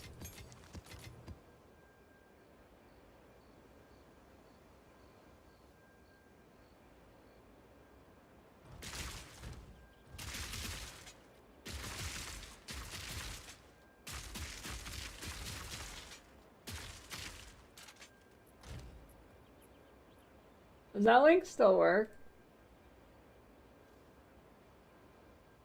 It does.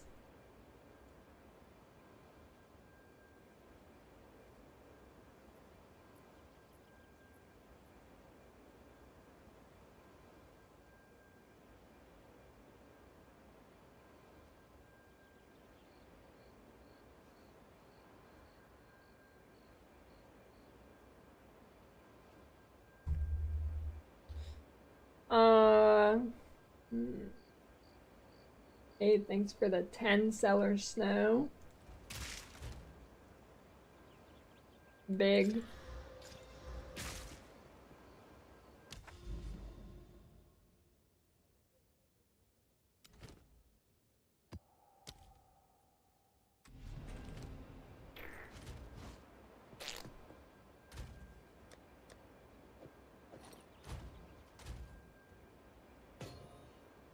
I need to replace the helmet.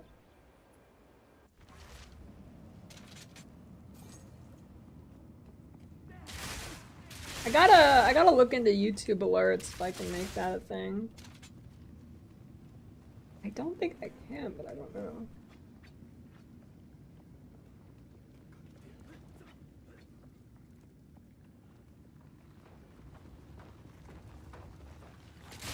Board tickles. Another day of trading and fighting with the generator to get electricity.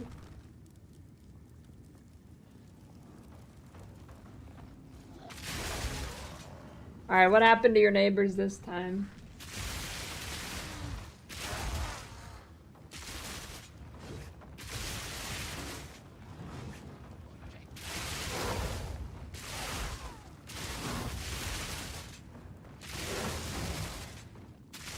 Dude, wherever you live, Techless, if it was America, they would have said fuck it like 10 years ago. We're not serving this area anymore. You're out of power like every 2 days.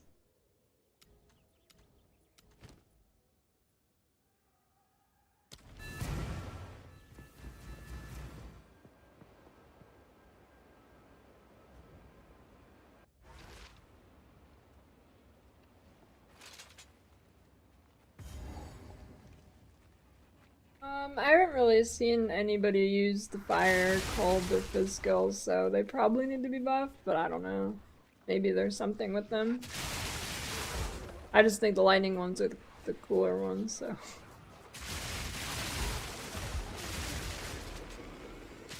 And they probably are.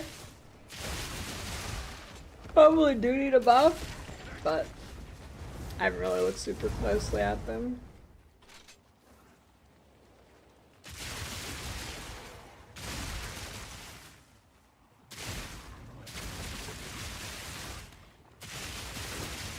I mean, I do know that, like, early on in the campaign, actually using, like, the auto attack for the crossbow is better than the skills you get early, so I don't know if that's the same way into endgame, but they definitely need to be buffed early game, because the auto attack outperforms the actual skills.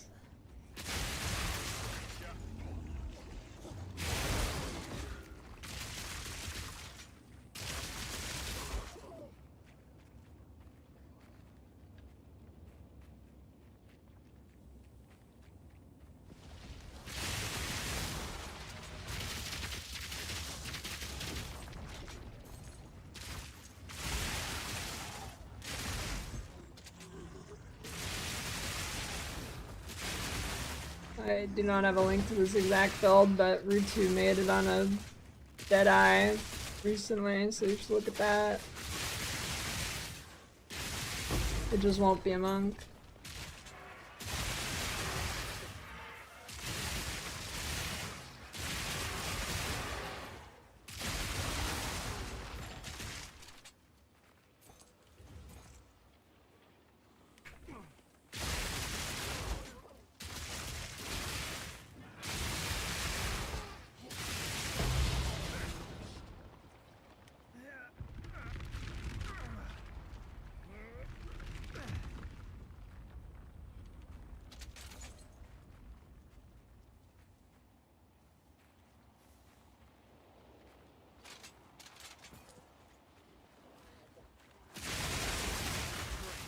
Another interview with Rutu?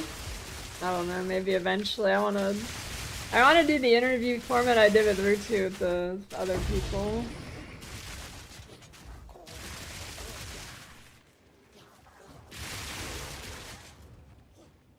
Who would be the funniest of the D4 guys? Dude, if I do an interview with Rob in the way I did it with Rutu, there could be some legendary potential there.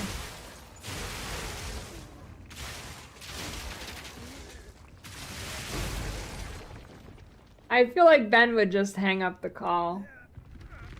I think Ben would just hang up and leave.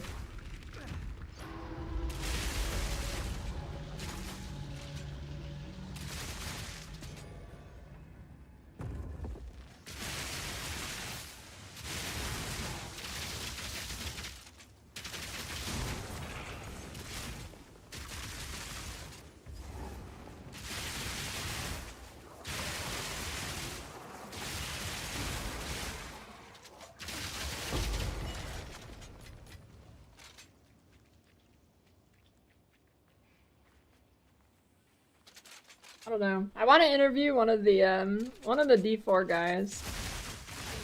I don't know who to interview first.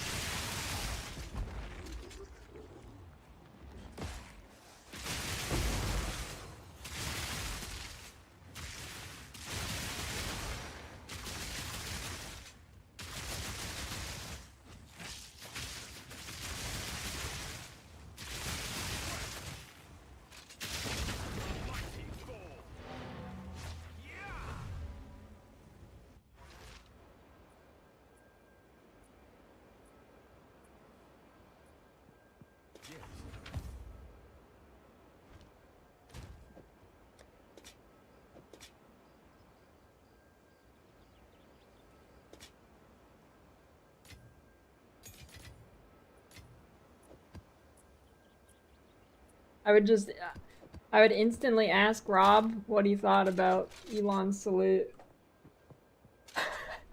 And then he would leave the call.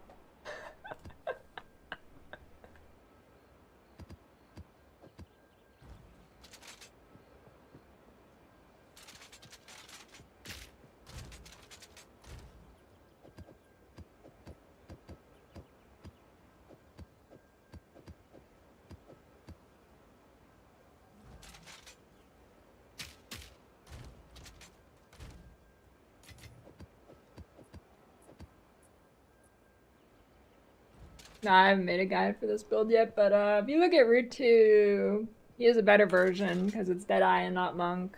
I'm just playing Monk for the meme.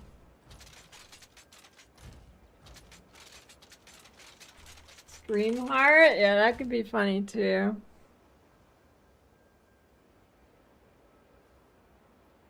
Okay, I'll be right back, and then I think I'm gonna watch the Ben video.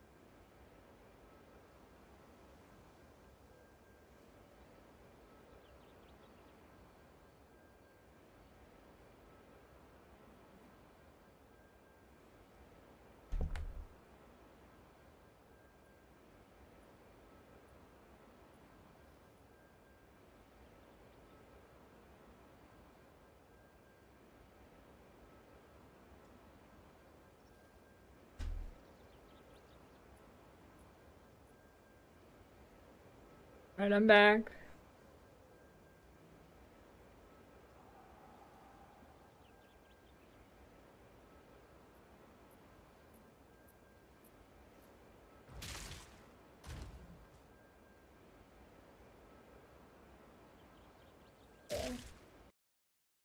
Oh, I did not want Alt F4. Whatever, it's fine.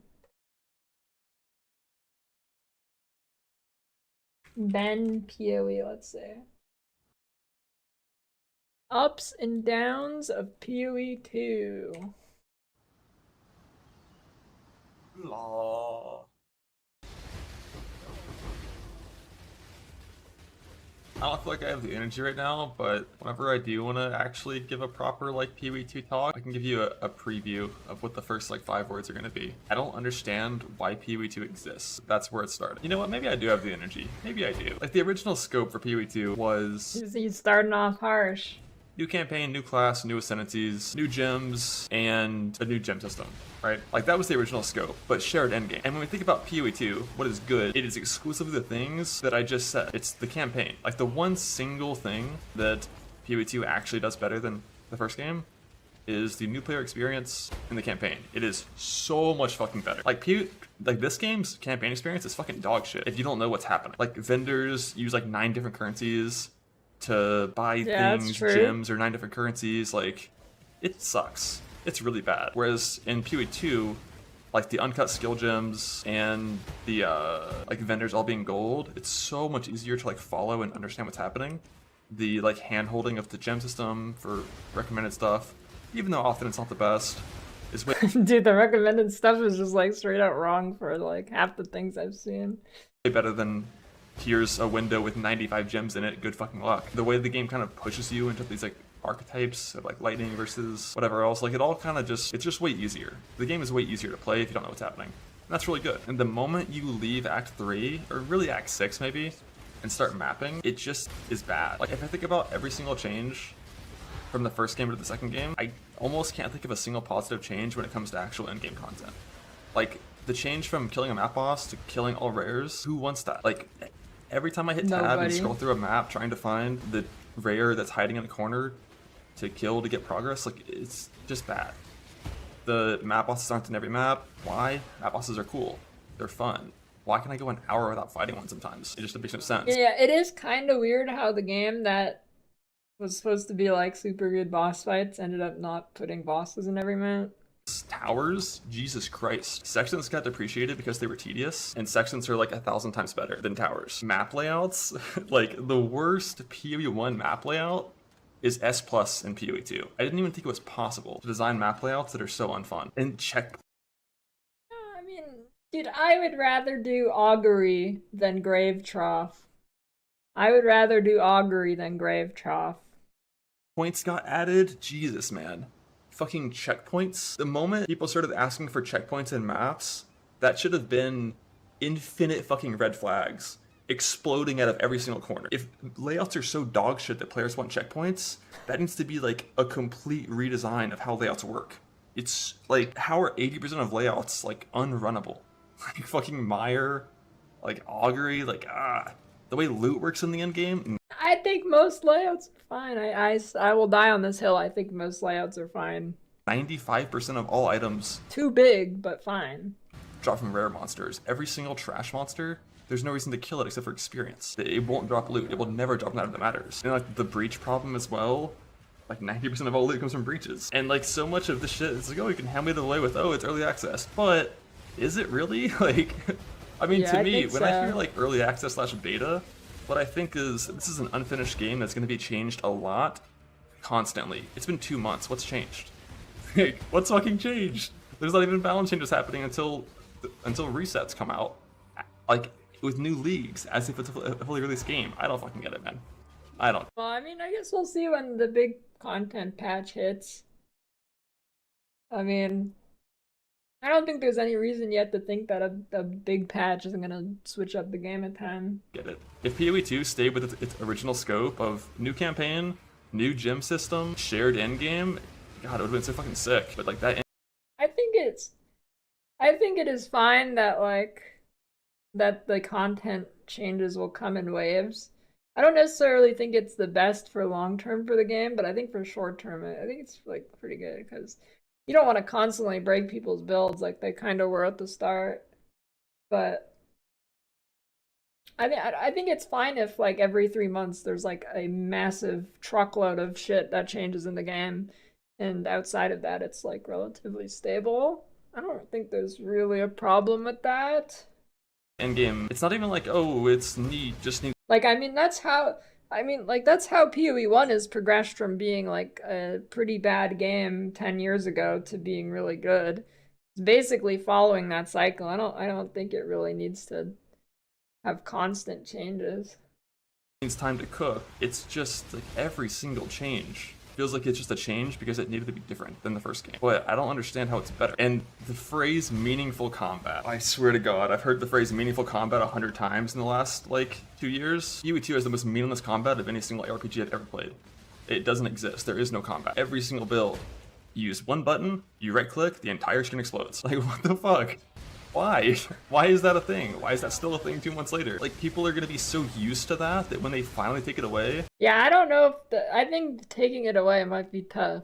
I'm very appalled at the level of power we have in PoE2 right now. There's gonna be so much complaining, and it is just so boring. Like, killing monsters in that game is so boring because you don't do anything. Even when I tried to like not do that kind of setup, like intentionally skipped heralds on crossbows, it's the same thing. You press galvanic arrow, the entire screen explodes. Even this character falls into the category of one-button builds.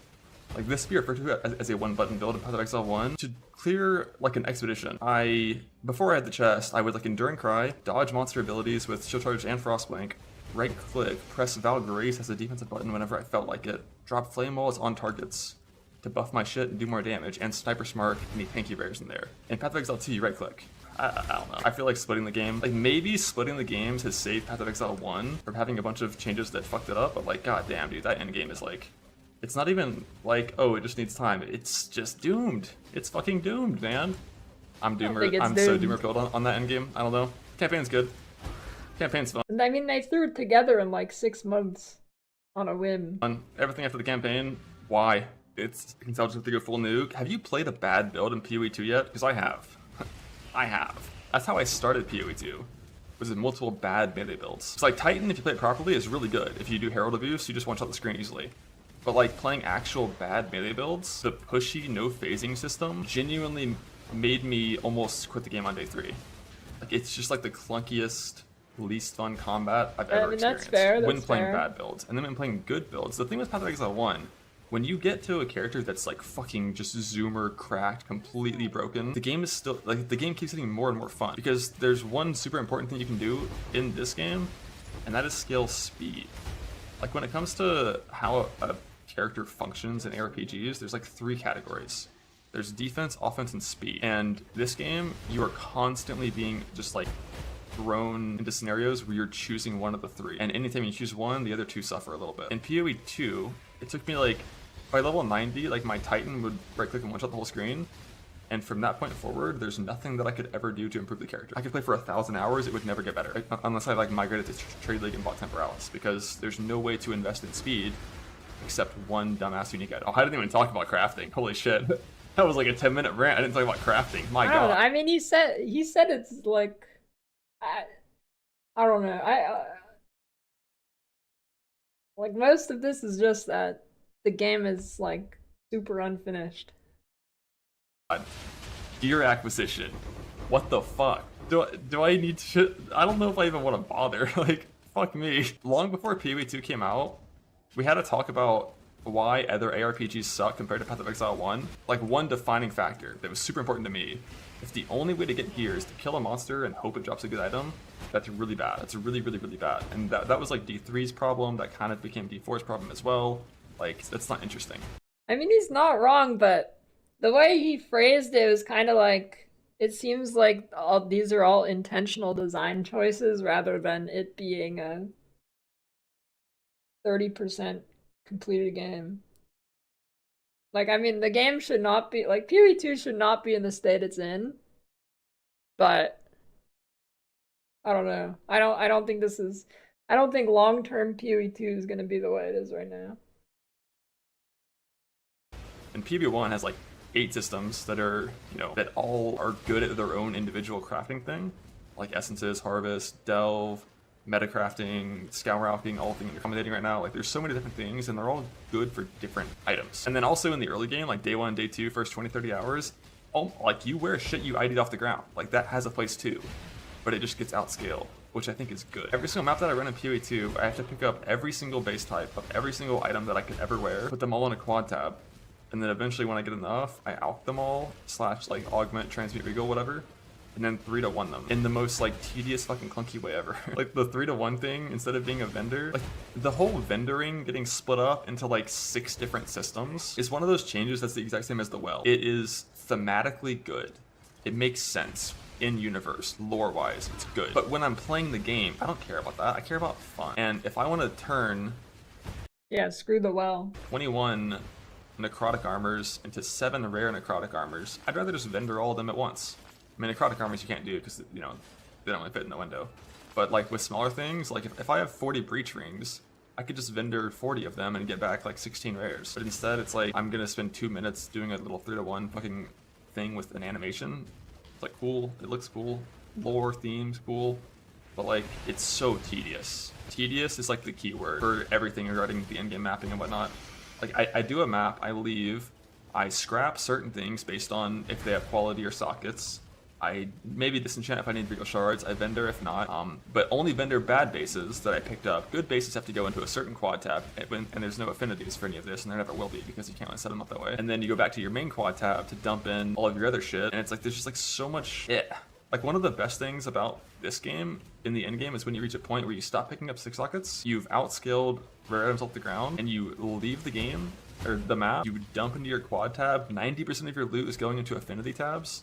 You put in the next map, you go. You can just grind. And map prepping, holy. Like, I'm currently at like the worst part of Path of Exile 1 map prepping, which is I'm still doing blue maps. My sustain isn't good enough to bulk roll, and it's still like way nicer because I don't have that horrendous fucking Atlas tree. I can run maps that I want to run when I want to run them. I can roll. I don't want to be able to run the same map a million times. I think it's better to switch it up. Roll in bulk, like 20 in advance, and then just grab all 20, put them in the inventory, and just fucking blast. On the Atlas Passage tree, there is no Atlas Passage tree. You have 30. Like, maybe super endgame or something, but I don't know. 30 points, and they all say you drop more loot. Like, they all say you drop 1% more loot. That is one of the things where, like, that will naturally get fixed as more stuff gets added to the game. They'll expand that. Like, that's one of the things you can kind of hand wave away with, like, oh, it's EA. Like, so much of it is like it's not like the game is just lacking content. That's not the problem. Like, most of it is like very intentional choices that are like neat, that look good, but when it comes to actually playing the game, it just feels so fucking tedious and doesn't know what it wants to be. That's where I feel like the gem system currently is. I feel like the gem system doesn't know what it wants to be, because originally gems were going to be not damage multipliers. Like, supports were not going to be damage multipliers, but then Yeah, they did. I do remember that. They ended up putting a lot of damage multiplier skill gems. That wasn't originally their intention, was not putting in just like 25% more damage thing. And that's what ended up happening. Like, you just got full damage gems, right? They originally intended about pretty much all your sport gems being like utility. I don't know why that changed. Maybe they just didn't have time to flesh it out before not full release, but early access release or something. I don't know. The game definitely needs like 2 more years of cooking or something. But I mean, it's like, I don't know, dude. It's like a real early access game. Like, I mean, like all the criticisms are valid. Like, it's just an undercooked game, but I don't think a lot of these are like necessarily design decisions. Some of them certainly are, like the well and whatever, but like crafting being the way it is, I don't think it's a design decision. Like, there's a couple crafting leagues or whatever. I mean, it would be fine. I don't think the map system's horrible either. You don't have, I mean, well, unless you mean like going to kill every rare, but they like Atlas itself and going to different maps. I don't think there's anything wrong with it. I don't really like running the same map 18,000 times. Then they made the damage multipliers, and then they added a 1 support gem limit, which just feels really weird. Like, I don't like it at all where it currently is. I feel like either of the other options are better than what it currently is. It's in this like weird like halfway point where like making it so there's no damage multipliers on supports and it's all utility could be a thing that could feel good if it was done right. And just keeping the Poe 1 system of like your supports just make you do more damage also obviously feels good. We've been using it for 12 years, it's been good. But this current in-between thing just creates these really annoying scenarios where I want to use multiple active skills and I can't because there aren't support gems for it. Like I'm sitting there on a 5 link and getting a 6 link wouldn't matter because there's not a support gem that works that actually helps me. And it's like, that feels really weird. And maybe as At least I feel like that's actually done pretty well with this. I feel like the support gem thing, like using the different ones on different skills. I mean, at least the builds I've played, maybe it's different on certain builds, but I feel like usually I have like interesting-ish choices of supports to stick on my additional like not utility, but like between Bell and Ice Strike and Shock Burst and Galvanic and whatnot. I mean, I feel like I have a wide variety of supports I can stick on each skill. they add more active gems to the game, that'll be better. If they also add more supports, but like I don't know if they will. We'll see if they will. Oh shit, I mean, we're missing half the stuff in the game. Of course they're going. Well, I don't know about sports, but like, of course there's gonna be more skills. mana costs. Wait, I'm not even gonna bother. I'm not gonna bother. The funniest thing was when Karm was bitching in Guild Chat, he got like an insane weapon. Well, I mean, I'm pretty sure they're gonna have more sports. Super good weapon, like fucking 700 top end plus 7, and his Hammer of the Gods costs more mana than his character had. Oh fuck. Maybe in 5 years. I just want quarterly updates for this game, and maybe port back the gem system, but without the 1 support gem on it. Because I like that's genuinely the thing that I've been most excited for since fucking 2020 when they announced that shit. Like that gem system has so much more potential than this one does. I don't like its current, like the way it currently works, but like it could be so good, especially in the campaign. Like god, dude, gems in the campaign are so fucking bad in Path of Exile 1. Like, you just wear like your Act 1 3 link for 4 acts, then you wear your Act 3 4 link for 10 acts because like you don't have currency manipulating tools for your sockets until you're in maps, and it's like it's so dog shit in the campaign. Like that gem system plus new ascendancies, what a beautiful world it could have been. I don't like the investment you have to do on a single gem in PoE2. So one thing that feels kind of weird about that right now, it feels like the drop rate and the whole way the gem system works would make more sense if you instead 6-linked your character slot, not the gem itself. But the problem with that is you can't trade that. So like as soon as you consume that thing, you can't trade it, which I'm pretty sure is why it doesn't work that way. Be consumable. Yeah, but like things being tradable is very important to them. It always has been. Like you make a good item, you can then trade it later. You 6-link that item, you can still trade it later. So like the gem itself being the thing that gets 6-linked makes sense because then you can trade it later if you want to. But the downside of that is like the ability to test different skills is kind of limited as soon as you're in the end game because yeah, I think the linking is kind of weird. I feel like the drop rate should be like higher on. I don't know. You can go a really long time without. I mean, I guess that's where trading comes in, but I don't know. I feel like the links are kind of weird right now. If you 5-link a skill and you kind of like are like, wait, now I want to test this other one that's thematically similar but not quite the same. In this game you can just swap your gems and your thing, but in that game you can't because like the gem itself is a 5-link. I don't really know what that's a bad thing though, but I also generally play the game with pretty... On that same topic, why the hell are some skills unlocked at like level 60? It's like the entire thing I wanted to play around on day 1 was Cluster Grenade, and I have to play like 10 hours through the campaign to actually get it, and then I equip it and it's dog shit. This was like basically an unusable skill, and I waited that long for that.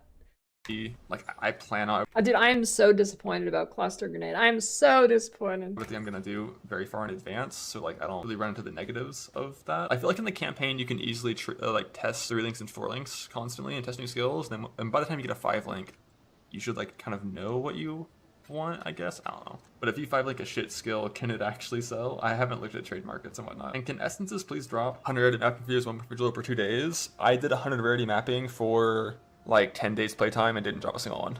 I actually had the 154 rarity for 10 days playtime farming breach with rares, I got one perfect 6-link on like day 2 on a no rarity character, and I got my last one like a day before I stopped playing. But I think that was just unlucky. Like most people that I saw had better RNG there. Like fucking Alk rolled hardcore self found and had 2 in like a day, and he's just better. Oh, also one other good thing to talk about instead of only talking about the bad things, the breach boss is fucking sick.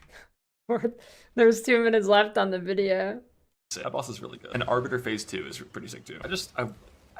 I'm so surprised by how little changes are happening though. Like that's the thing that really stands out to me. For an EA game, like there's just like so little being changed. I feel like they're afraid. I don't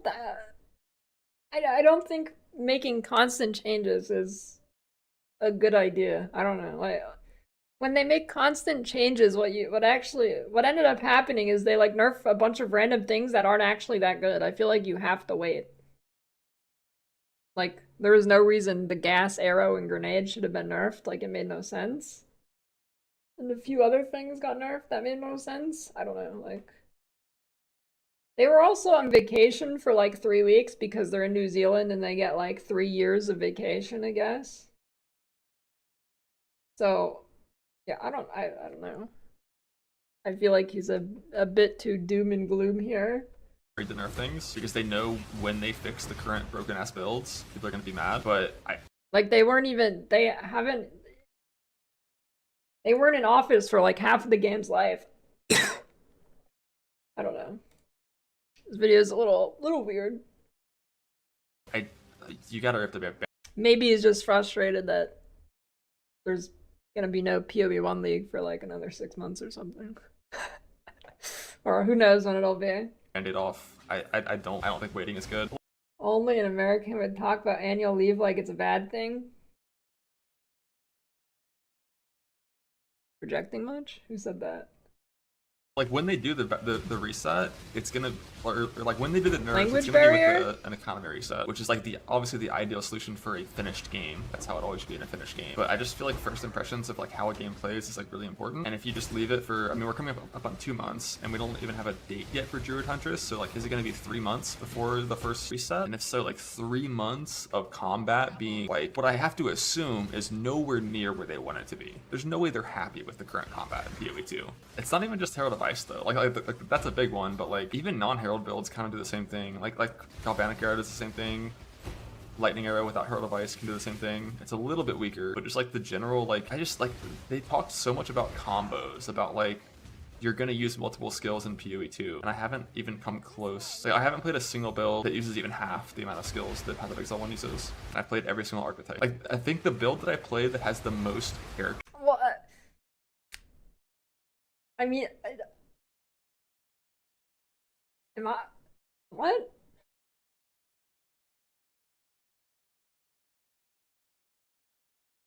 I mean, I don't know. Maybe I'm going out of my way to seek it out, and he's going out of his way to not seek it out. Like,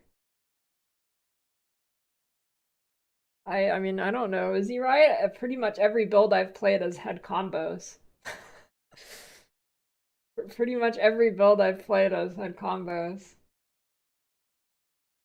But like, you know, I don't what like pretty much every build in PoE 1 other than like Detonate Dead and Blade Blast is a 1-button build, except you have 6 buffed skills. In PoE 2, the skills actually interact with each other. I mean, I don't know, maybe he just played the ones that didn't and I did? I don't know, it's a little weird. Input in terms of like you press buttons to kill monsters is Spark, which is like historically kind of considered to be a non-interactive playstyle. Like you just press a button and the whole screen gets covered in proj, but somehow Spark, from like a character input point of view, has been the most engaging combat of any of the, or like the most engaging while still being fun combat. Because it's pretty fucking engaging to get your shit pushed in by trash monsters that can push you across the screen whenever they want on a melee character that can't kill anything. It's pretty engaging, it's just not fun. Didn't play minions. I did play minions until Act 3. I played minions until Act 3, learned that when if you outrange them, they despawn and logged out. But they fixed that, apparently, so I might try again soon. When they add Spectres, maybe I'll try minions again. We'll see. I hope Spectres are sick. 326 when? How long does this go on YouTube? I don't know. I normally, like, the reason it's taking me like 2 months to really put it all into words is because I really don't like being negative. I want to enjoy things, but like, goddamn. And I just wanted to like wait, you know, and give them time to cook, time to change things and fix things, but it's been 2 fucking months, so who knows? Who knows? At least Path of Exile 1 still exists and is in a really good state.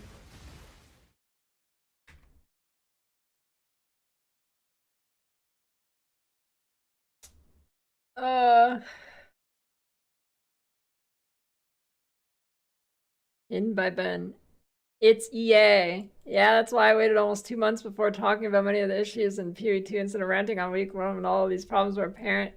EA game can be used hand-wave away complaints about lack of content. I genuinely do not think PoE2 has a lack of content issue in the endgame. Wait, what? Mike, dude, I'm like crazy. Is Ben, what? My problems are with core gameplay systems in the post-campaign part of the game. These things aren't just going to magically get better with time, new leagues, classes, gems being added. I mean, I think crafting could definitely be fixed by crafting stuff being added. And I think this is what? He's speaking facts. He's not speaking facts. There's nothing to do in the end game. There's no end game content. I feel like I'm playing D2. There's nothing to do in the end game. These are not facts.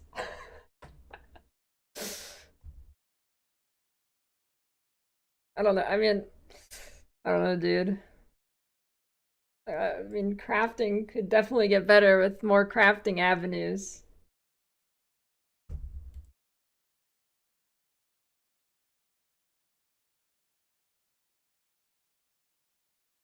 I don't know.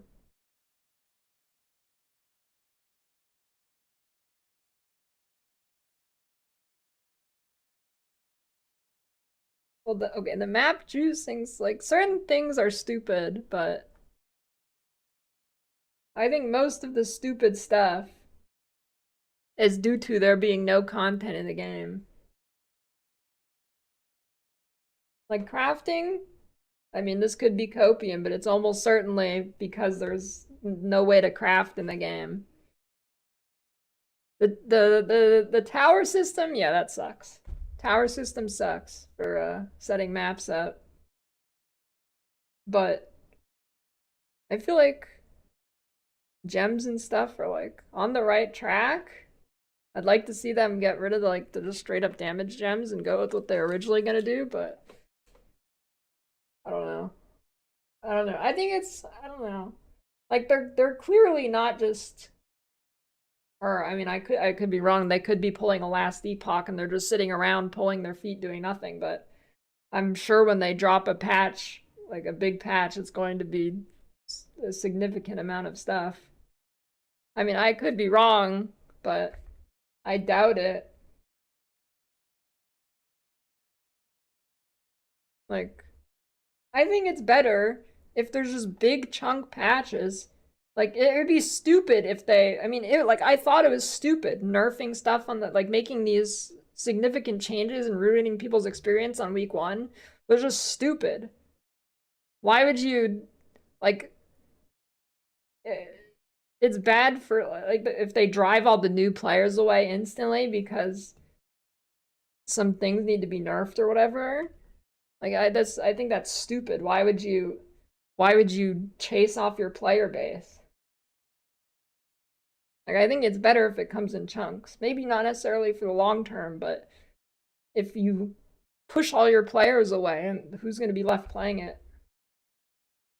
Like, the retention's been insane. If they had kept nerfing and changing every little thing instantly, people just quit. People were already quitting when their things were being changed, like, early on. If they kept doing it constantly, I probably would have quit. If I make, like, this is the reason why I quit, or part of the reason that led into me quitting D4 so fast originally, is They just kept nerfing things one after one after one after one, and it was terrible. You find a good build, your build doesn't work anymore. You find a good dungeon, the dungeon doesn't work anymore. It's like whack-a-mole is not fun. Like, yeah, it's an early access, but the players having fun still matters. Like, playing nerf whack-a-mole every 3 days is not fun. D4 was a great example of it. That was terrible. Nobody liked that. It was probably one of the worst gaming experiences I've ever had, is the devs just going whack-a-mole on every little thing that popped up. It was so stupid. I don't know. I think there's a... I mean, I'll say I was wrong if the first big content patch comes out and it's like empty, but I don't know, dude. They were on vacation half of the time the game has been public. I don't know. Like, there are a lot of things wrong with the game that shouldn't be wrong with the game because they had 20 years of PoE1 to work off of. But I don't think most of the issues are design issues. There's a few really bad design issues. I think that's like towers are really bad. I think the maps themselves, systems are like pretty is good. Like the Atlas can be expanded upon a lot. Like I like the one sport gem per thing. That's good. I don't know.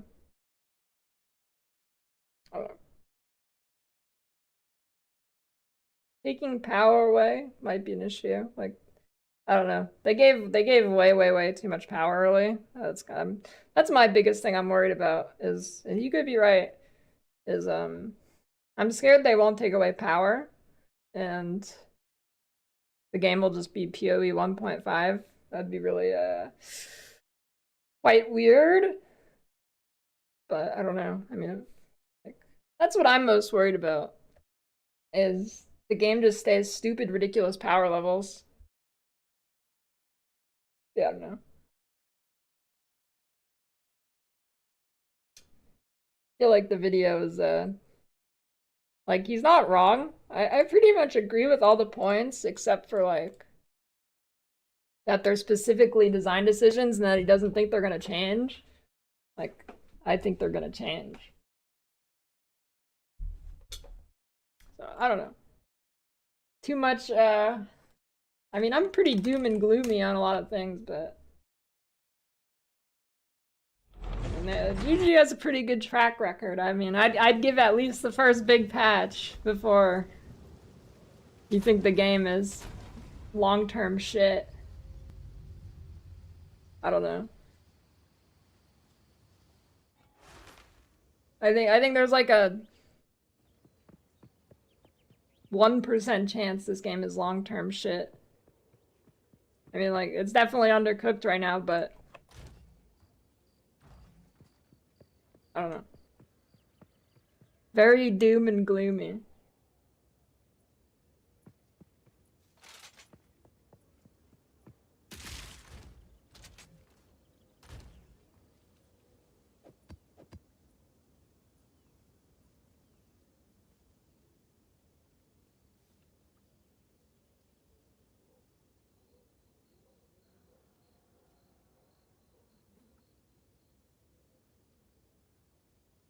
What, does Quinn have a new review video?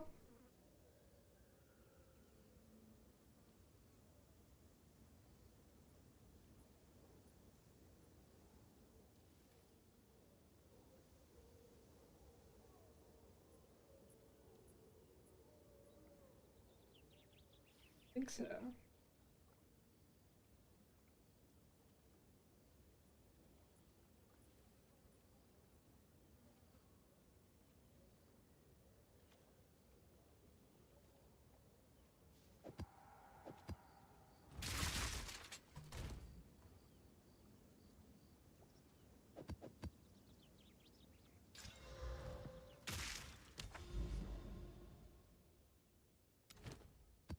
Like, I don't know, about like meaningful combat. I don't know what you can do to make a map have meaningful combat outside of putting map bosses in every map. Like, I mean,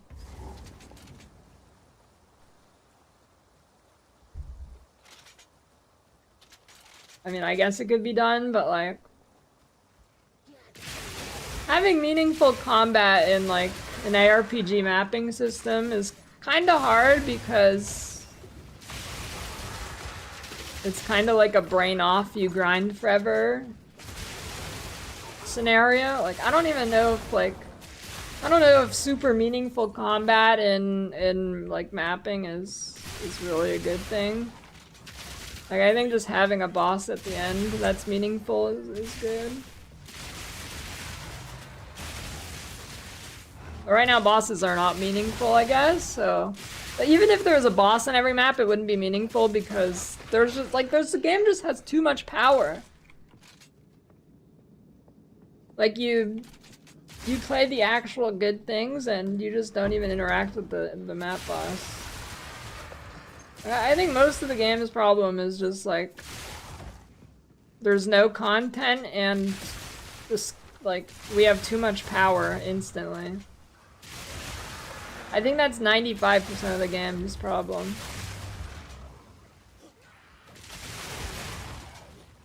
Like, and I don't think those two things are necessarily like design decisions.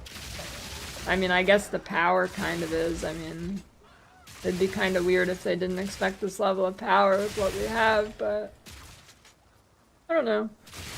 Like, I don't know, like, how Archmage got put in the game the way it is just crazy. I don't know, like, you could cut those numbers down by 80% and Archmage is still really good. I don't know, like, my copium for that is, like, hopefully it was things they weren't really thinking of and they just wanted to get more shit in the game, so they just chucked it in with no thought behind it. I don't know. It might be a bit copium, but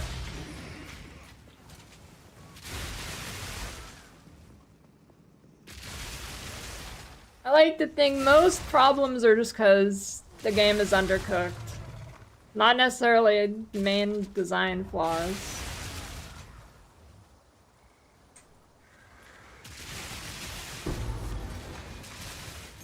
Because like, if you strip all of the stuff out of PoE 1, it kind of like crafting will be the exact same problems if you strip out all the leagues. Like that's exactly what leagues will solve.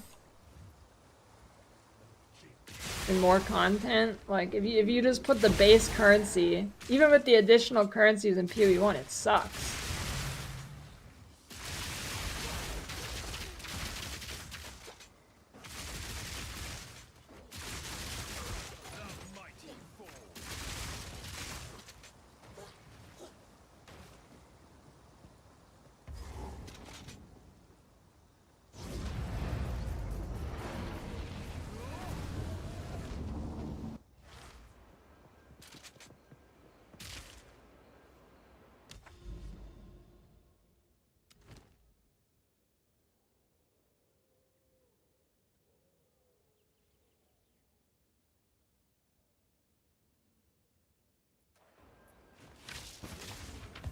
Only time will tell.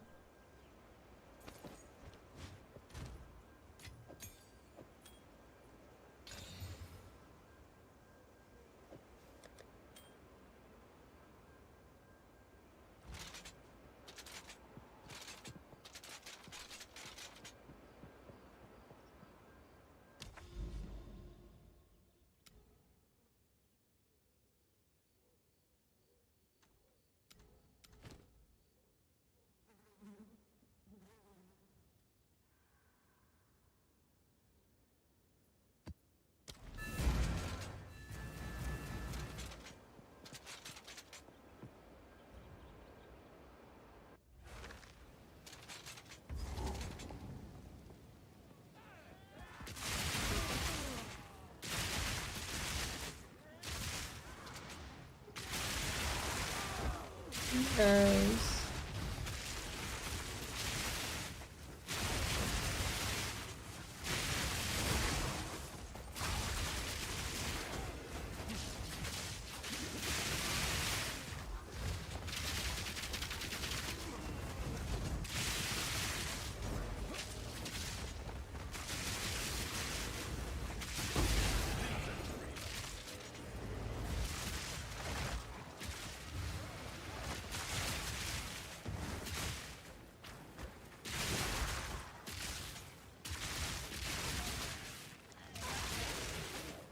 because I don't want to use explosive shot.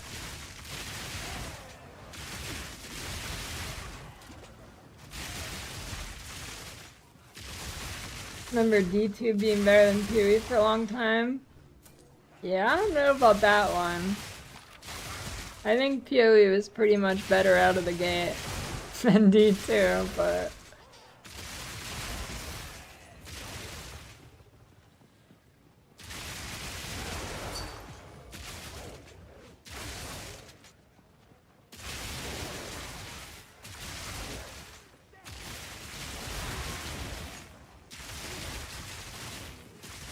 Crazy Cope? No, thinking D2 is like an S tier game in current years. Crazy Cope. Or thinking it holds any kind of foot over modern games is Cope. D2 has fucking nothing in it. It has zero thinking, zero content.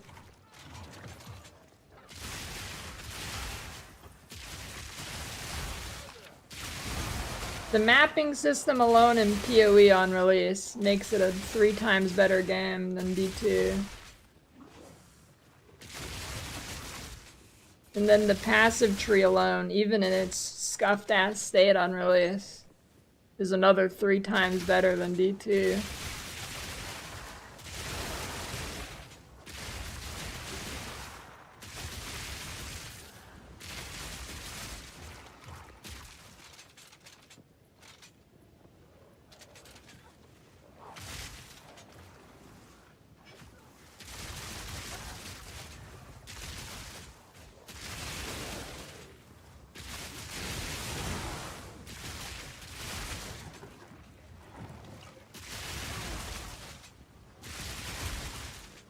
The best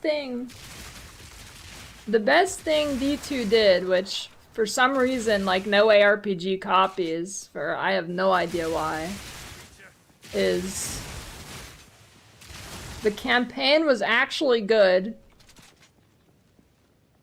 and rune words. And for some reason, the 2 actual really good things in D2, nobody copies.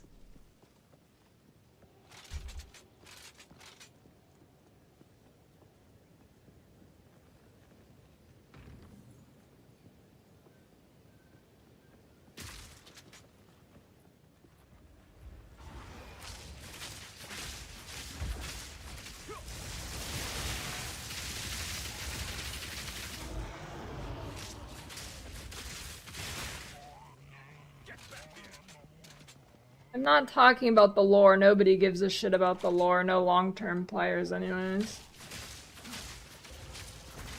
There's like 0 long-term players who give a massive shit about that.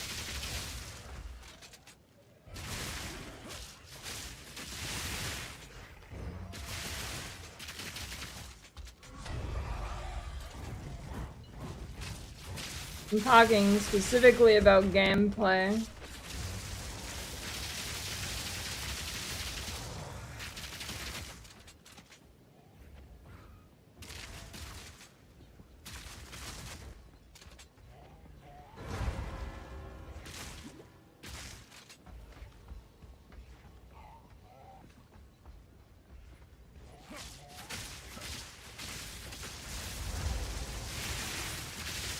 Like, somehow still, there is still, like, the only campaign, in my opinion, the only campaign that beats D2 campaign is mods of D2.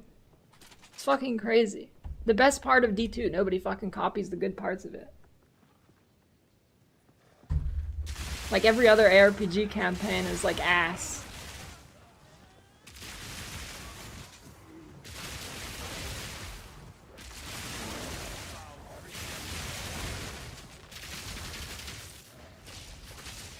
Grim Dawn campaign?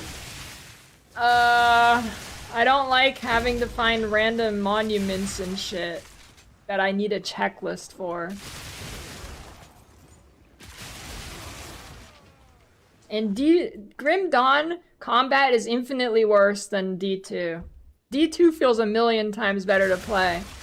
Like D2, like you give it modern graphics like in D2 Resurrected, it feels like a modern game, other than like the systems and whatever. Like, the actual gameplay in that is fucking legendary. It holds up amazingly well.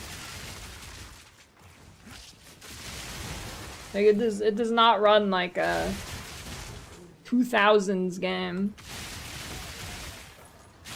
Like, you just add a little bit of movement smoothing to it, so you have more than like 8 directions you can run, but you know. The actual gameplay is like crazy good.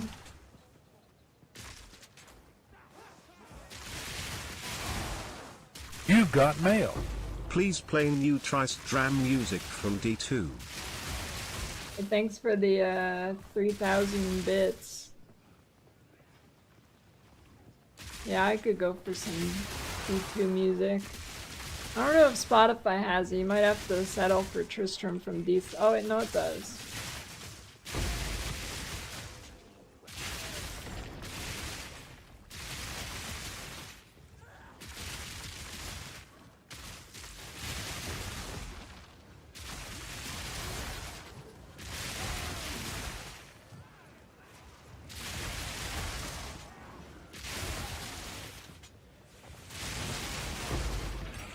Yeah, Spotify's garbage. This is a reverse Spotify sponsor. Do not use it.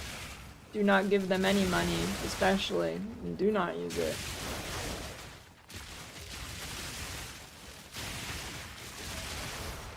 They're terrible, garbage company.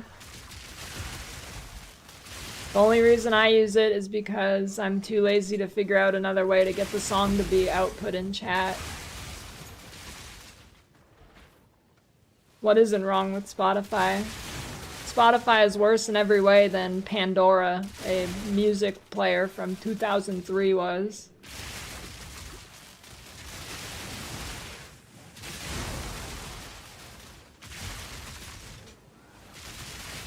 Spotify is incapable of playing music outside of the top 3 most popular songs of an artist. Like, it actually cannot. If you try and make it play random songs, it will just give you the same 3 most popular songs every single time. And its quality is dog shit. Quality on Spotify is absolute dog shit. You go to YouTube Music, you can instantly hear it's clearer. Spotify is like you're listening through styrofoam.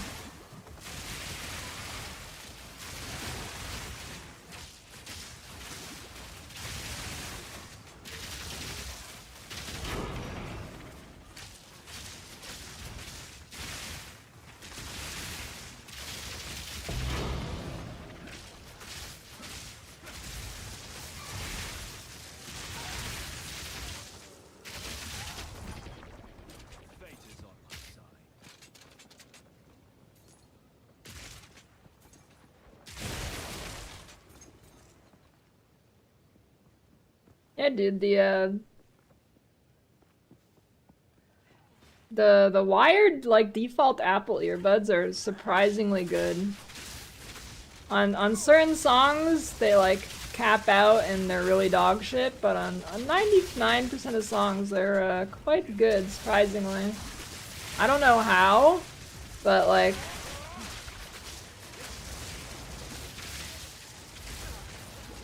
on most songs, I feel like this is gonna sound crazy, but they're equivalent to my DT990 Pros.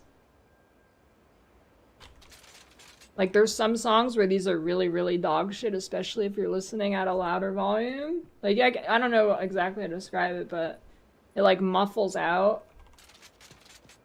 But somehow it's, like, the same quality as DT990/M50X tier headphones.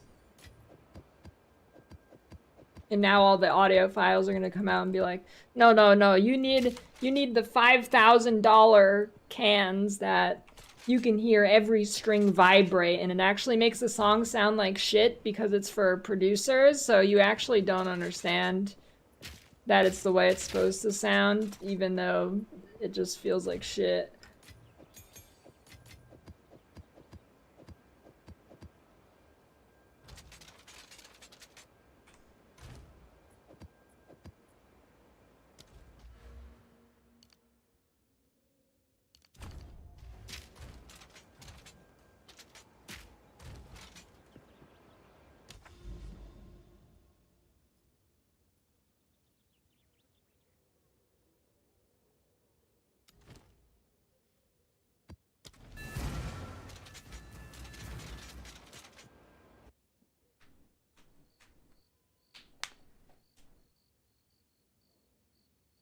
Okay, I've never heard a good phone speaker.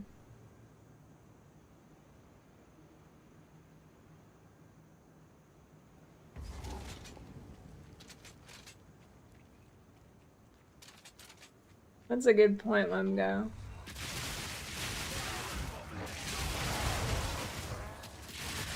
No, I've never heard a good sounding phone speaker.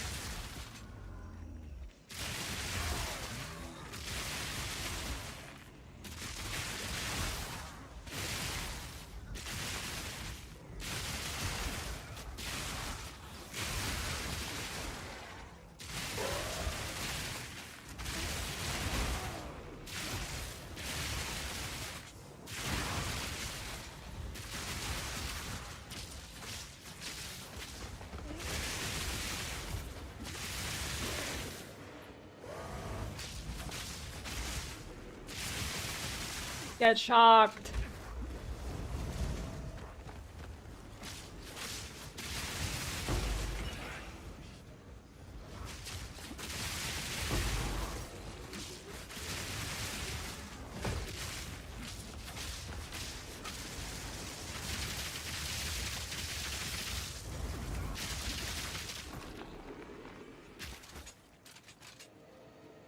I don't know. How would I know if they're adding a unique?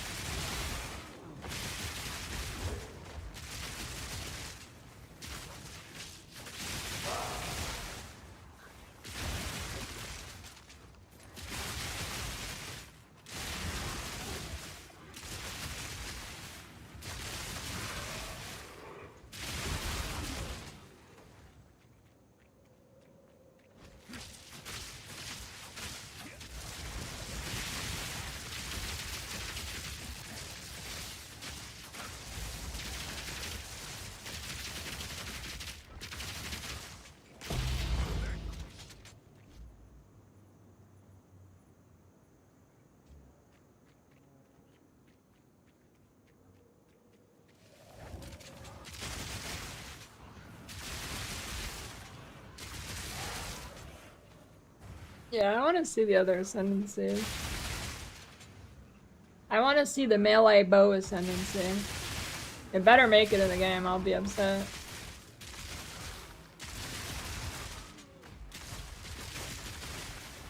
If it's not.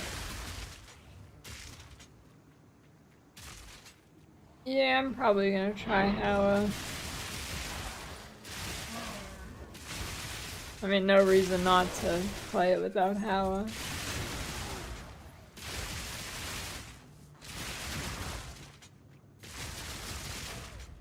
Don't ruin my dreams, Carrick.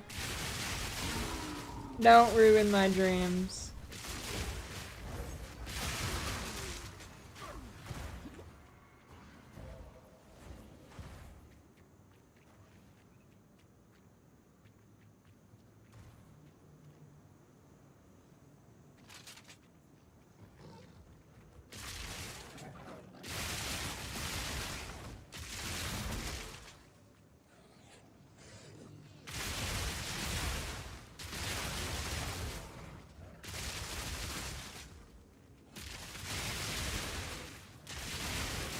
You never know.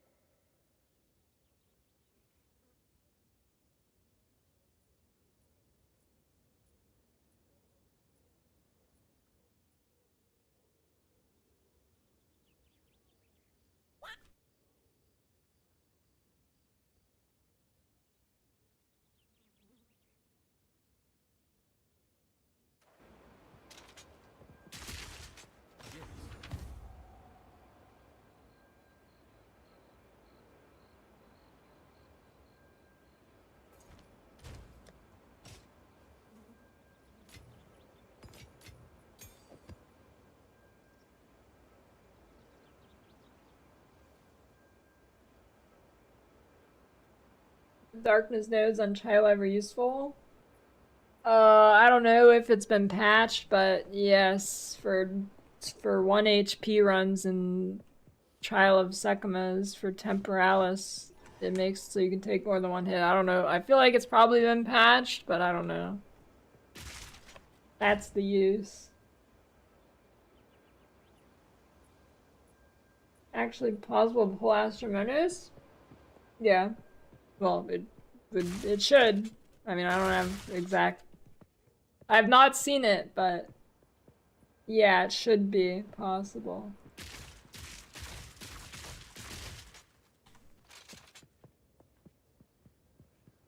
UB1's still worth the play? UB1 is more worth the play than this game.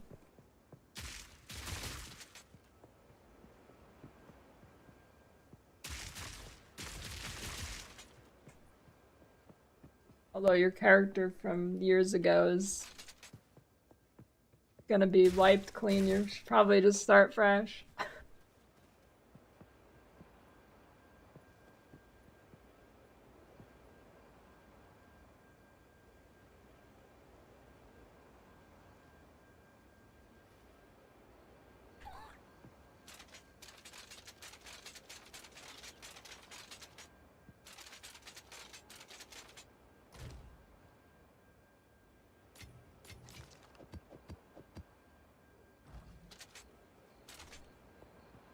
I haven't tried electrocute outside of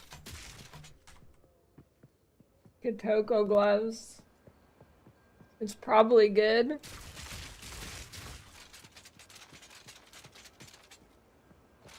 If you can make it reliable anyways.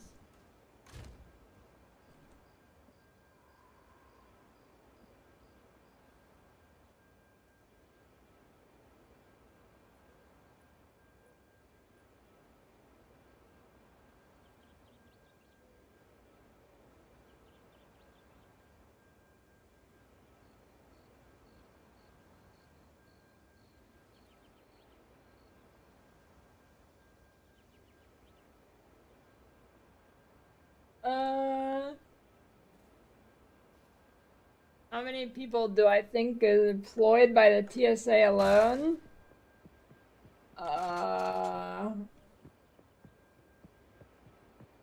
100,000.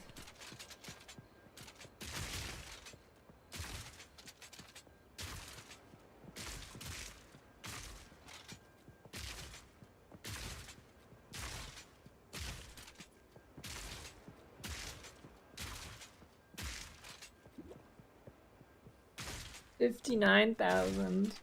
I split between 50 and 100.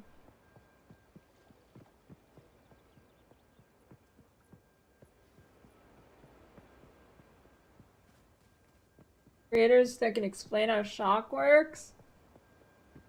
I mean, I don't think there's any specific video about how shock works, but what don't you understand about it? Basically, you need to do a certain percentage of the enemy's HP and it'll apply a shock, but you can increase it if you get more shock chance or more damage. Well, more damage doesn't change the percent you have to do. And then shock itself makes the enemy take whatever the number is, that much more damage.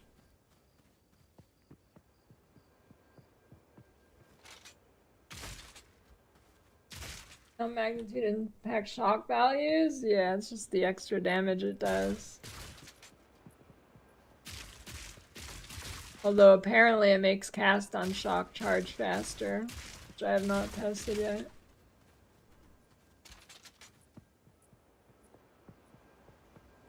Act 3, second to last boss the first time in hardcore. I don't know, that fight's weird. He doesn't really do anything. I think as long as you don't get hit by like the big slam move, he can't really do anything. Every time I fight that guy, he seems like he's charging up some crazy one-shot kill move and then he just does nothing. That's what happens every time I fight him. Oh wait, second to last boss. Viper? Oh, I don't know, don't get hit. That's what I do.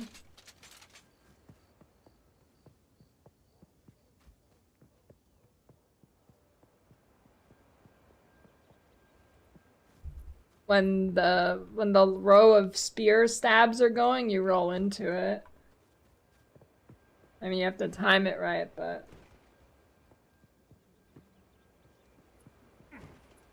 That's about it. Other than that, I don't know, you just don't get hit.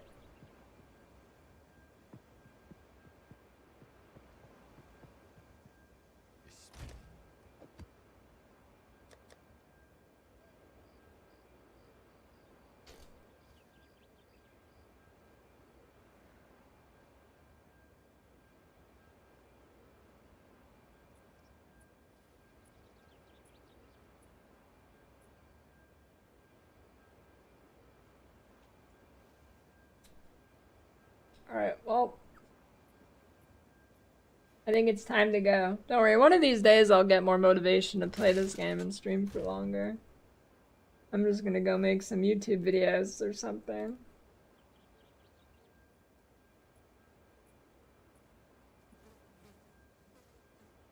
Oh shit, wait, I'll play the...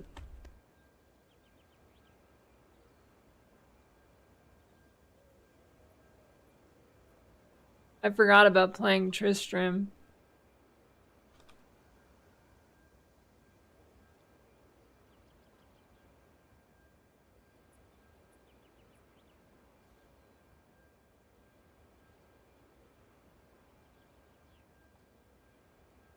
My pants? They're gamer sub pants. Exclamation point. Gamer subs. I don't know if they still sell these ones.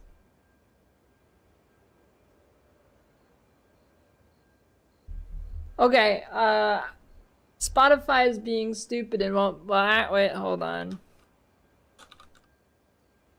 Just... Stupid... Diablo... Come on, give me the Diablo 2 soundtrack. There we go. What is the Tristram song actually called? What is it, the actual track name? Because it's not Tristram. Unless it is and it's not in here.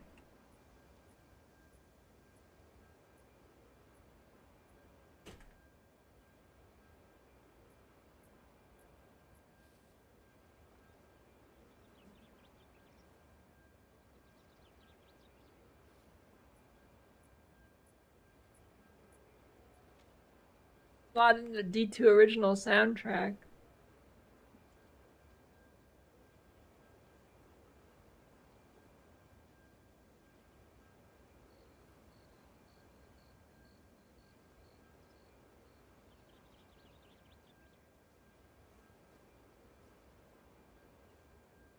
It's Tristram isn't from D. What?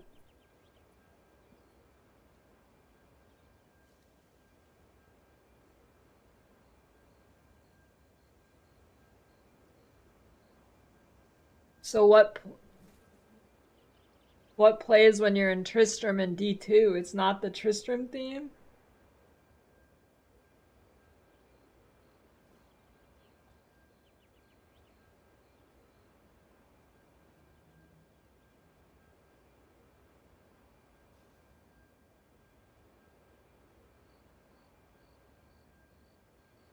I don't think Spotify has D1 music.